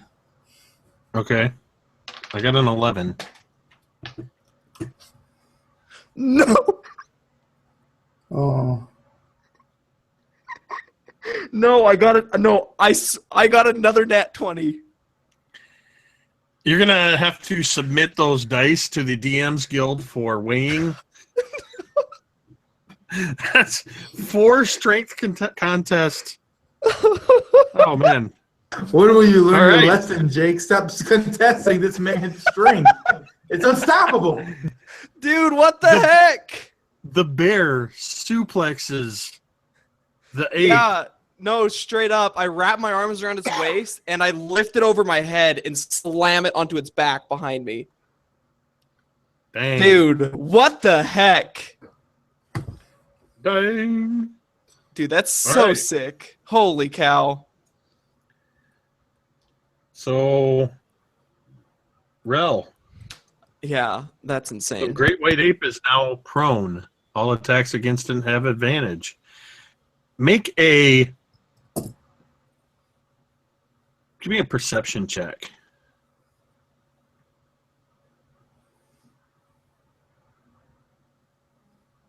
And you can make this perception check as well, Griff.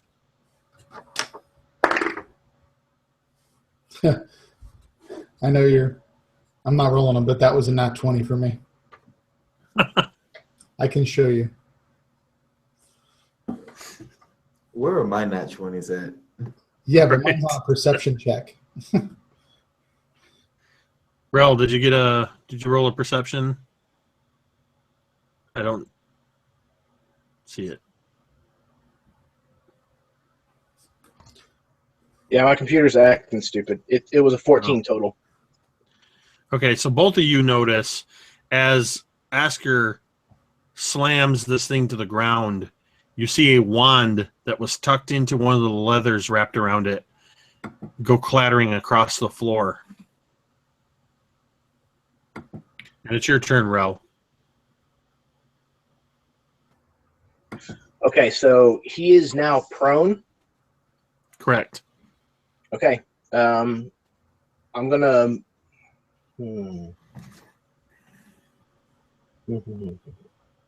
Okay. Was he moved out of melee range with me? Whenever he was slammed to the ground. With him being slammed to the ground, he would have been moved just about 5 feet away from you. Yeah, Good, and he's that's still far grappled enough. too. So So I will take the opportunity that so I won't have to provoke any attacks from him to back a little further away and let the more martial types kind of take this on. And I will be casting Flaming Sphere, basically right in this guy's crotch. All right. whew. Whole new definition of fire crotch. So he, any creature that ends its turn within 5 feet of the sphere must make a dexterity saving throw. So I will try to give enough of a buffer to keep Askar out of harm's way. All right.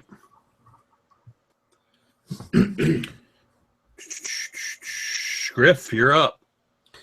First thing I'm going to do with this thing prone, I am going to just kind of say kind of a, I wouldn't even say a prayer, but like a little saying underneath my breath, and kind of extend my hand towards this ape, and I'm going to cast Hunter's Mark on it as my bonus action, and then I'm going to try to attack it. It's prone, so I get advantage, right? Correct. Well, that's terrible. 17 to hit. That's a hit. Oh, sweet. Okay. And then so I'll have my yeah, I'll just roll them all. That is going to be, because I add my 1d6 Hunter's Mark, 7, 16, 18. That's going to be 22 damage. I'm going to try to get that into that same knee leg area on that same leg. Okay.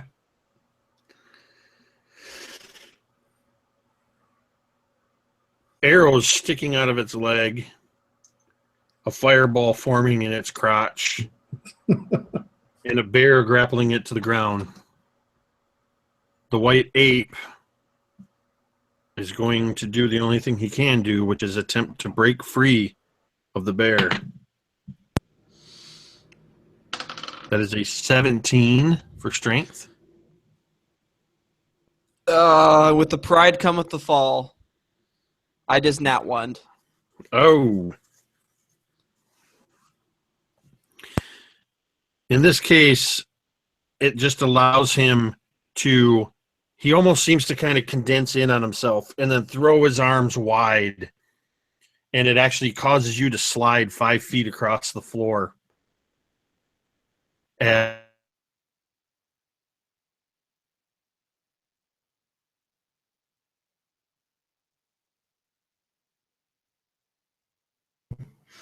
the suspense Everyone. is killing me. Everyone hold their breaths.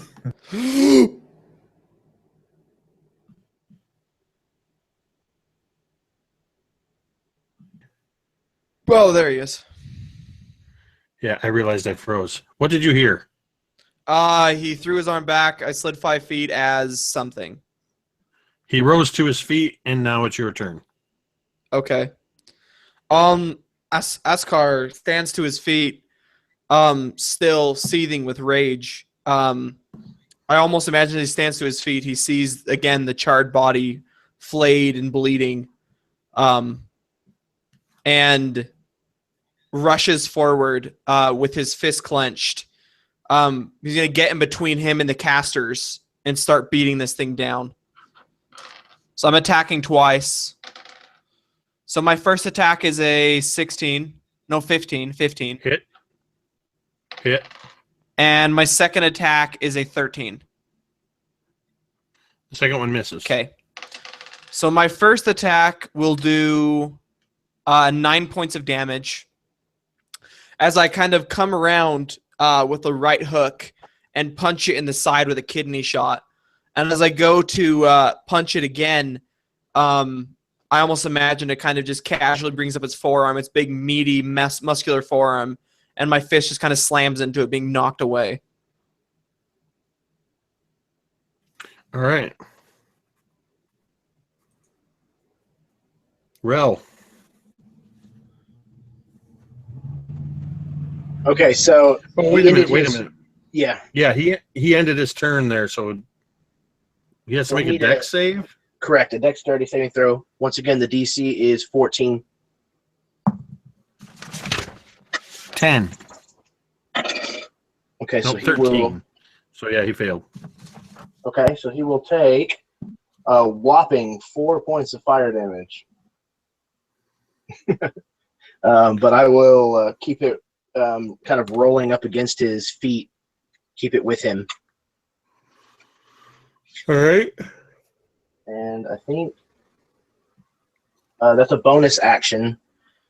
So I will pull my sling and use that as my action to try to attack him with that. All right.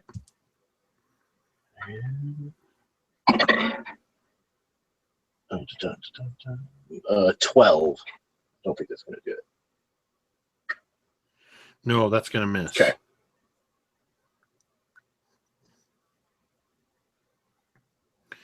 And that's back to Griff.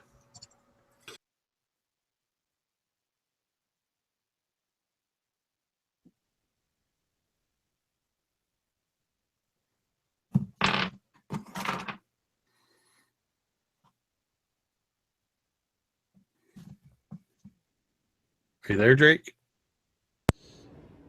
I think he's muted and he's trying to figure out why it's not working. He looks frozen to me. He's moving on my screen. Huh. He's like looking around Can you and guys trying hear to me now? fix. There you go. Oh, there we go. I hear Yep. you. Okay, I don't know what the hell is going on with my thing, but every time I click, it takes 10 seconds. Okay, how far away am I from this ape now, Jake? Oh, you tell me. I figure I'm about 20 feet. Okay. They're gonna. Is this thing standing up now? Yes. I have a strange idea, something I want to try. I got a 35-foot base movement. What I want to do is sling my bow, and as he's engaged, doing it, try to climb this ape, and go into my pocket and grab this blue gem. And knowing that it's probably stupid, I am going to try to take this gem and jam it down this ape's throat. And see, it gave me a plus. Maybe it'll do something to him. I know I'll probably get hurt for it, but I'm going to try to climb up him like a giant tree and slam the gem and put my arm down his throat. Okay. I'm going to allow that. You are able to cross the distance, leap up onto his hairy back, and climb up him. And I'm going to have you make a dexterity. I'm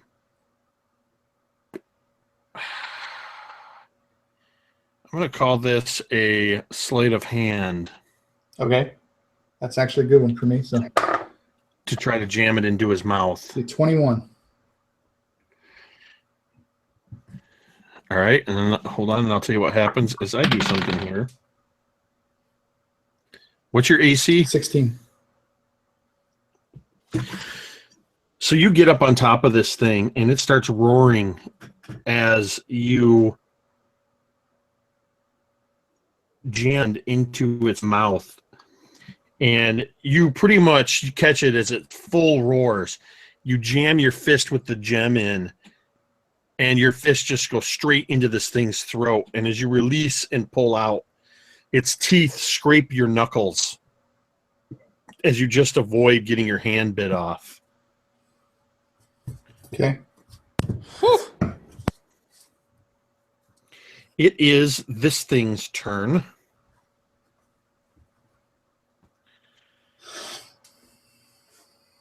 Make a dexterity save, Griff. Save's going to be a 22. You duck as its meaty claws reach for you on its back. As it tries to grab a hold of you, it tries to roar. And only a muffled gurgle comes out of its throat. It stumbles backwards, grasping at its throat. Asker, you're up. Any attacks against AWAKANE GHORI while he is struggling to breathe have advantage. So I imagine that it backed up and its back is to the pit, right? That is correct. As it backs away from me, I smile and I look up at Griff, giving him a look like, you know what to do, like make sure you jump and get off this thing. And I run forward and I'm gonna Spartan kick this thing also really hard, as I can in the stomach, trying to knock it back into the pit. So I need to make a attack. And that'll be a total of 15. That's enough. And how do you want to do this? Does it have to? I shove it 10 feet, or do you want it to make a save against me to not fall? I already rolled, not sure where we were going, whether it was strength or whatever, with disadvantage, and got a 6. So it doesn't matter what kind of save it is, it's failing it. Okay, so I kick it in the stomach, sending it flying 10 feet backwards. And I keep running, following through after this thing as it flies back towards the pit. And I stop at the edge and I extend my hand towards Griff. I think I should make a dex save on this one with like disadvantage, because like all the momentum and stuff would be putting me at a big disadvantage. Absolutely, Tim. I mean, Drake. Really? Okay. That's a 1, gentlemen. No. I imagine. Okay. Okay. Can I describe it, or do you want to? Well, you start and I'll finish. I think that, I would kind of get his look and realize what he was doing and kind of prepare myself to, jump off. But he just kicked him too quickly. And as I was preparing to jump, the momentum of the kick just basically took my legs out from under me, and I went back with him. And if he falls in, I fall in with him. And if he falls in there, I'll finish that later. But I would fall into the pit for sure.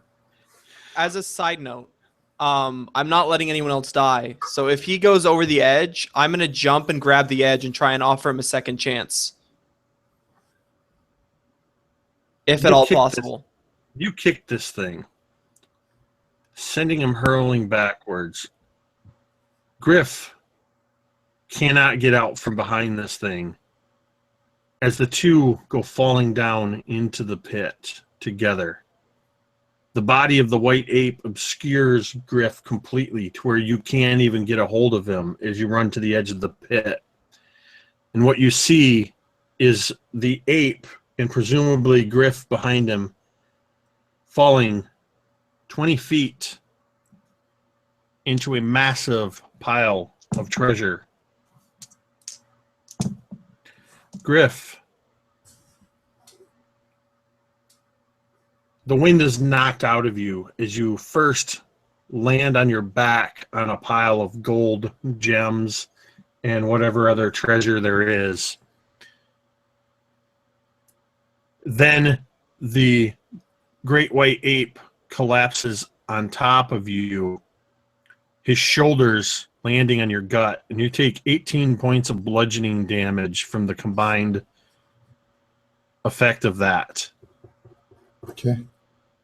Asker, you see this, but what you see from your perspective is as this thing collapses, falls down in the pit, and lands on top of Griff, you see a gleaming golden broadsword, almost as tall as you are, come piercing out through the chest of this AWAKANE GHORI.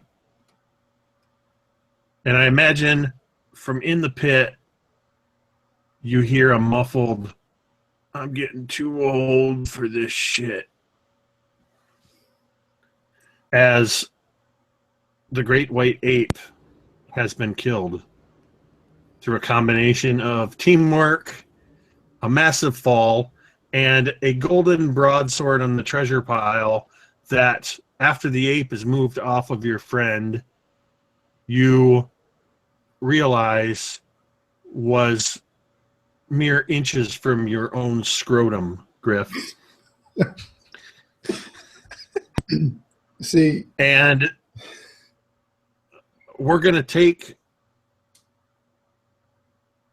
So, in conclusion, and we're going to pan back over to the solemnity of the moment, at the death of AWAKANE GHORI, the monkeys, and including the bodies of the monkeys, begin transforming back into their human tribal selves. The darkness and oppression of the temple begin to seep away visibly. But all of this still leaves behind the shredded and broken body of Urbane. Nope. Urbane. Damn it. Urbane, why don't you go ahead and give us your cinematic demise? So this is going to be somewhat interactive for everybody else. But so the kind of started off, I imagine everyone's like looking into the pit and they see the dead ape and all the transformed tribespeople are kind of approaching as well. And everyone's, they're feeling good as the aura of goodness comes back over the temple, and they see they slay this foul, evil, demonic creature. But then this sound comes up, this this kind of laugh in the background, and Urbane opens his eyes, and he cannot move a single piece of his body. He tries to, but alas, he is weak, and he understands that his performance has come to an end. Urbane cannot look away from the ceiling he is staring at, and so I, Urbane, say, Kono, friends, are any of you alive out there?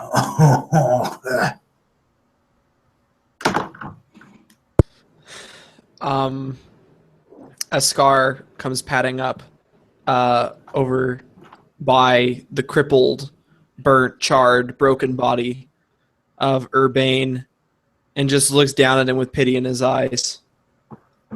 How you look at me, me. You look at me as bad as you smell, my friend. Tell me, do I look that dire, Mr. Bear? I kind of just look down at him and I say, well, I can't imagine you looking worse. A good insult. That is a way to end my performance, my friend. Tell me, are you satisfied? Are you satisfied with your challenge? I look over my shoulder and I turn back and say, my thirst has not quite been sated. No, that is what I wanted to hear. I fear this is the end of my performance, my friend the bear. I would like to bid you adieu, monsieur. No, not monsieur. My friend, I would like to bid you bonne nuit. Good night. And Urbane closes his eyes for the last time as the curtain on his life finally falls and his final performance comes to an end.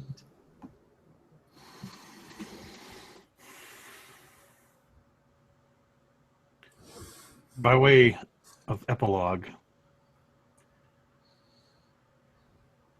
I imagine you lay the physical body of your friend Urbane to rest. The transformed tribes people, the now chief Utonga, reunited with his mother Peore, now turned back into the village elder, join with you all in the ceremonies of their people, where they suspend their dead over the cliffs as an offering to Azuldea, their sky god. All in all, monkeys, tribespeople, were killed in the Betus fire. But they do not mourn their passing, they celebrate their lives.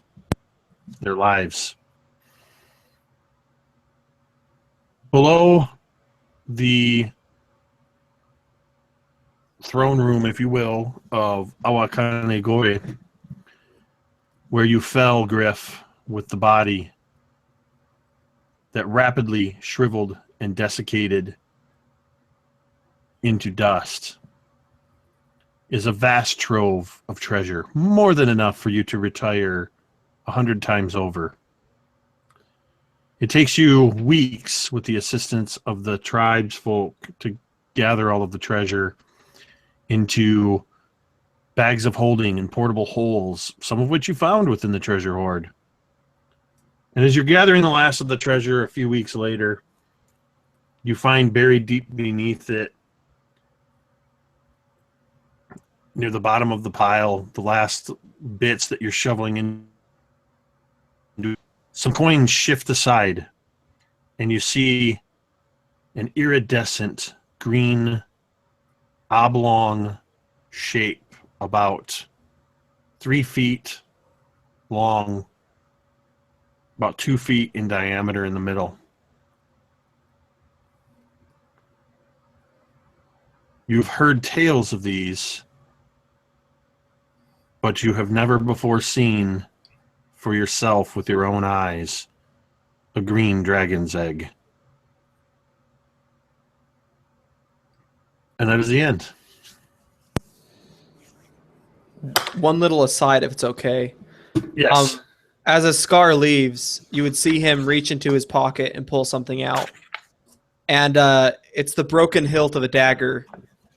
And he weighs it in his hand and looks at it and kind of just shakes his head, frowning. Over the few days, he's been boring a hole into the hilt. And he puts it on his necklace next to the bear totem he carries around his throat, just to remind him that even those who appear to be there for the flourish, for the fancy, can be challenging, can be a challenge. And that's the broken hilt of the dagger from Urbane. That's just the one thing I wanted to toss in there. I thought it would be cool cinematic. Nice. Very awesome. For me, I had a blast. I hope you guys did too. You took what was just an idea that I had, and you guys helped to bring it to life in a way I never imagined. Jeremy and Tyler, it was awesome playing with you guys. I've never played with you before. Likewise. Drake, I think Drake's and I are in just about any game that we play in together these days. Marquise, it was an honor to kill you with a white ape from the Tome of Beasts.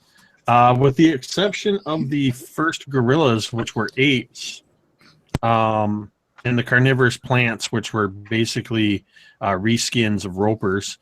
The Betus, the white apes, and you never came across the arboreal grapplers, but they're all from the Kobold Press Tome of Beasts.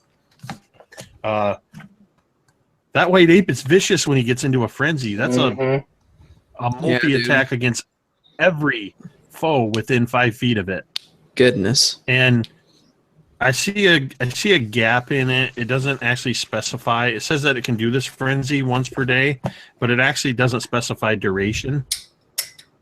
And you guys got lucky because of the way the battle turned, because that thing had the wand of polymorph on it the whole time, and I had intended to turn one of you into a monkey.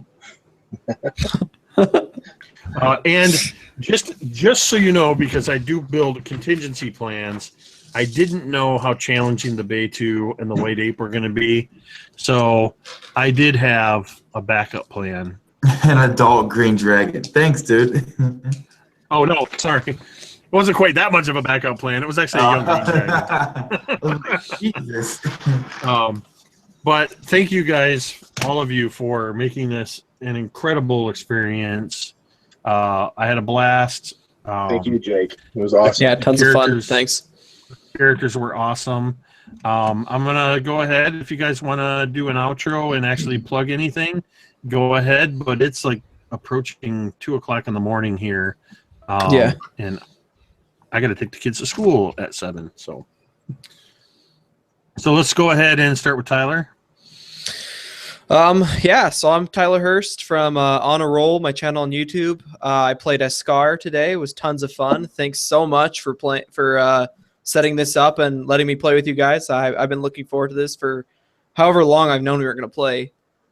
This was all possible through the AbTab group, Absolute Tabletop, and OSG, Tabletop One Shot group on Facebook. Guys, check them out.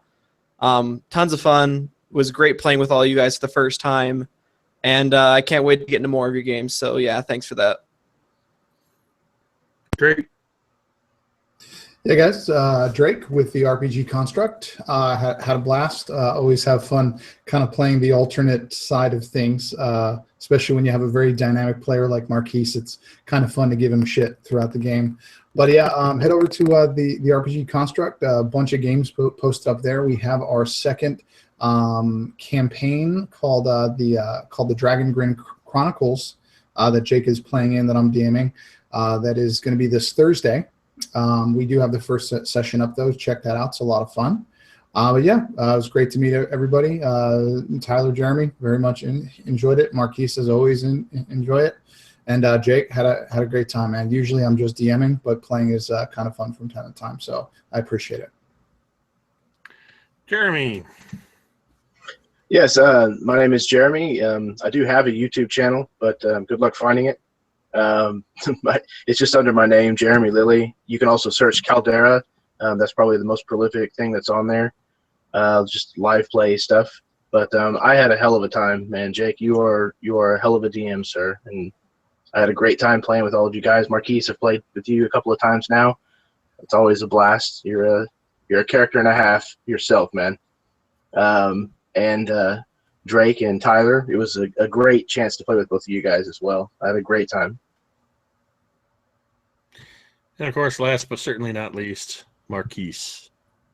What's up, everybody? It was a fantastic game. I'm very happy I was able to play a character. I could, for some reason, really get behind it. I had an incredible amount of fun playing Mr. Urbane. That being said, I played with most of you guys before, so as usual. And Tyler, this is our first game together, and it's certainly, I will ensure that it will not be our last, because you were a fantastic player, and I would love to have you in future games as well. So I thank Jake for introducing us, and I also thank Jake for giving me a fantastic game to be in. And I want to thank each and every one of you, those that I've played with, and Jeremy and Tyler for fantastic first impressions as players in one of my games. I only set the stage. You guys just made the show come to life. All of you. I had an absolute blast with this game. And yeah, it ran. I thought it was going to go 3 hours. We went almost 5, but I don't care. You know, the time flies when you're having fun with friends, playing in our make-believe world. And that's what we do here. I am Jake from Mini Terrain Domain. You're on my channel, so you probably know I run a lot of games. And I do 3D dungeon crafting for tabletop games in person. So be sure to subscribe, check out the rest of the channel, and stay tuned here. As Tyler said, the Absolute Tabletop Group, the OSG, we run games through there if you want to get in on something. Check out Mini Terrain Domain on Facebook, YouTube, in person if you're lucky enough.